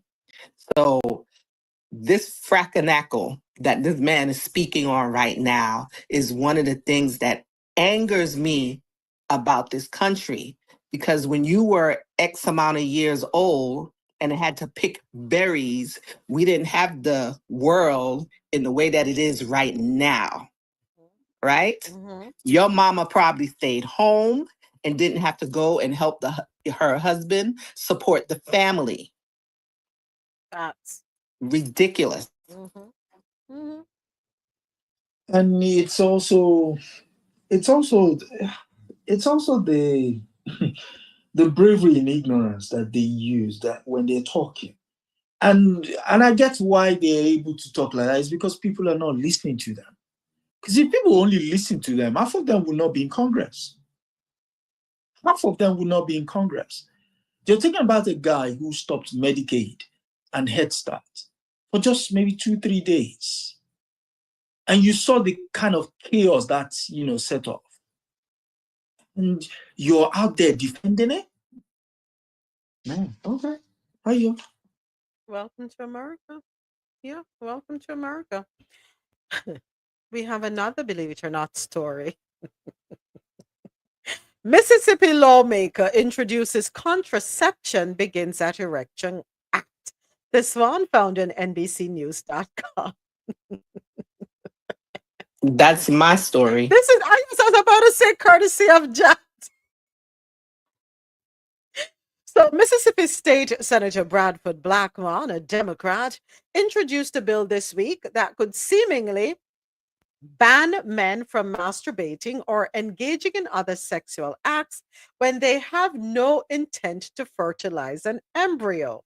The bill, titled the Contraception Begins at Erection Act, would make it unlawful for a person to discharge genetic material without the intent to fertilize an embryo. It includes exceptions for sperm donation and using contraception to prevent fertilization. The bill, introduced on Monday, would impose fines of $1,000 for a first offense, $5,000 for a second offense, and $10,000 for any subsequent offenses. The bill is unlikely to pass the GOP-led legislature, but if it does and is signed into law by Governor Tate Reeves, a Republican, it would go into effect in July. Blackmon, a first-term senator representing a district north of Jackson, the capital, did not immediately respond to requests for comment. In a statement to NBC affiliate WLBT of Jackson, Blackmon referred to the high number of state legislative bills introduced in recent years that target women's access to reproductive health care, specifically abortion and contraception.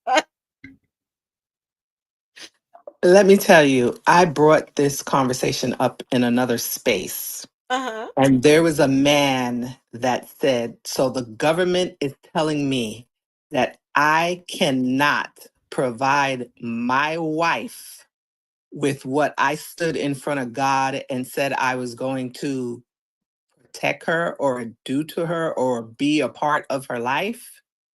Are you telling me that I cannot love on my wife?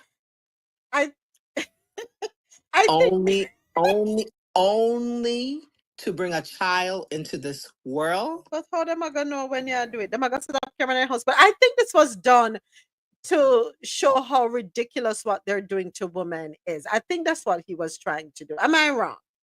You're wrong. You're wrong. No. Because here's what: if we go to the end, right? He referred to the high number of state legislative bills introduced in recent years that target women's access to reproductive health care, specifically abortion and contraception. So I think he's clapping back at the GOP. That's what he's doing. Because we don't get pregnant on our own. So I think he's trying to highlight how ludicrous and ridiculous what we're trying to do to women. I think that's what I get out of it. Why are we wasting time? Why are we introducing these things?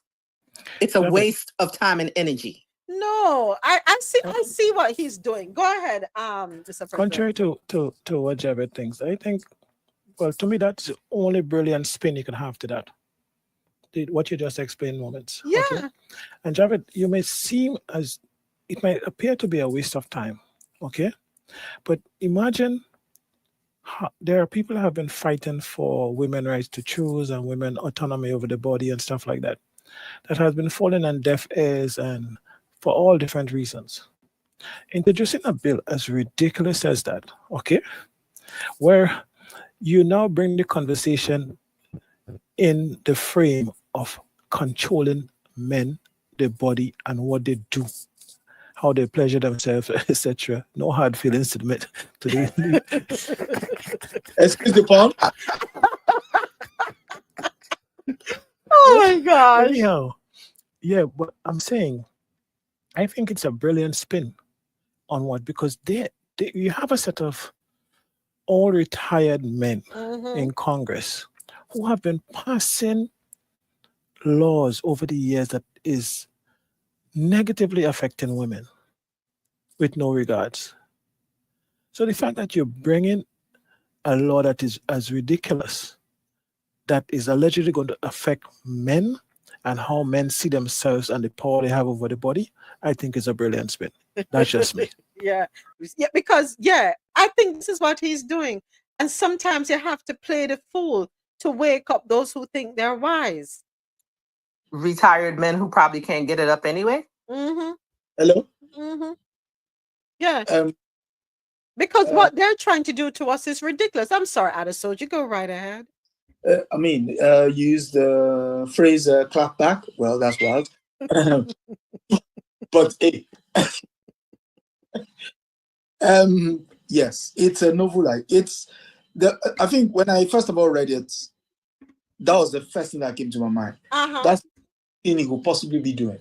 It was to highlight the fact of the hypocrisy of the entire thing. So if you can stay without even flinching, the conception starts at whatever time you deem it to start, then without bringing in the man, you are doing a disservice to the debates. So what the guy is doing is to say, listen, it takes two to tango. Hello? And another thing, if you could get it up, it means you're about to, fertilize something.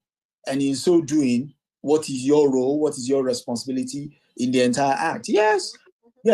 But the thing is, are we now going to have an erection police? That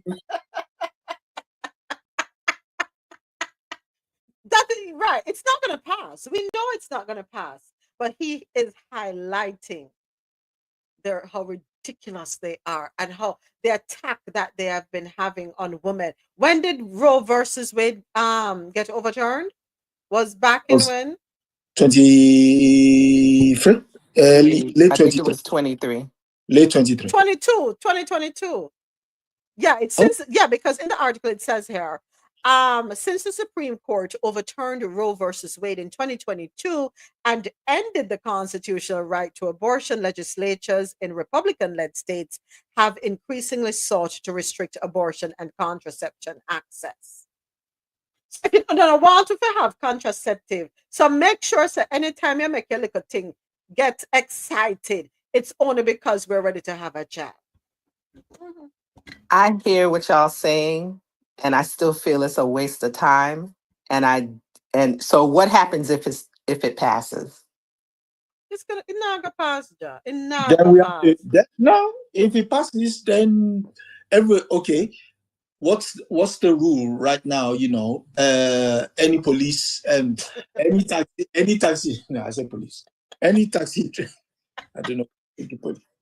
Any taxi driver, any doctor, anybody that has anything to do with abortion will be charged. So if you see an erection taking place, pause. Keyword pause. Y'all remember that story we did back in the day where you had specific states that only allowed you to have specific positions? Georgia being one of them. Right? And if your neighbor noticed something, they can tell on you. Yeah. So we won't need police. You can't be standing in the window and clapping. You know what I'm saying? So, hello? Just ridiculous. Anyway, next story. We have the Brew entertainment news. Never heard about this person before. Let me go ahead and let me hear what y'all have to say. Detroit rapper Dank DeMoss has filed a discrimination lawsuit against the rideshare company, alleging that she was refused a ride due to her size. To get to a Detroit Lions watch party this month when her lift rolled up. As I'm walking, I see him making faces or whatever. I'm like, oh man. She already knew. I can fit in his car? No, believe me, you can. Yes, I can. Believe me. He told her there's not enough room in his car. The kicker part was when he started to talk about his tires. You know, I feel like that was a slap in the face. That was like my tires, you know, like. The driver said his tires could not handle her weight. For every big person you turn down because they can't fit in your car? Yeah, because they need to order the Uber XL. You know what? I don't never have to order Uber XL. He apologized, canceled the ride, and left her there. The rapper says she's pretty tough. Dank DeMoss, as she's known at the mic, is crushed by the whole situation. I just want them to know, like, it really hurt my feelings. It looks like Lyft might be hurting. Landing tells us she's no different than a driver pulling up and saying, you know, I don't want to have black people in my car, or I don't want to have Christians in my car or Muslims in my car. It's the same. Under the law, it's the same. The lawsuit is filed. Since she posted the encounter on social media, other full-figured folks have reached out saying the same thing happened to them. No different than a driver pulling up and saying, you know, I don't want to have black people in my car, or I don't want to have Christians in my car. So, which state is this? Which state? Detroit was state that. Michigan, isn't it? Okay. Lady. Me, I gotta tell her the honest truth. Me, I gotta tell her the truth. Please don't. It's my car. My car. Me can choose who me want come in my car. Would I tell you? Probably not. But I'd probably make up something so as not to hurt your feelings. Right? But if the man have genuine, I can't force a man to carry me in car. We can't do that. If the man is concerned about the vehicle and feels so you're not going to you're not going to fit in his vehicle, I don't see what the problem is. I mean, no, me probably see things differently. No. And if me I drive on like a Honda Fit, and me pull up, and me sister, you cannot hold in the car. What me fi do? What am I to do? No, read out. What am I to do? Okay, at that point in time, both of you can tell that it's not going to work. Yeah, you can tell it's not going to work. So there's no need belaboring that point. But you aim to provide a service, regardless of who you encounter. The only point where you can choose not to is if they attack you or abuse you, that sort of thing, or basically, they're being antisocial. So I just don't put her in the fit. Which part of it did you see the video? Where in the camera? I saw the video. That where in my fit me I go put her? Can you attach the video to the room?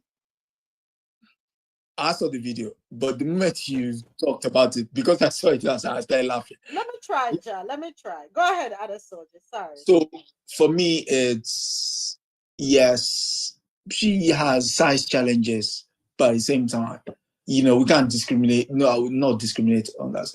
We can't choose not to help, as it were. And besides, she's paying for a service. So again, Adesoji. She's going to a rap gig. I'm 600 pounds. You pull up in your Honda Fit, right? Me order you for car, me go somewhere. You pull up. Me and you know say me can't hold in the car. I expect you to do what to me? Open the trunk and put me in the trunk? But no really. Tie me on the top of the car? If I see the car, I will immediately tell you, come on, man, this is like a tic-tac to a whale. No, she was looking for a come up, and that's why she filed a lawsuit. Because nobody knows who Dank DeMoss is. She uses as an opportunity to get her 5 minutes of fame. I'm sorry. That's how I look at it. I'm sorry. She knows damn well she couldn't hold in the car. I'm sorry.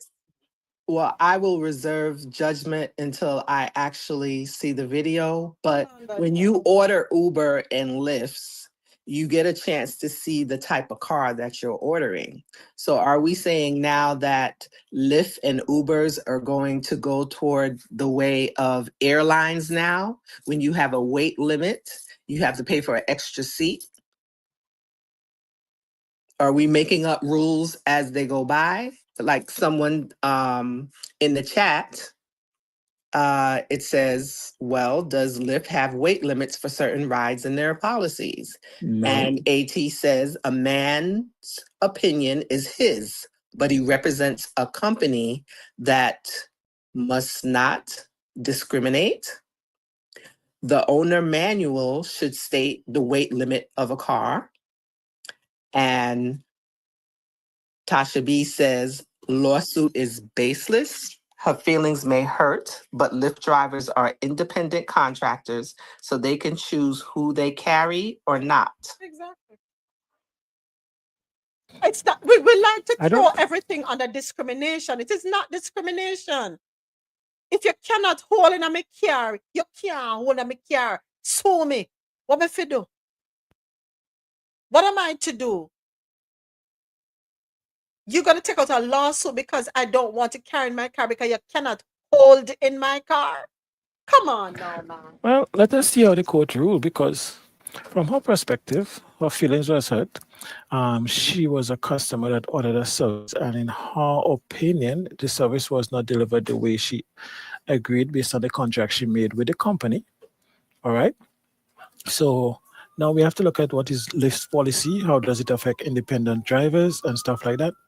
From a personal perspective is one thing, but from the company perspective and a company client perspective, then there is a different thing. So let's see how the court rule, and I could guarantee you that ruling will have a bearing on other things. If But it's a what- case where he did not stop her and she could not fit in the car, then that's a different spin on it.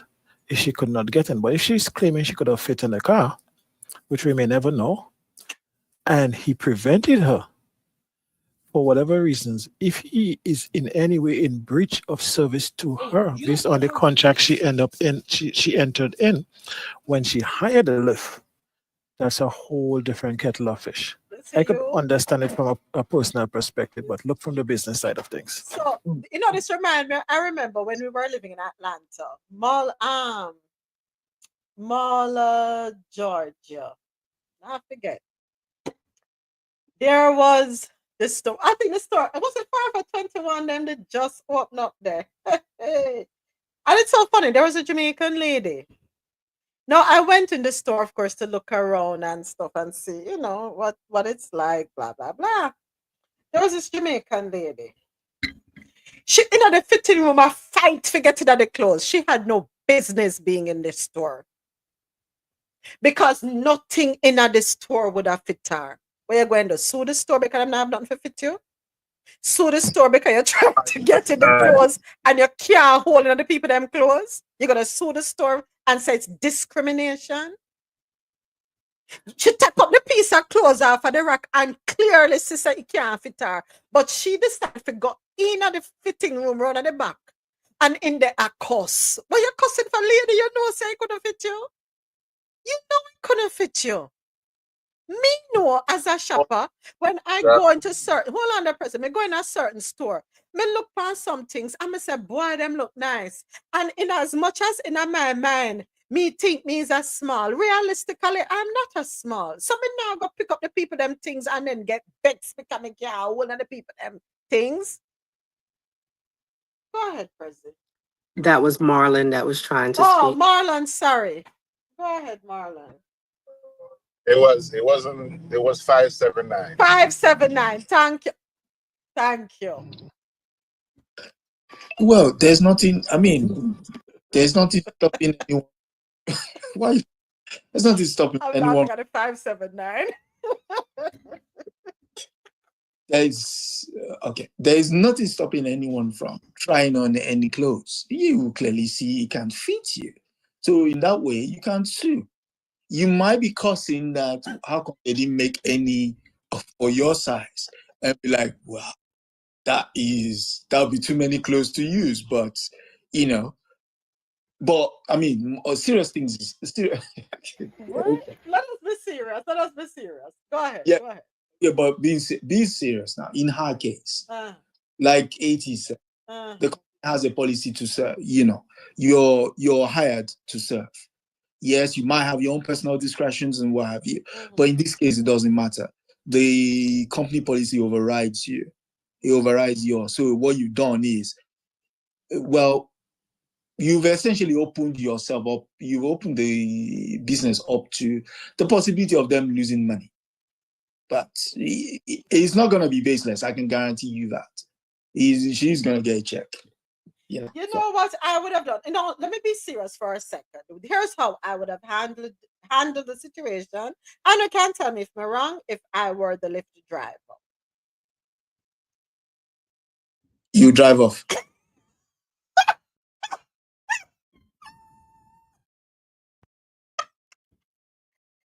That's what the red is. That's what the red Hold devil on. on. Adesoji, she's not going to get a check.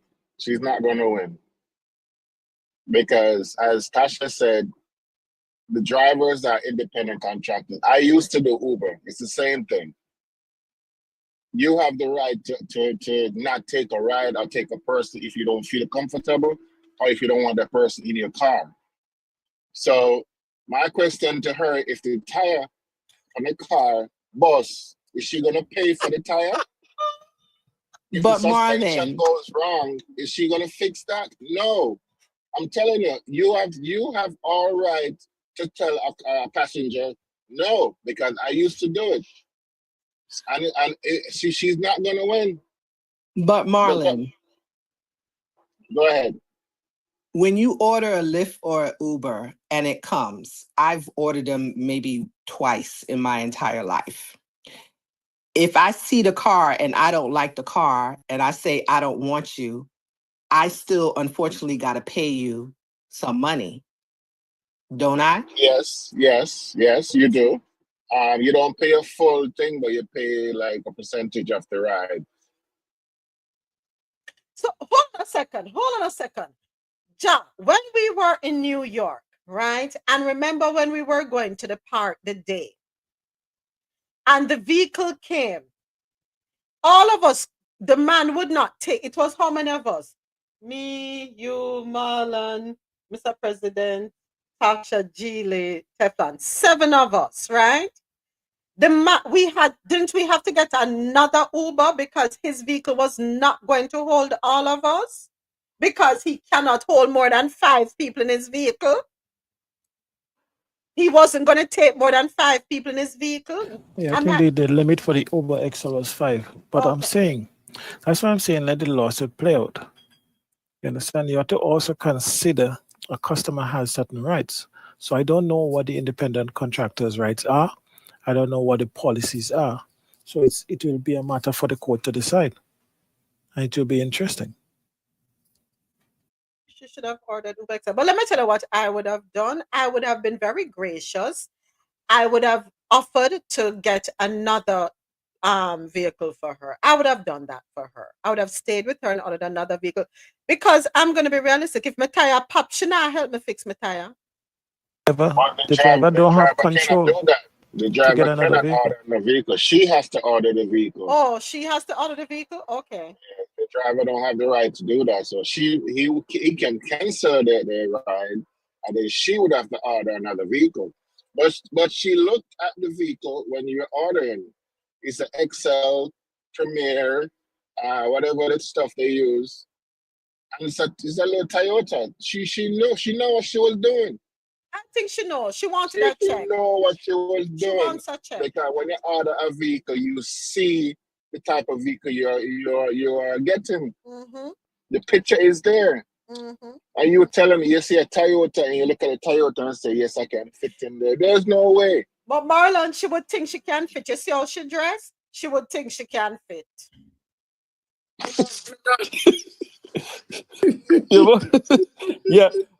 Yeah, the thing is, not just that, but did you hear the sound of the car? The car sound like they'll shut off at any point.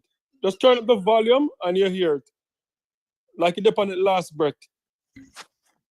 There comes a time when you know something, and this leads to a bigger conversation.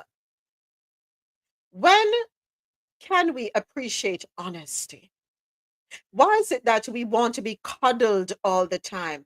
Everybody, we have to dance around everything for everybody. Nobody wants to hear the truth. Nobody. Everybody is hypersensitive.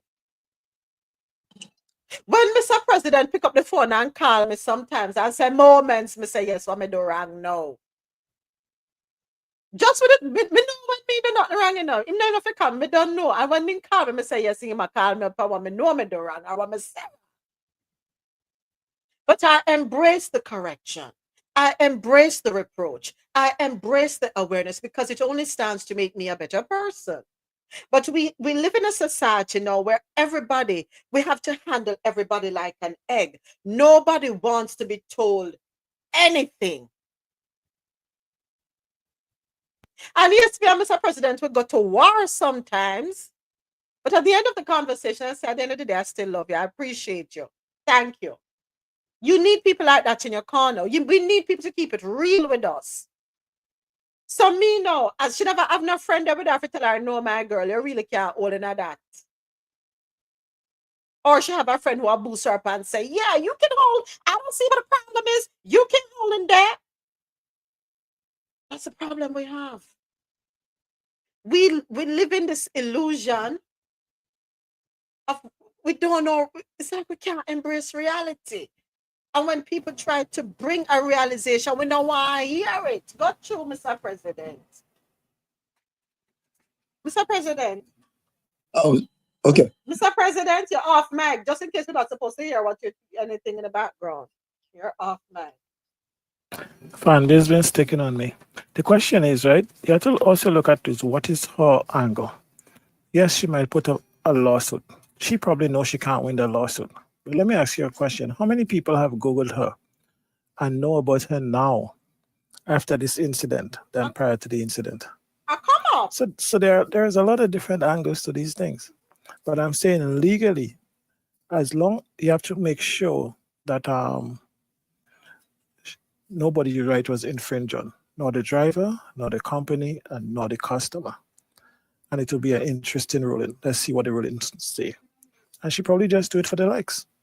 She'd do it so she could get the notoriety. Her music, a lot of people would have gone on and listened to her music just because of that, because you never heard of that rapper, you never seen her, nothing like that. And there would be a lot. So people do different things for different reasons. What I'm just saying is you have to be mindful, and we cannot speak. Well, I cannot speak because I don't know what the lift contracts and so are towards to where the blame lies.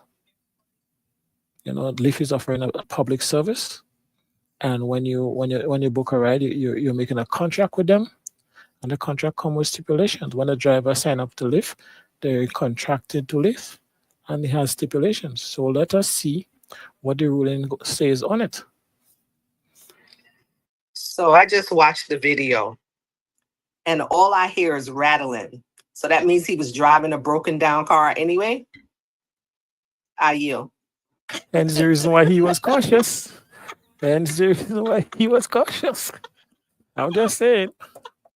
There was also something else in the video when the car turned up.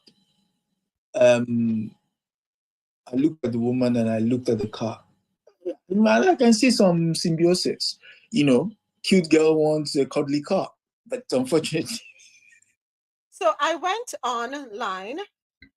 Lyft drivers are allowed to refuse passengers. They can accept or decline any ride request at any time, meaning they have the right to refuse a passenger if they choose to do so. Key points about Lyft driver refusal. No penalty for declining rides. Declining a ride request does not negatively impact your acceptance rate on Lyft.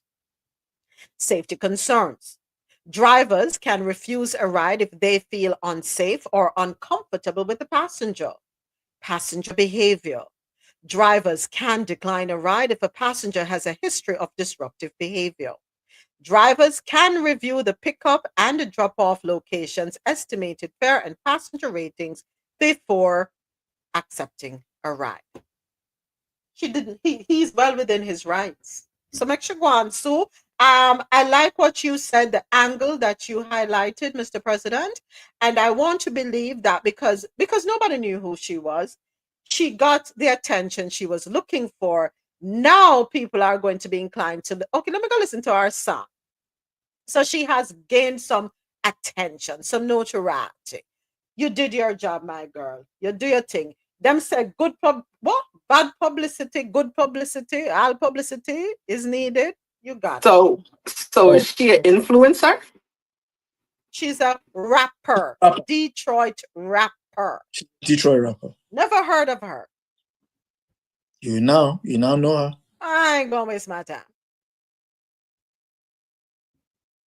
I mean, she does have some tight rhymes. So She has some what? Tight rants. Rhymes. Oh, rhymes. That sound like rants, or okay. So you are an Ahmed.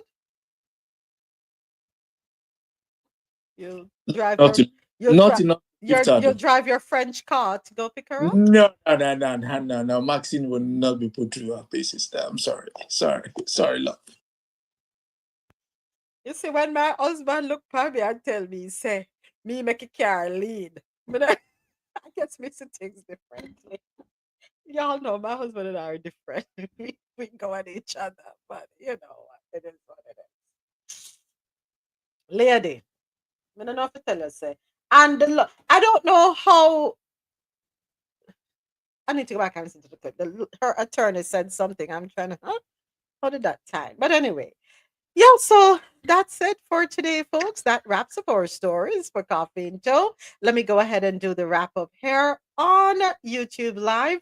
Want to say thank you to everyone who tuned in. We appreciate your taking the time to join us. Remember that Coffee and Toe World News on the Go streams live weekdays starting at 9 a.m. to 1 p.m. Eastern. You can tune in also to QMZRadio.com for quality music while you work or play, JanoRadio.com, your nonstop party vibe station, and MadMusicHouse.com for any genre, anytime.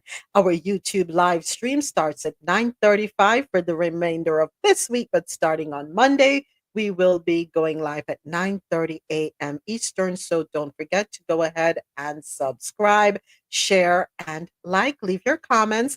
A big thank you, of course, to the studio audience, courtesy of Fan Base. Without them, Coffee and Toe would not be possible. And I invite you to go to www.coffeeandtoe.com and follow Coffee and Toe on our social media platforms. That being said, have yourselves a wonderful rest of the day. We will be back with you tomorrow morning. We are now going to end our live stream. Coffee and Toe is an interactive world news podcast, a dynamic and engaging live show that streams across multiple internet radio stations worldwide.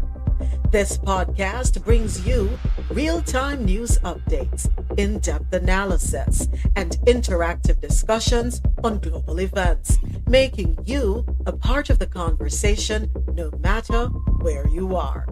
With a diverse range of expert guests and listener participation, it's your go-to source for staying informed and connected to the world. Coffee and Toe is brought to you in part by Lormel Skin Food. Log on to LormelSkinFood.com. Discover the range of natural skincare solutions. Indulge in the radiance of natural and organic beauty with the best natural and organic soap bars, whipped soaps, body butters, and oils. All 100% natural products. Lormel Skin Food for a natural, beautiful you. The world's best coffee from our farms to your cup. It's Grand Coffee House.